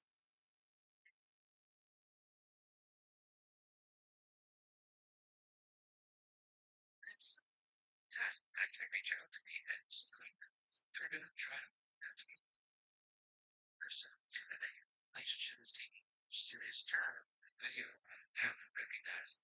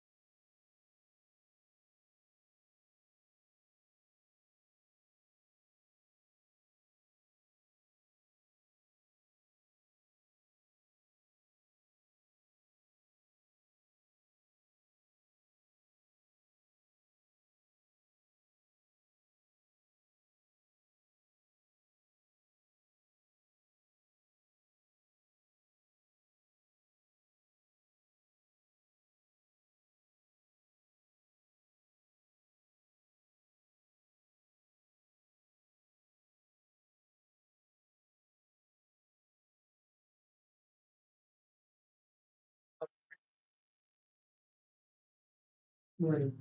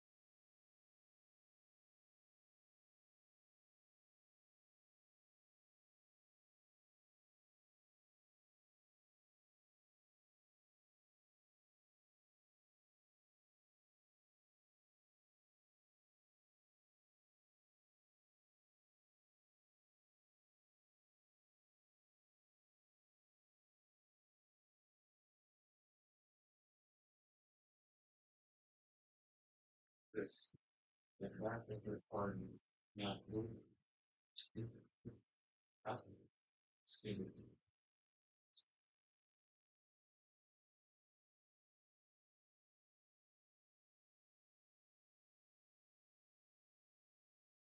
It's interesting. Like a funny thing to do. Fine. And with the idea, so look for it. Yes.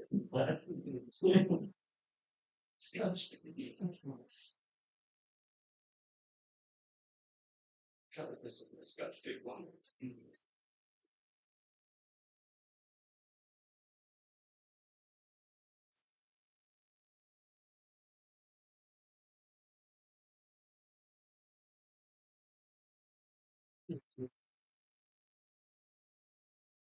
One's face and stuff. Focus people this the person sticker.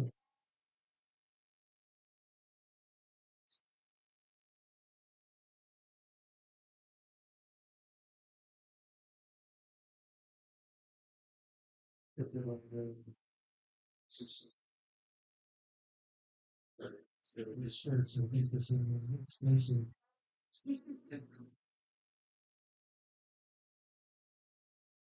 Is it possible to get another? Yes, that was nice. Oh.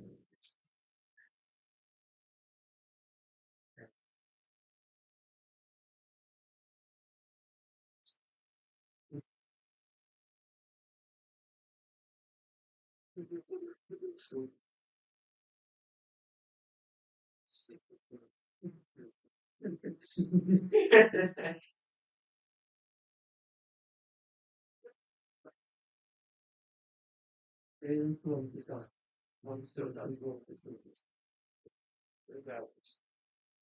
No one else.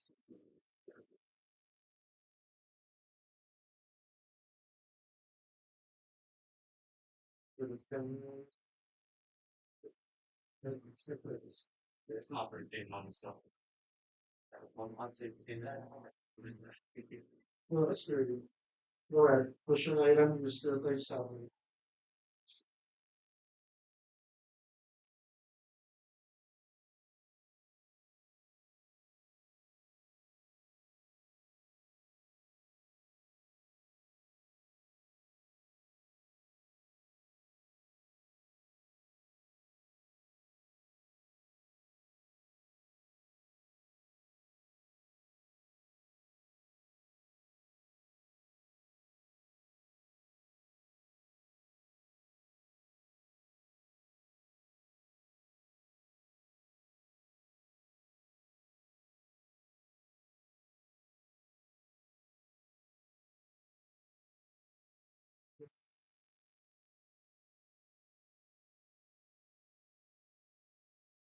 He insurance.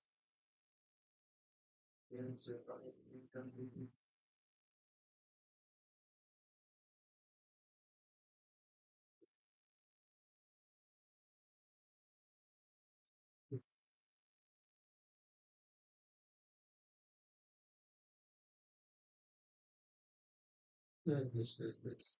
on Jane was that. I think it was going to put so many issues. Oh, which is a content compound. And simply you touch it. You put it at the center. I could laminate it. Oh, I share it. That was it. It's that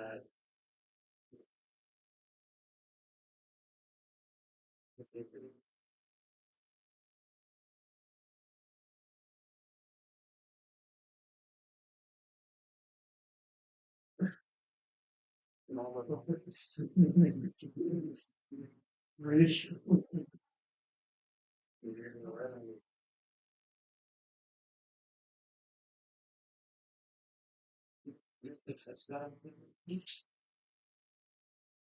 Yeah, it should be a rock line.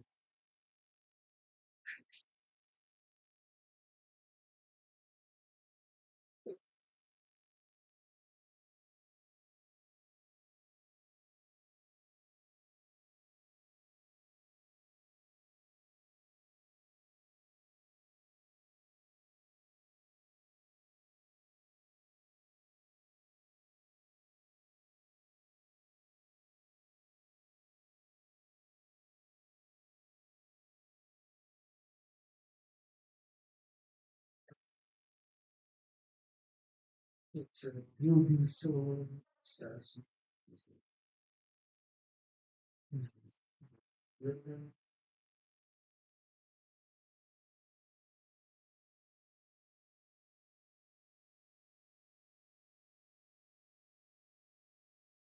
Last month.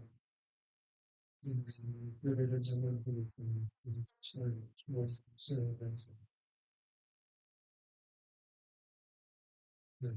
Like was it then no that's this one. That would be this the whole next to the concentration. Is it kind of the main key that's used to open it? It's one of those small keys. I think it's the GM key. So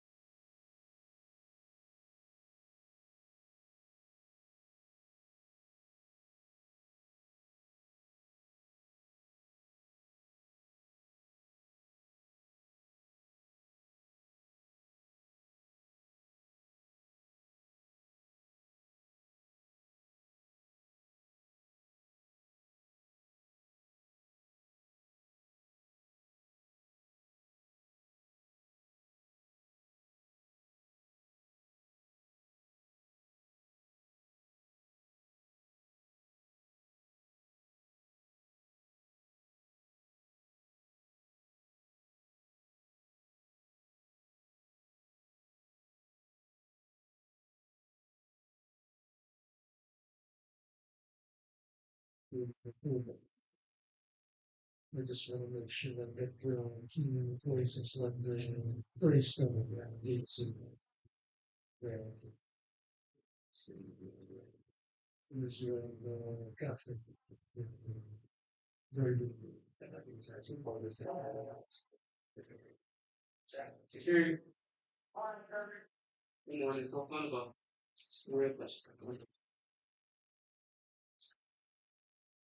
Sorry.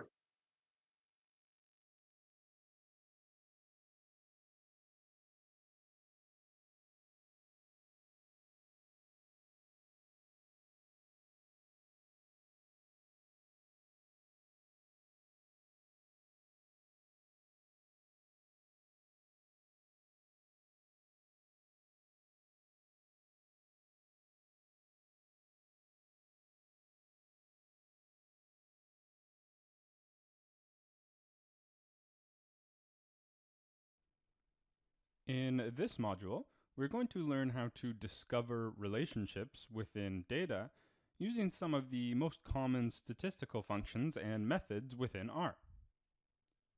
First, we will run through an introduction and overview of measures of central tendency, including mean, median, and mode, and we will learn how to implement these within R. We will then introduce and implement various measures of dispersion, including range, variance, and standard deviation. Next, we will take our understanding of central tendency and dispersions even further and discuss the commonly used 5-point summary and implement this within R as well. Finally, we will use our understanding of the 5-point summary to understand and implement box plots within R.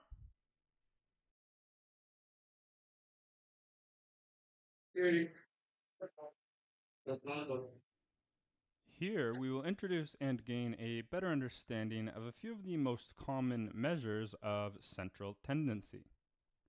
Central tendency, or measures of central tendency, in its simplest terms, is a measure of a central or typical value for some probability distribution. This is also very commonly thought of as the center or average point of a distribution. Now, there are a number of different measures of a central tendency. However, in this case, we will just review 3 of the most commonly used measures. The first might be mean or average, which most likely we are all very familiar with.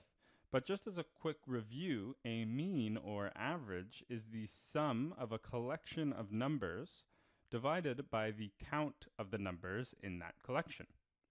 We can derive this formula here from the above definition. And just to help illustrate with a very simple example, let's say we have some small data set of 5 numbers, thus sub these values into our formula, and since there are 5 numbers in total here, we have n equals 5 and divide by this total number 5 to get an average value of this specific data set to be 2.2. Another very common measure of central tendency is the median, which is essentially the middle value that separates the higher half from the lower half of a sorted data sample. This can be thought of as the middle value.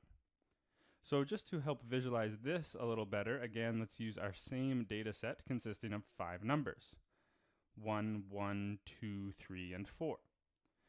Notice here in this case, my exact middle number in the data set would be 2, as it has 2 numbers below it and 2 numbers above it in the set. Thus, my median here is 2.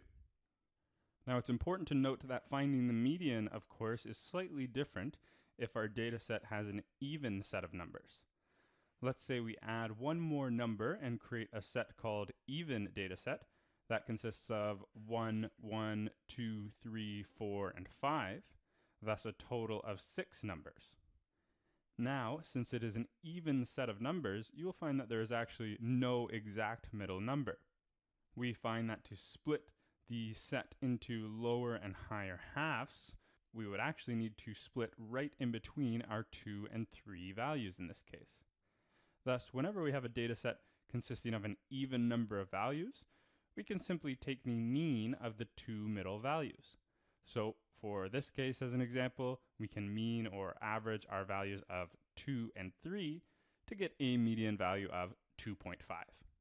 Another very commonly used measure of central tendency is the mode, which is simply the most frequently occurring value within a data set. So again, going back to my original data set consisting of 1, 1, 2, 3, and 4, we can easily see that the value of 1 occurs most frequently, thus our mode value is 1.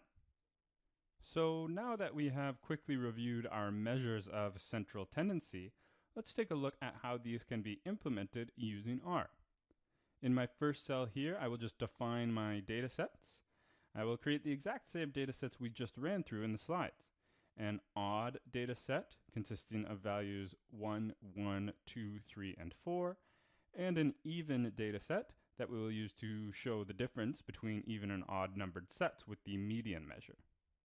One very useful function we have is the length function, which gives us the length of our vector, or how many values are in our data set. In this case, 5 for our odd data set and 6 for our even data set. In the next cell, to calculate mean, it is a very simple process in R.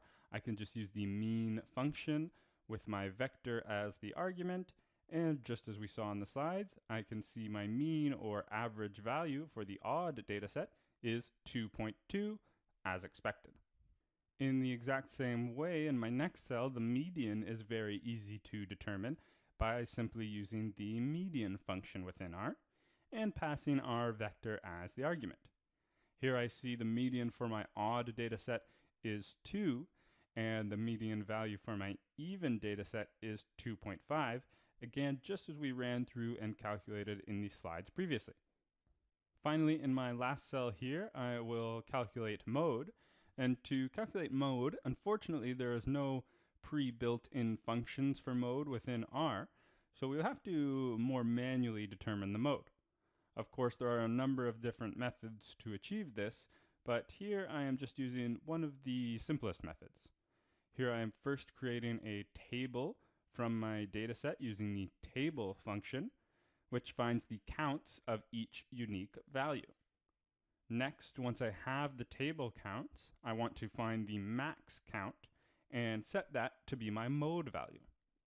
Thus, as we can see, I can find from my table I have 2 values that are 1s and a count of 1 for all the other numbers 2, 3, and 4. Thus, my max count value, or my mode, would be 1, just as we would expect and just the same as we saw earlier from the slides.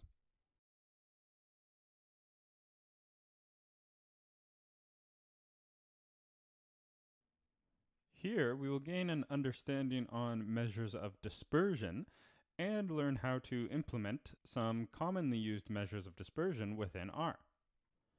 Dispersion, in its simplest terms, is the extent to which a distribution is spread out or scattered. Essentially, how a distribution is stretched or squeezed. Of course, there is a number of different measures we have available to us for dispersion, but in this case, we are just going to be looking at a few of the most commonly used measures. First, we can take a look at range. The range of a set of data is the difference between the largest and smallest values. So, for example, in this data set of students' grades, my lowest grade is a 68, and my highest grade is an 81, so we can say my range of this data is from 68 to 81. Another very common measure are quartiles, and quartiles are used to split up a data set. The first quartile that we can call Q1 splits off the lowest 25% of my data set. The second quartile, or Q2, cuts the data set in half. Also notice here that my second quartile Q2 is in fact the same as my median, because remember the definition of a median is the middle value that cuts a data set in half. Finally, my third quartile, Q3, splits off the highest 25% of a data set. Now, it's important to note that there are actually many different methods and algorithms used to determine quartiles, and there is no one correct universal method. So depending which method or algorithm you use, you might not always get the same results. When implementing in R, for example, we actually have 9 different quartile algorithms we can choose from. Now, from our simple data set below showing students' grades as a visual example, we can see that my Q1 would be 71, as that cuts off my lowest 25%. My Q2 would be my median, which is 75.5 in this case. And my Q3 would be 79, as that splits my top 25% of the data. Once we have found our quartiles, we can very easily find the interquartile range as well. The interquartile range is simply the middle 50% of our data set and can be calculated as the first quartile Q1 subtracted from the third quartile Q3. In this case, we would get Q3 minus Q1 equals 79 minus 71, which equals 8 for our quartile range. Next, we have standard deviation, which is one of the most important measures used in statistical dispersion. Standard deviation is a measure that is commonly used to quantify the amount of variation or dispersion of some data set. And we have the formula of standard deviation given below. Notice here the sigma is the symbol commonly used for standard deviation. Here our x value represents each value within our data set, and our x bar represents the average or mean of our data set. And of course, as usual, the n represents how many total values there are in our data set. Similarly, we have variance, which is a measure of how far a set of numbers are spread out from their average value. As expected, this is closely related to standard deviation, and in fact, the formula for variance is just the squared value of standard deviation, as we can see below. So now that we have a better understanding of the fundamentals of these measures of dispersion, let's take a look at implementing them on a simple example using R. Here in my first cell, I am just defining the vector dataset of students' grades as we just ran through in the slides. I will also create a second dataset called students' grades 2, where the grades are much more spread out, so we can compare variances later on. Notice here I also calculate the means, just to show that the average of these two datasets are actually both exactly equal at 75. However, of course, the data distribution is much different. Thus, we can see that both measures of central tendency and measures of dispersion are both very important to get a better idea of the entire dataset's information. In my next cell, I can very easily find the range of both datasets by using the range function and using my vectors as the argument. Here I can now easily see the spread or range of these two datasets are much different. My second group of grades, as expected, has a much wider range. I can also very easily find the quartiles by using the quantile function. Here I use my vector as an argument, and also I am defining type equals 2 in this case.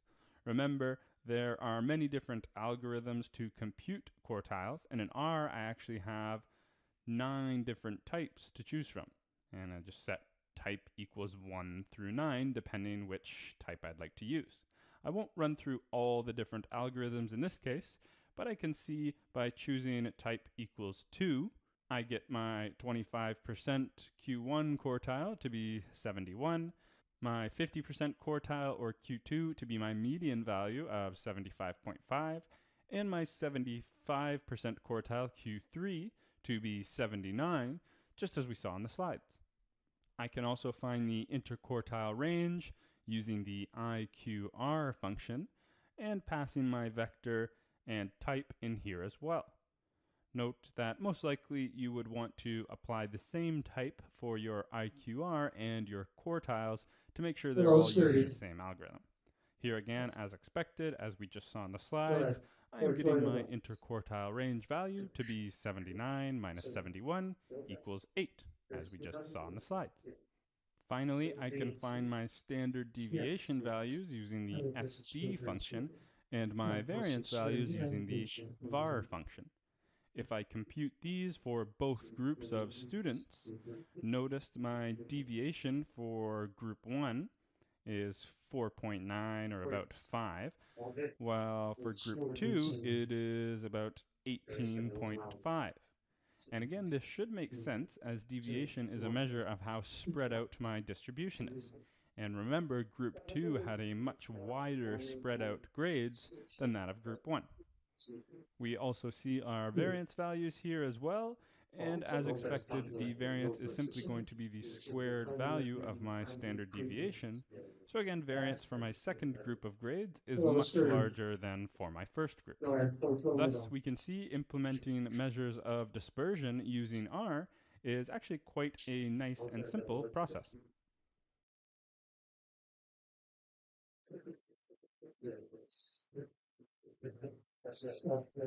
Here we will gain an understanding on the 5-number summary and box plots and how we can implement these in R.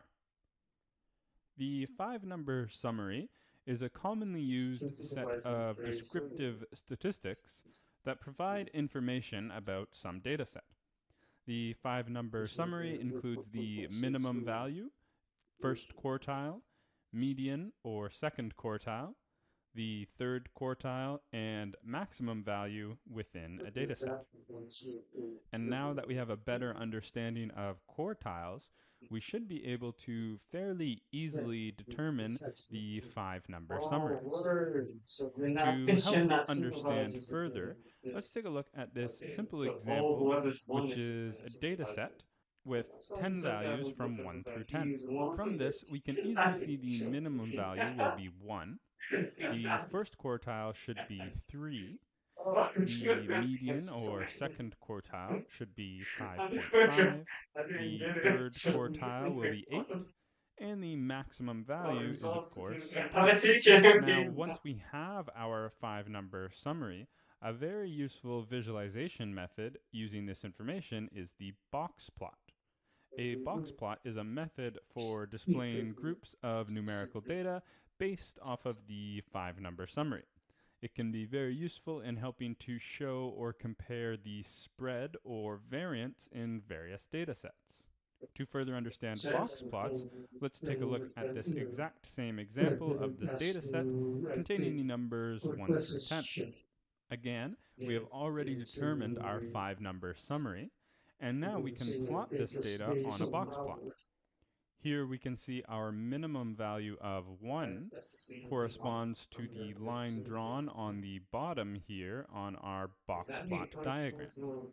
Notice it is actually outside of the box itself and is connected to a dashed line, which we can generally call whiskers, and we might also refer to the box plot as a box and whisker plot.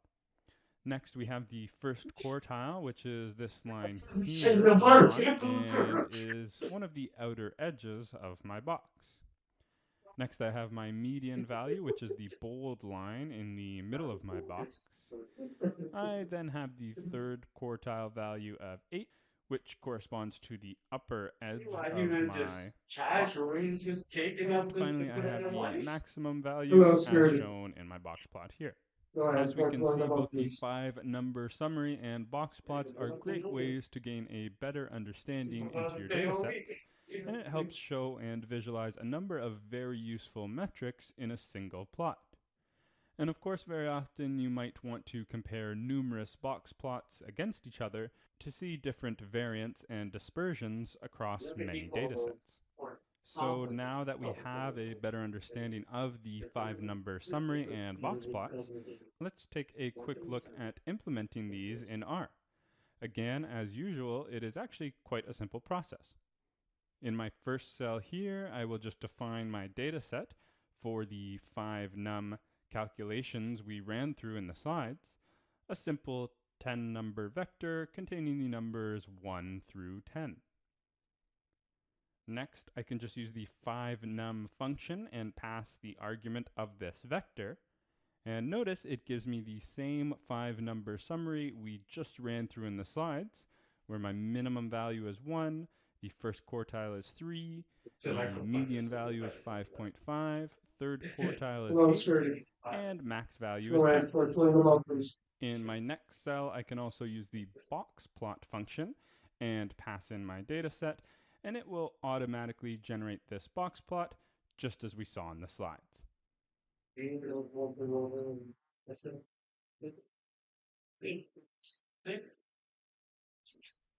In this module, we learned how to discover relationships within data using some of the most common central tendency and dispersion functions within R. First, we introduced and implemented various measures of central tendency in R, including mean, median, and mode. We then introduced and implemented a number of measures of dispersion within R, including range, quartiles, interquartile range, standard deviation, and variance. Next, we introduced and understood the 5-number summary and why this can be so useful to us. Finally, we used what we learned from the 5-number summary and learned how box plots can be used to help visualize this summary even further. This module gave us a great understanding of the basics of using R to help discover relationships within data, and in the next module, we will learn about correlation and how to calculate why, correlation between two variables. When says that, those that had any passing on different things. So every time I would woke up, it's the times that two things that were going on, If you call it that, if they got if I put if I had when I'm gonna get stuff, but I just want to scream that I think so.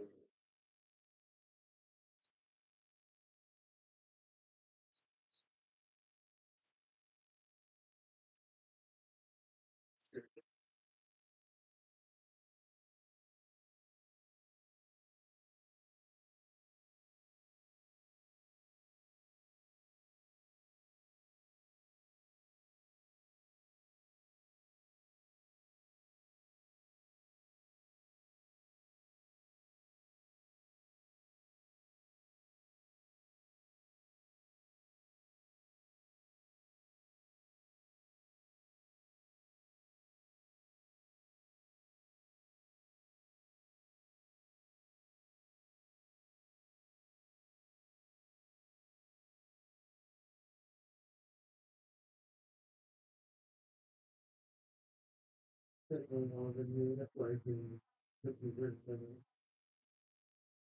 habits.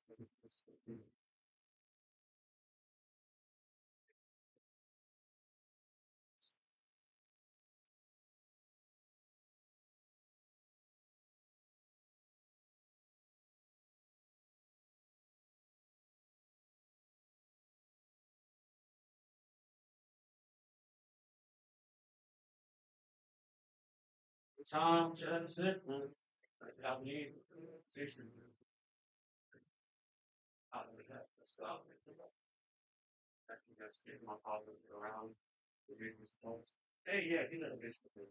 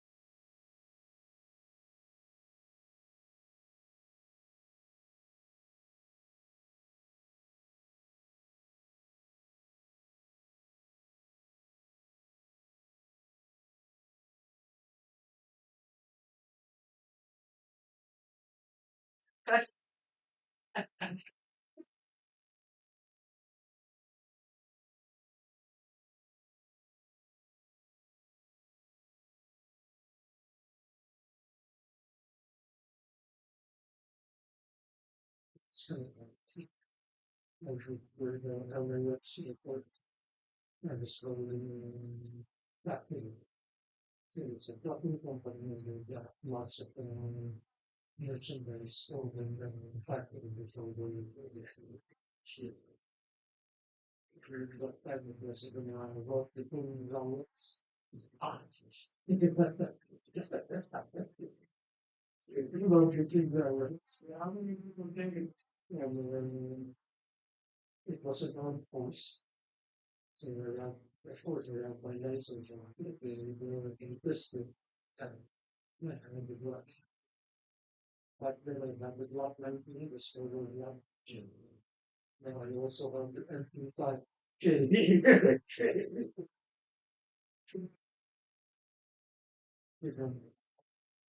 Only the fires.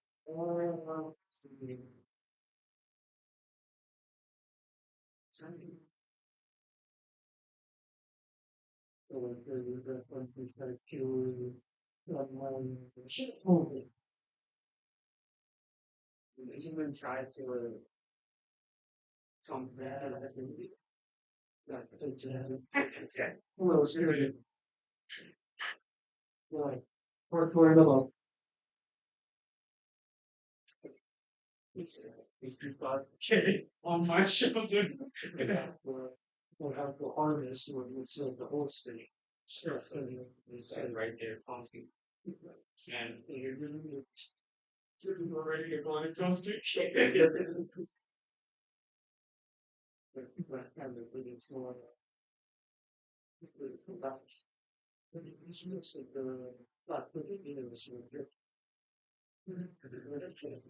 There's so much to laugh about, and I guess why it could be so like such a serious thing. You know what you do on this Saturday? You can't you sign up for Espadon. You know, listen.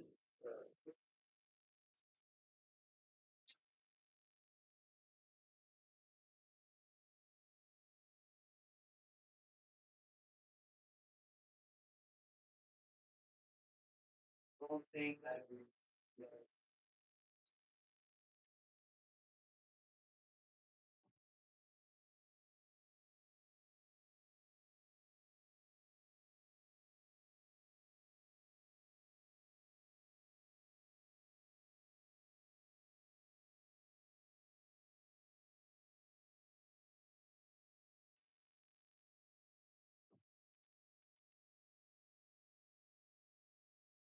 Whatever.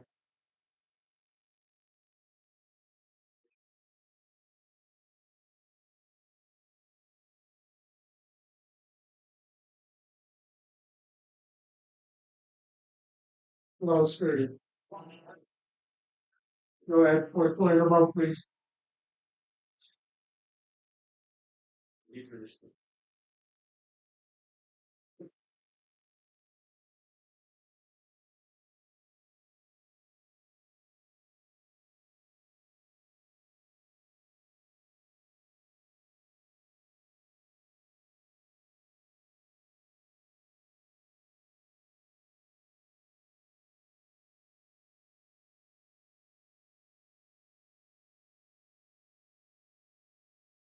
With in a situation like that, that's what you have people ready to stand like both your own. You know, with the what you did with something that are two of the doctor, cheating the person, yourself defense.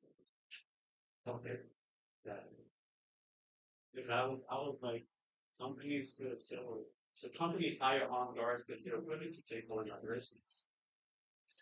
Anything happens, it's no problem.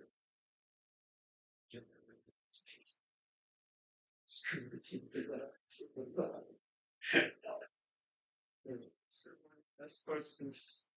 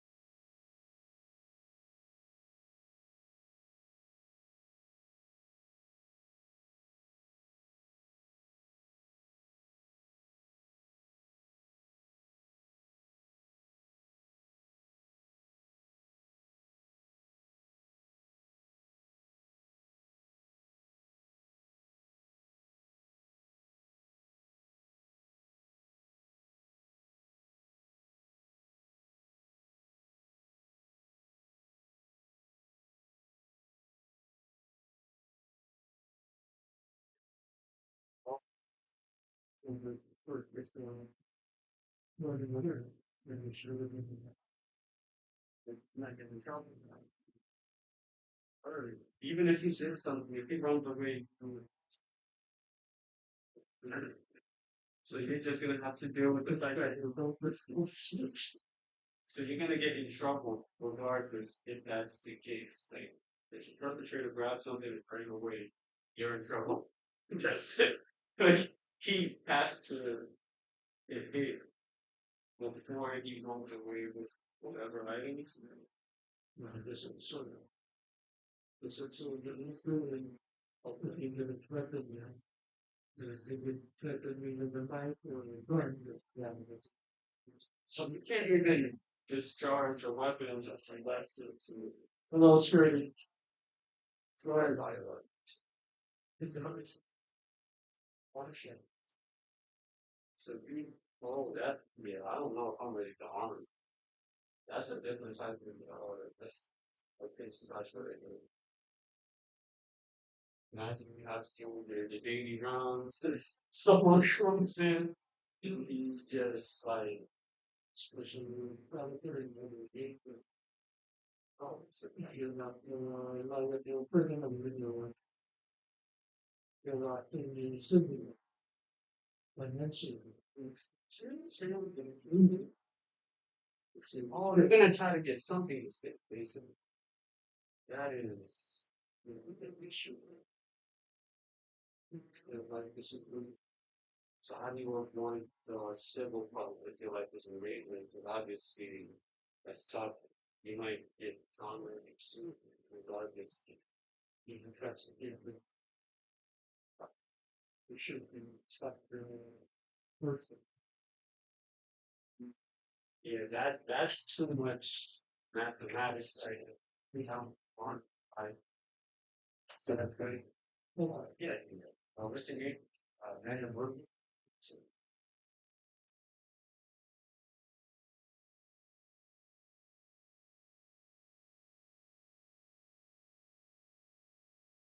they list. That's really He's out manual. Yeah.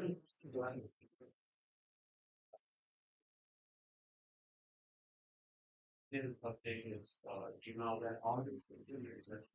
I did put it in the normal minutes. I just figured out that like in this case. I checked that one. That's the generic. I mean, this has a 3 years contract. City.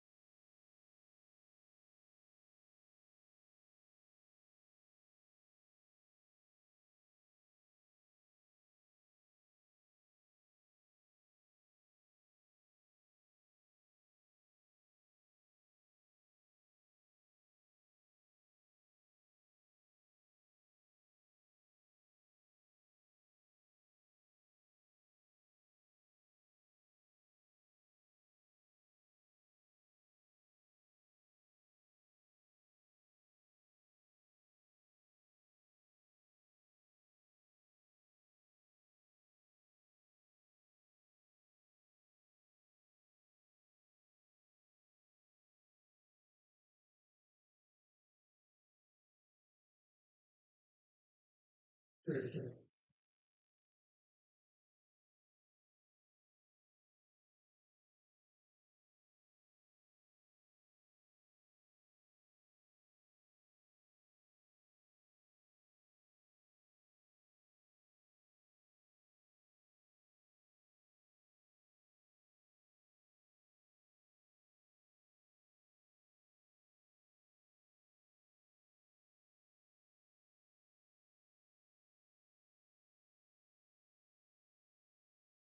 Well, I would have said, like a few minutes ago. Yeah, you know, we said that. You said that.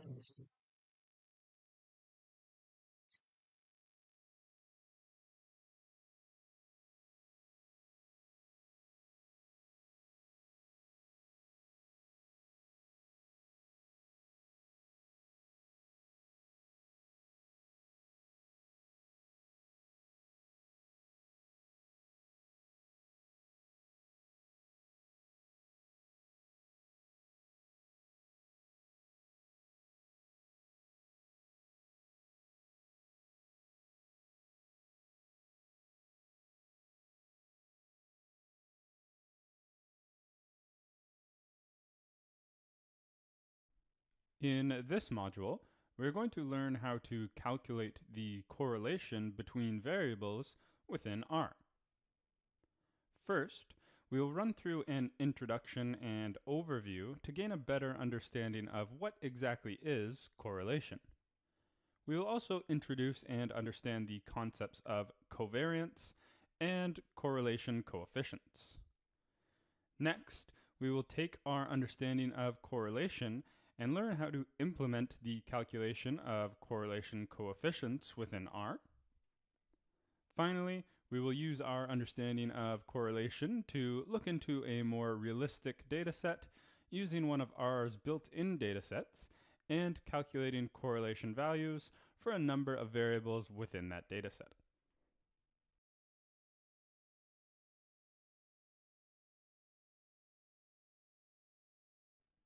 Here, we are going to introduce and gain a better understanding of covariance and correlation. Correlation, in its simplest, most broad terms, is simply some measure for Well, that's great. quantifying how different Go ahead, variables go. are related to each other. So, for example, earlier we saw that Mr. as Sample, house this size year, increased, the data, generally house price increased with it.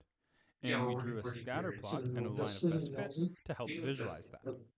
From that, we Yes, could pretty easily determine that these two variables were in fact related, and more specifically, seem to have a positive and somewhat linear relationship.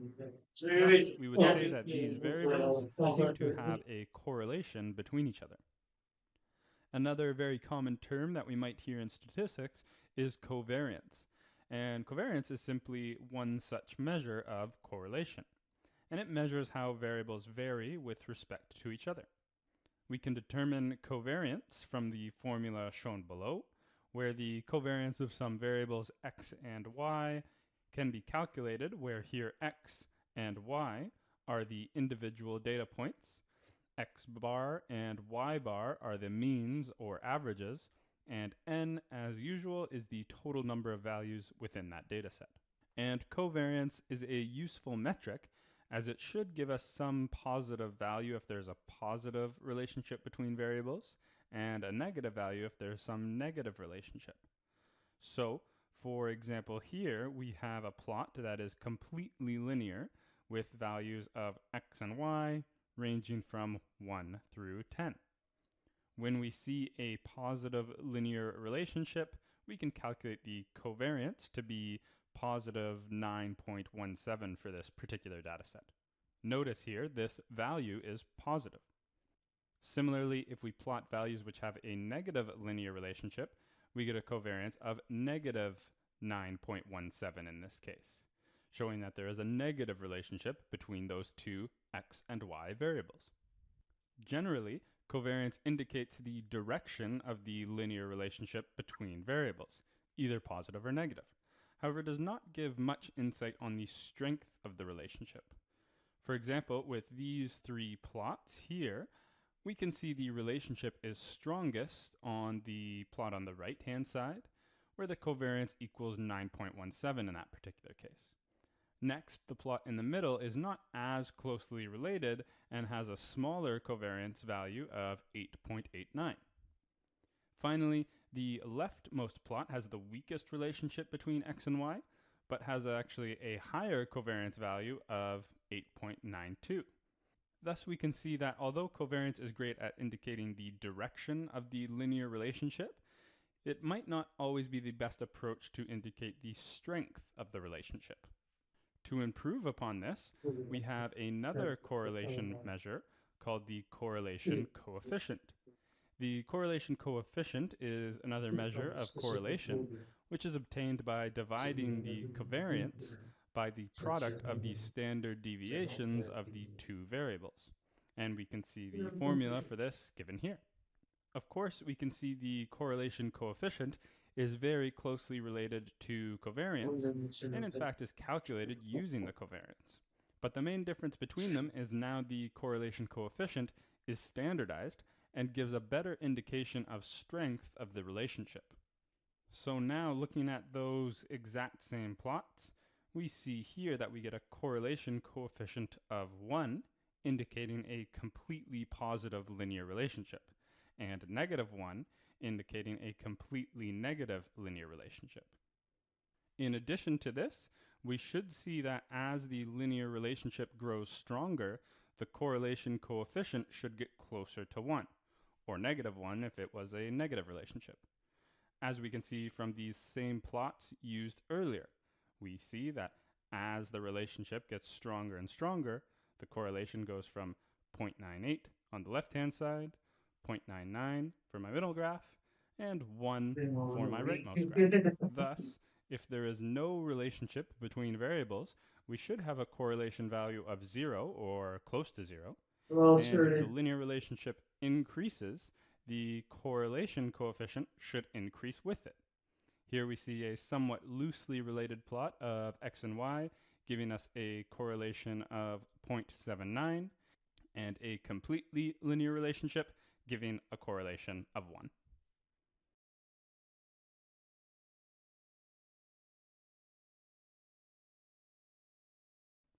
Now that we have an understanding of correlation and covariance, we will now learn how these measures can be determined with R. To calculate covariance and correlation in R is actually a very simple process, as R has built-in functions that use the exact equations we just saw in the previous lesson slides. In my first cell, I will create two vectors, x and y, which have a perfectly linear relationship ranging from 1 to 10. I can determine my covariance using the COV, C-O-V method, and the correlation using the COR, C-O-R function, and passing in my x and y variables. I will also plot to help visualize. And as I can see, just as we saw in our previous slides, the covariance value for these variables is 9.17, and the correlation is exactly 1, since these are perfectly related to each other. I can also see that in this plot here as well. In the next cell, I can do a very similar experiment, except in this case, I have changed the sign on my y values to be negative numbers.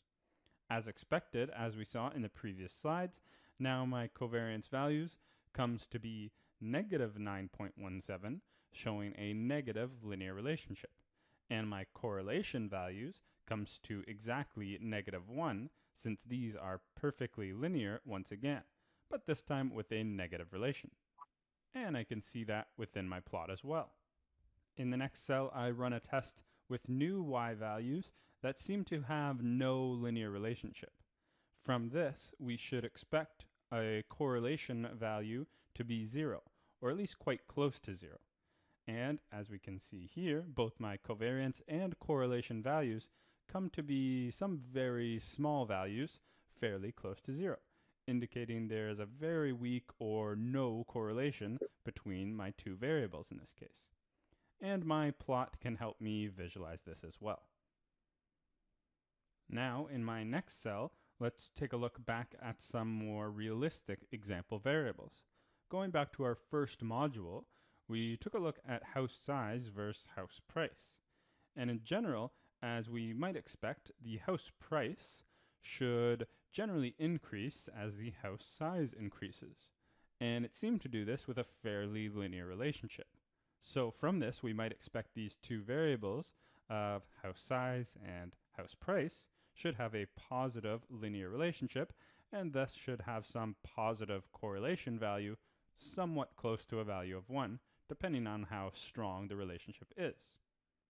So again, here I calculate my correlation value and plot it out to visualize as well. Here we can see, as expected, I get a fairly strong positive correlation value of about 0.94. And by looking at the plot, we can see there is a strong positive relationship as well. Finally, let's look into a real-world dataset by using the R built-in data mtcars. I can load the data set by calling data mtcars. Here, I can just print out my mtcars and see that this is a data frame consisting of 32 observations on 11 numeric variables. Now, I might expect some of these variables to be related. For example, I might expect horsepower and number of cylinders in an engine to be positive correlated, since I would think that generally the more cylinders a car engine has, the higher the horsepower might be. So, by taking the correlation of the data frame variables HP and SIL, I can see that indeed we have a positive correlation of about 0.83. Similarly, we might expect horsepower and displacement to have a positive relation as well, as generally I would think that as engine displacement increases, horsepower should increase as well. And as expected, we see a positive correlation here of about 0.79. Again, we might expect horsepower and weight of the car to have a positive correlation as well, since as horsepower increases, we might think of a bigger and heavier engine. And yes, again, as expected, we see a positive correlation value of 0.65 in this case between horsepower and weight. Finally, we might expect horsepower and miles per gallon to have a negative correlation, as we might expect a more powerful car, which most likely is also a heavier car, might not be as fuel efficient or might take more fuel to power than a smaller, less powerful car. And yes, as expected, after taking the correlation between horsepower and miles per gallon, we see a negative correlation indicating a negative relationship between these two variables. As we can see, determining relationships between variables can be very important in analyzing our data. But in many cases, if we have larger sets of data with more than just two variables, such as we see here in this mtcars data frame example, it might be useful to determine the correlation between all variables, which is exactly what we'll be learning in the next module of creating correlation matrices.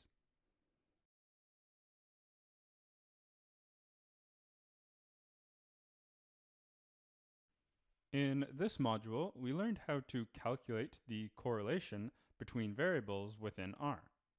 First, we ran through an introduction and overview to gain a better understanding of what exactly is correlation.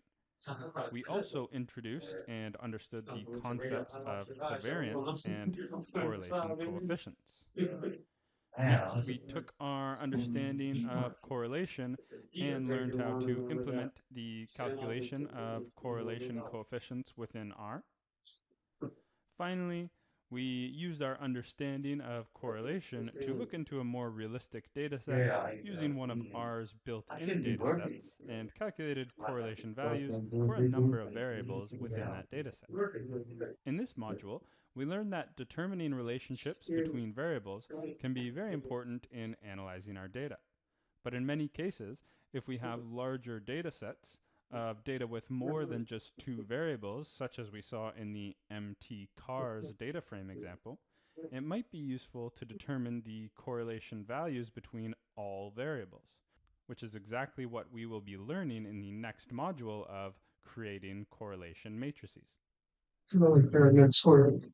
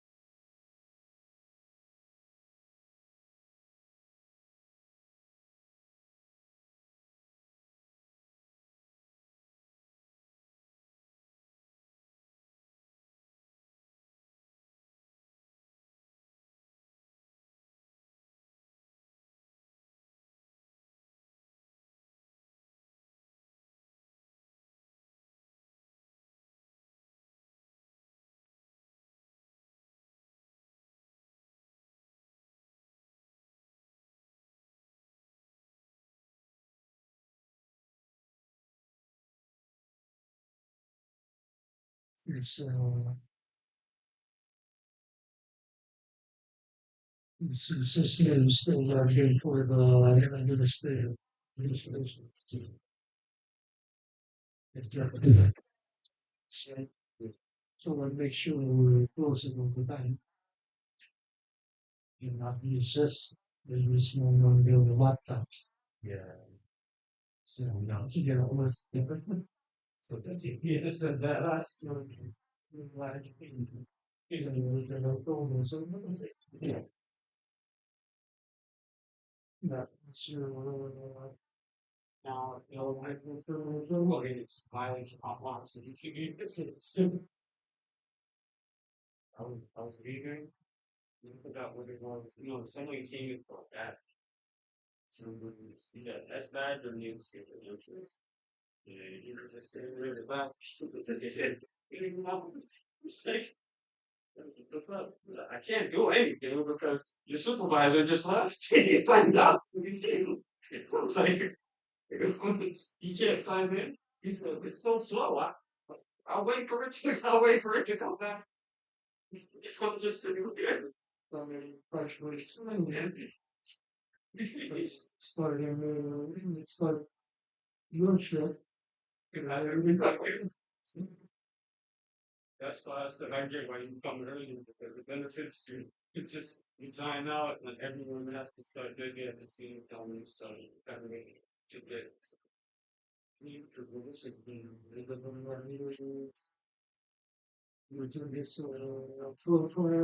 that's why I guess that's why I make those things no presence. Every shit. He's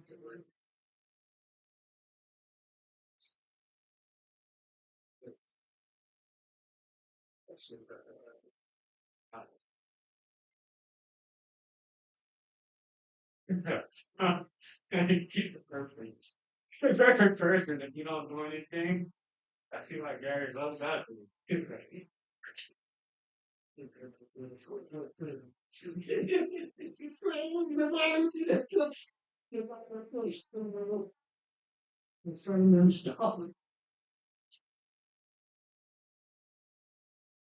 I used to think that my friend doesn't get a lot of PS games. They're not PS game. I'm like, it's just on what's up? Oh, the gate B is open. Then close it. It just goes back to sleep. I love anger. 10 on. When the homeless guy comes, he's just wakes up. What's up, guys? Homeless guy just tried to break in. So, well, today's the day you guys don't call me. No one calls you today. And so, I feel that's what I said. Friend must be ripping his hair at home. Just waiting for a phone call. Like, nothing's happening. Fix it up. It's like, it's good.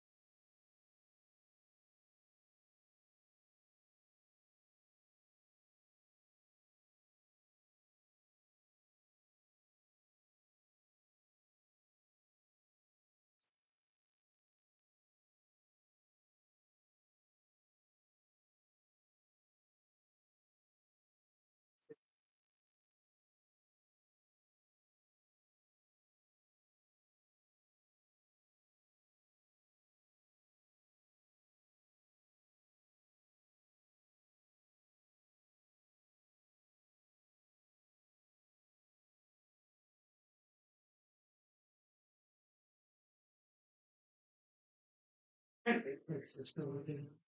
It's not. That's the board game.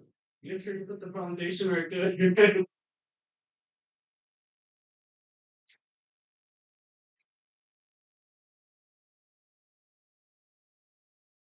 So that it's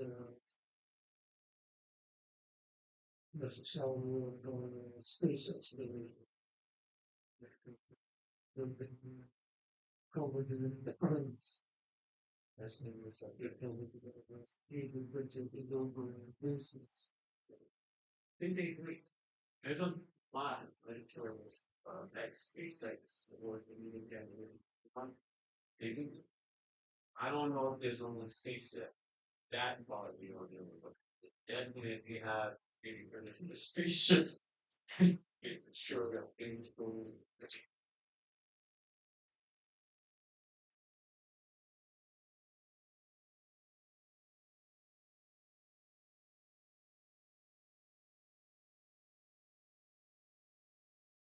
Sense is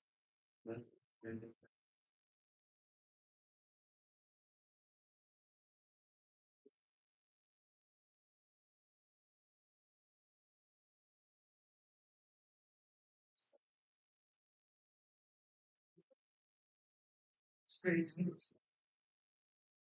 Even that's go but some of them know.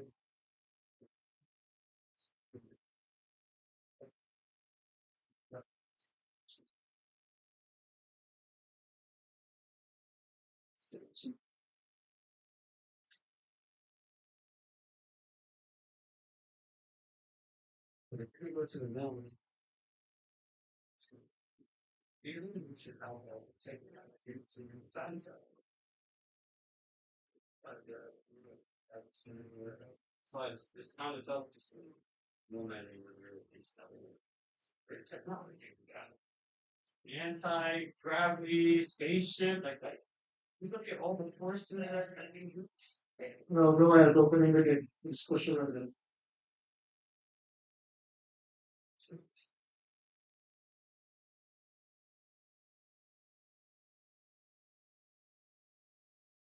Most of this means space.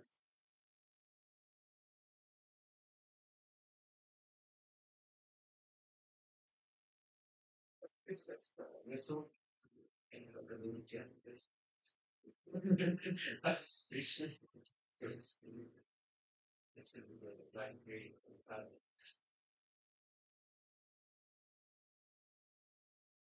See how the jumps go in prisons. Rich spaces.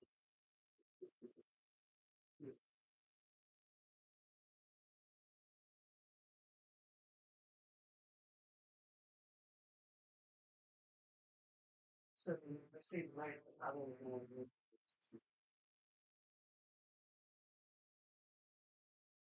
That's a It's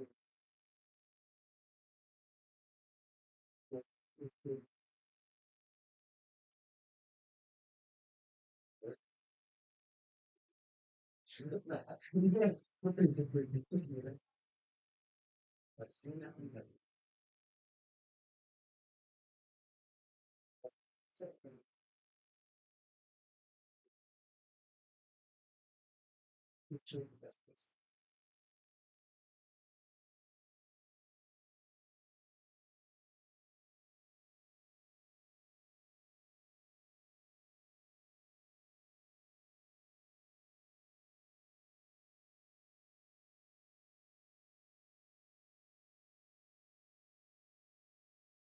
That's it. It's 6 years old. I'm just afraid to kind of like I might be appeasing the wrong audience. So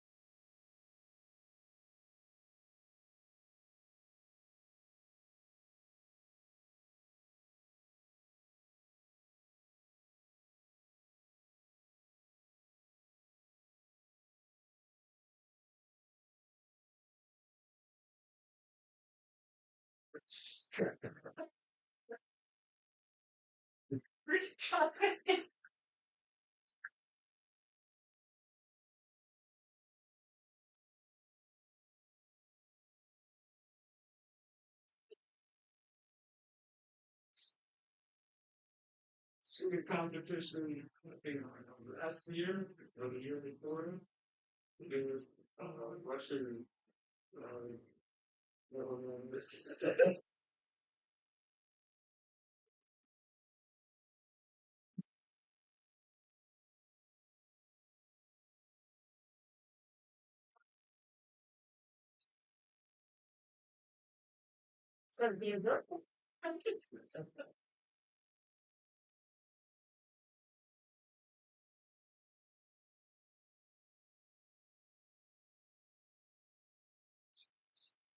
That's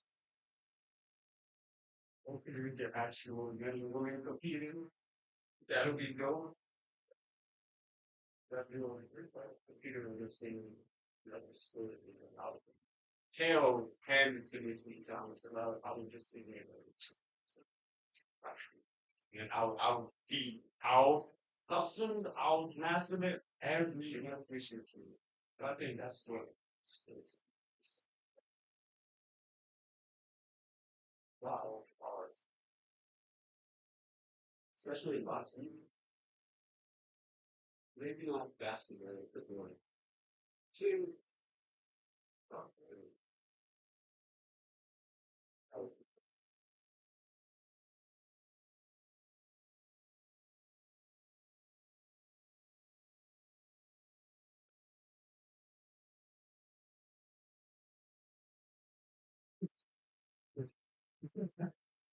Regular respect with Wilson.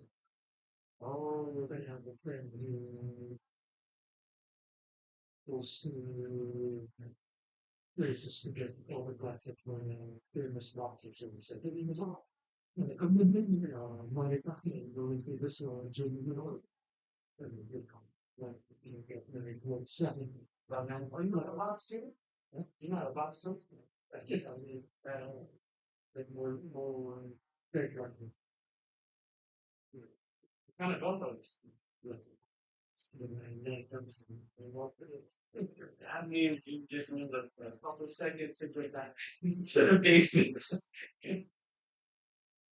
Would you say I could like start so they just won't do it. Like, when you do the walk back, then you rest the machines.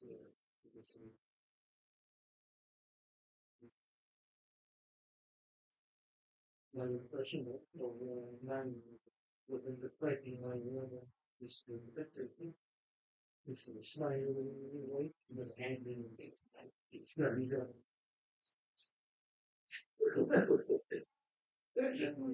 He was indestructible, something.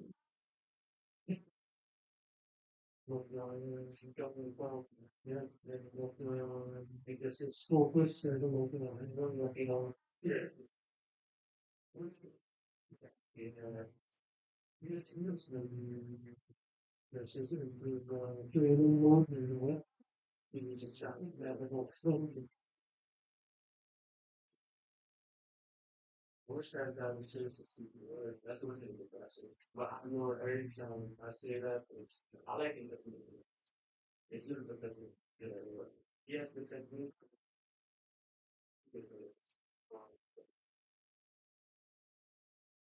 I would say it's good.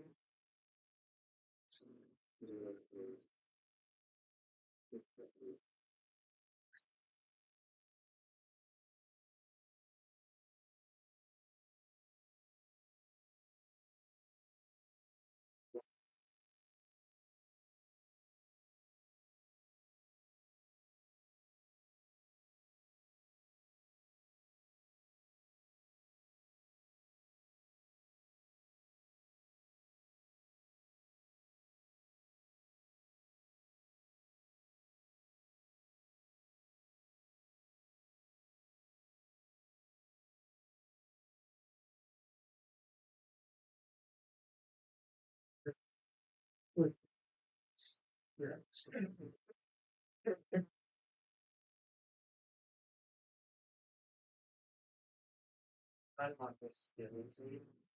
It is not made to try to push this Nelson in things. You know, competition is savage. I want to know things. That's really how these discuss. The fight stuff.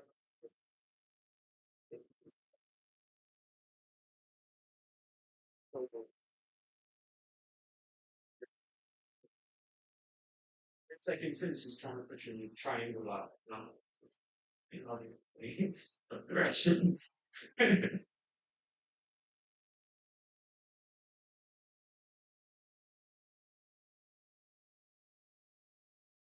Well, it's good. Go ahead, put it open.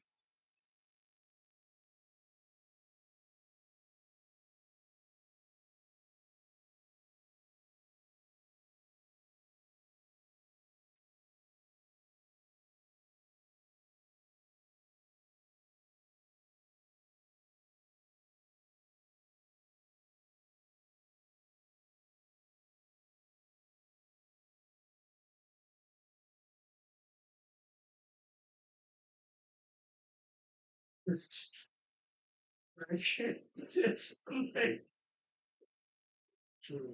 It's truly he's like his ear. He didn't even get close to his ear. His knee was gonna lock open him before he was. I feel like yeah, I think that would have been the word. Ain't no money in the world that could make me watch my legends get pulverized. Like watching Muhammad Ali lose to Street Fighter. It doesn't even make sense. That's mistakes. Like everybody classic.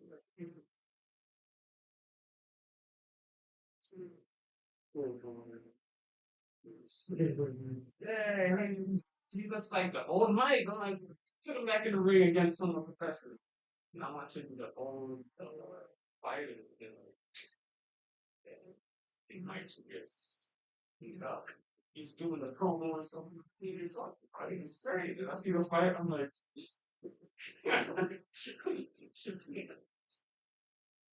oh man.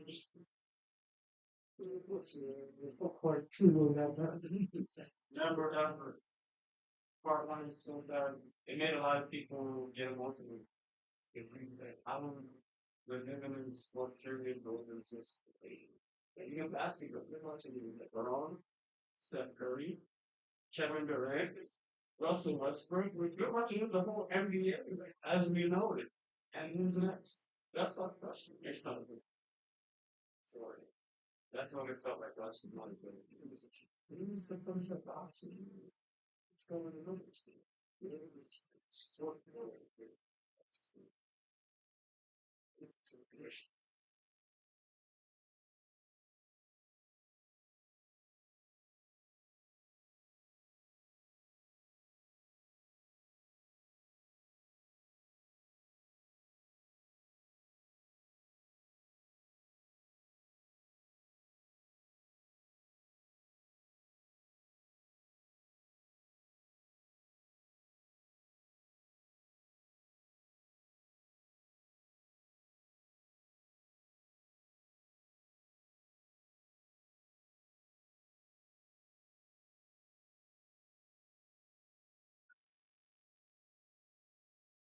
It's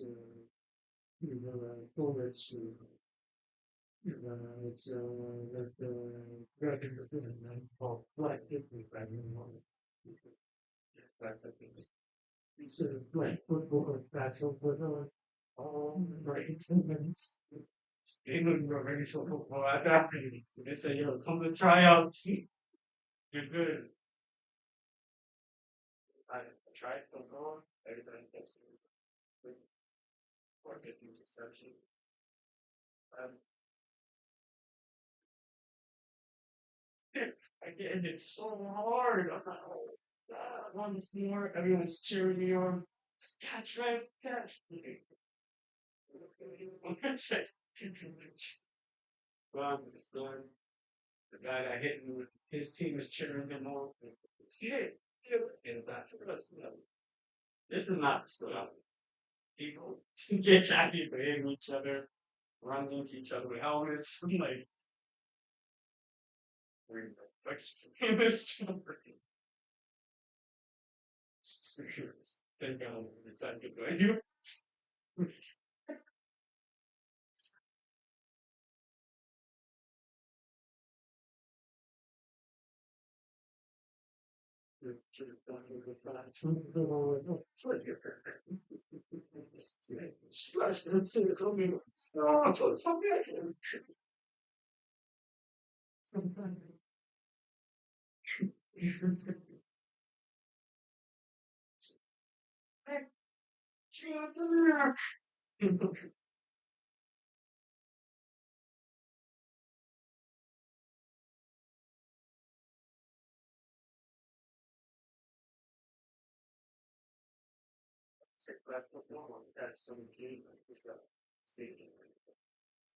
his version of running was like very slow.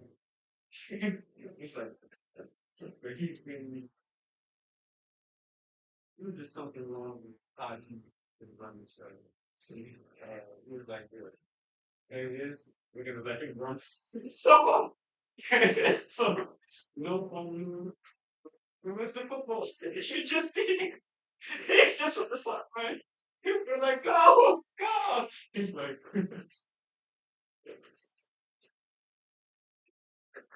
you didn't make it. You did not make it to the touchdown. It didn't make it to the 50, 30, you made it 10 yards. The whole left field was open for him. By the time they locked eyes on it, he made it 5 yards. Jesus. Like, go, run. Just like, no.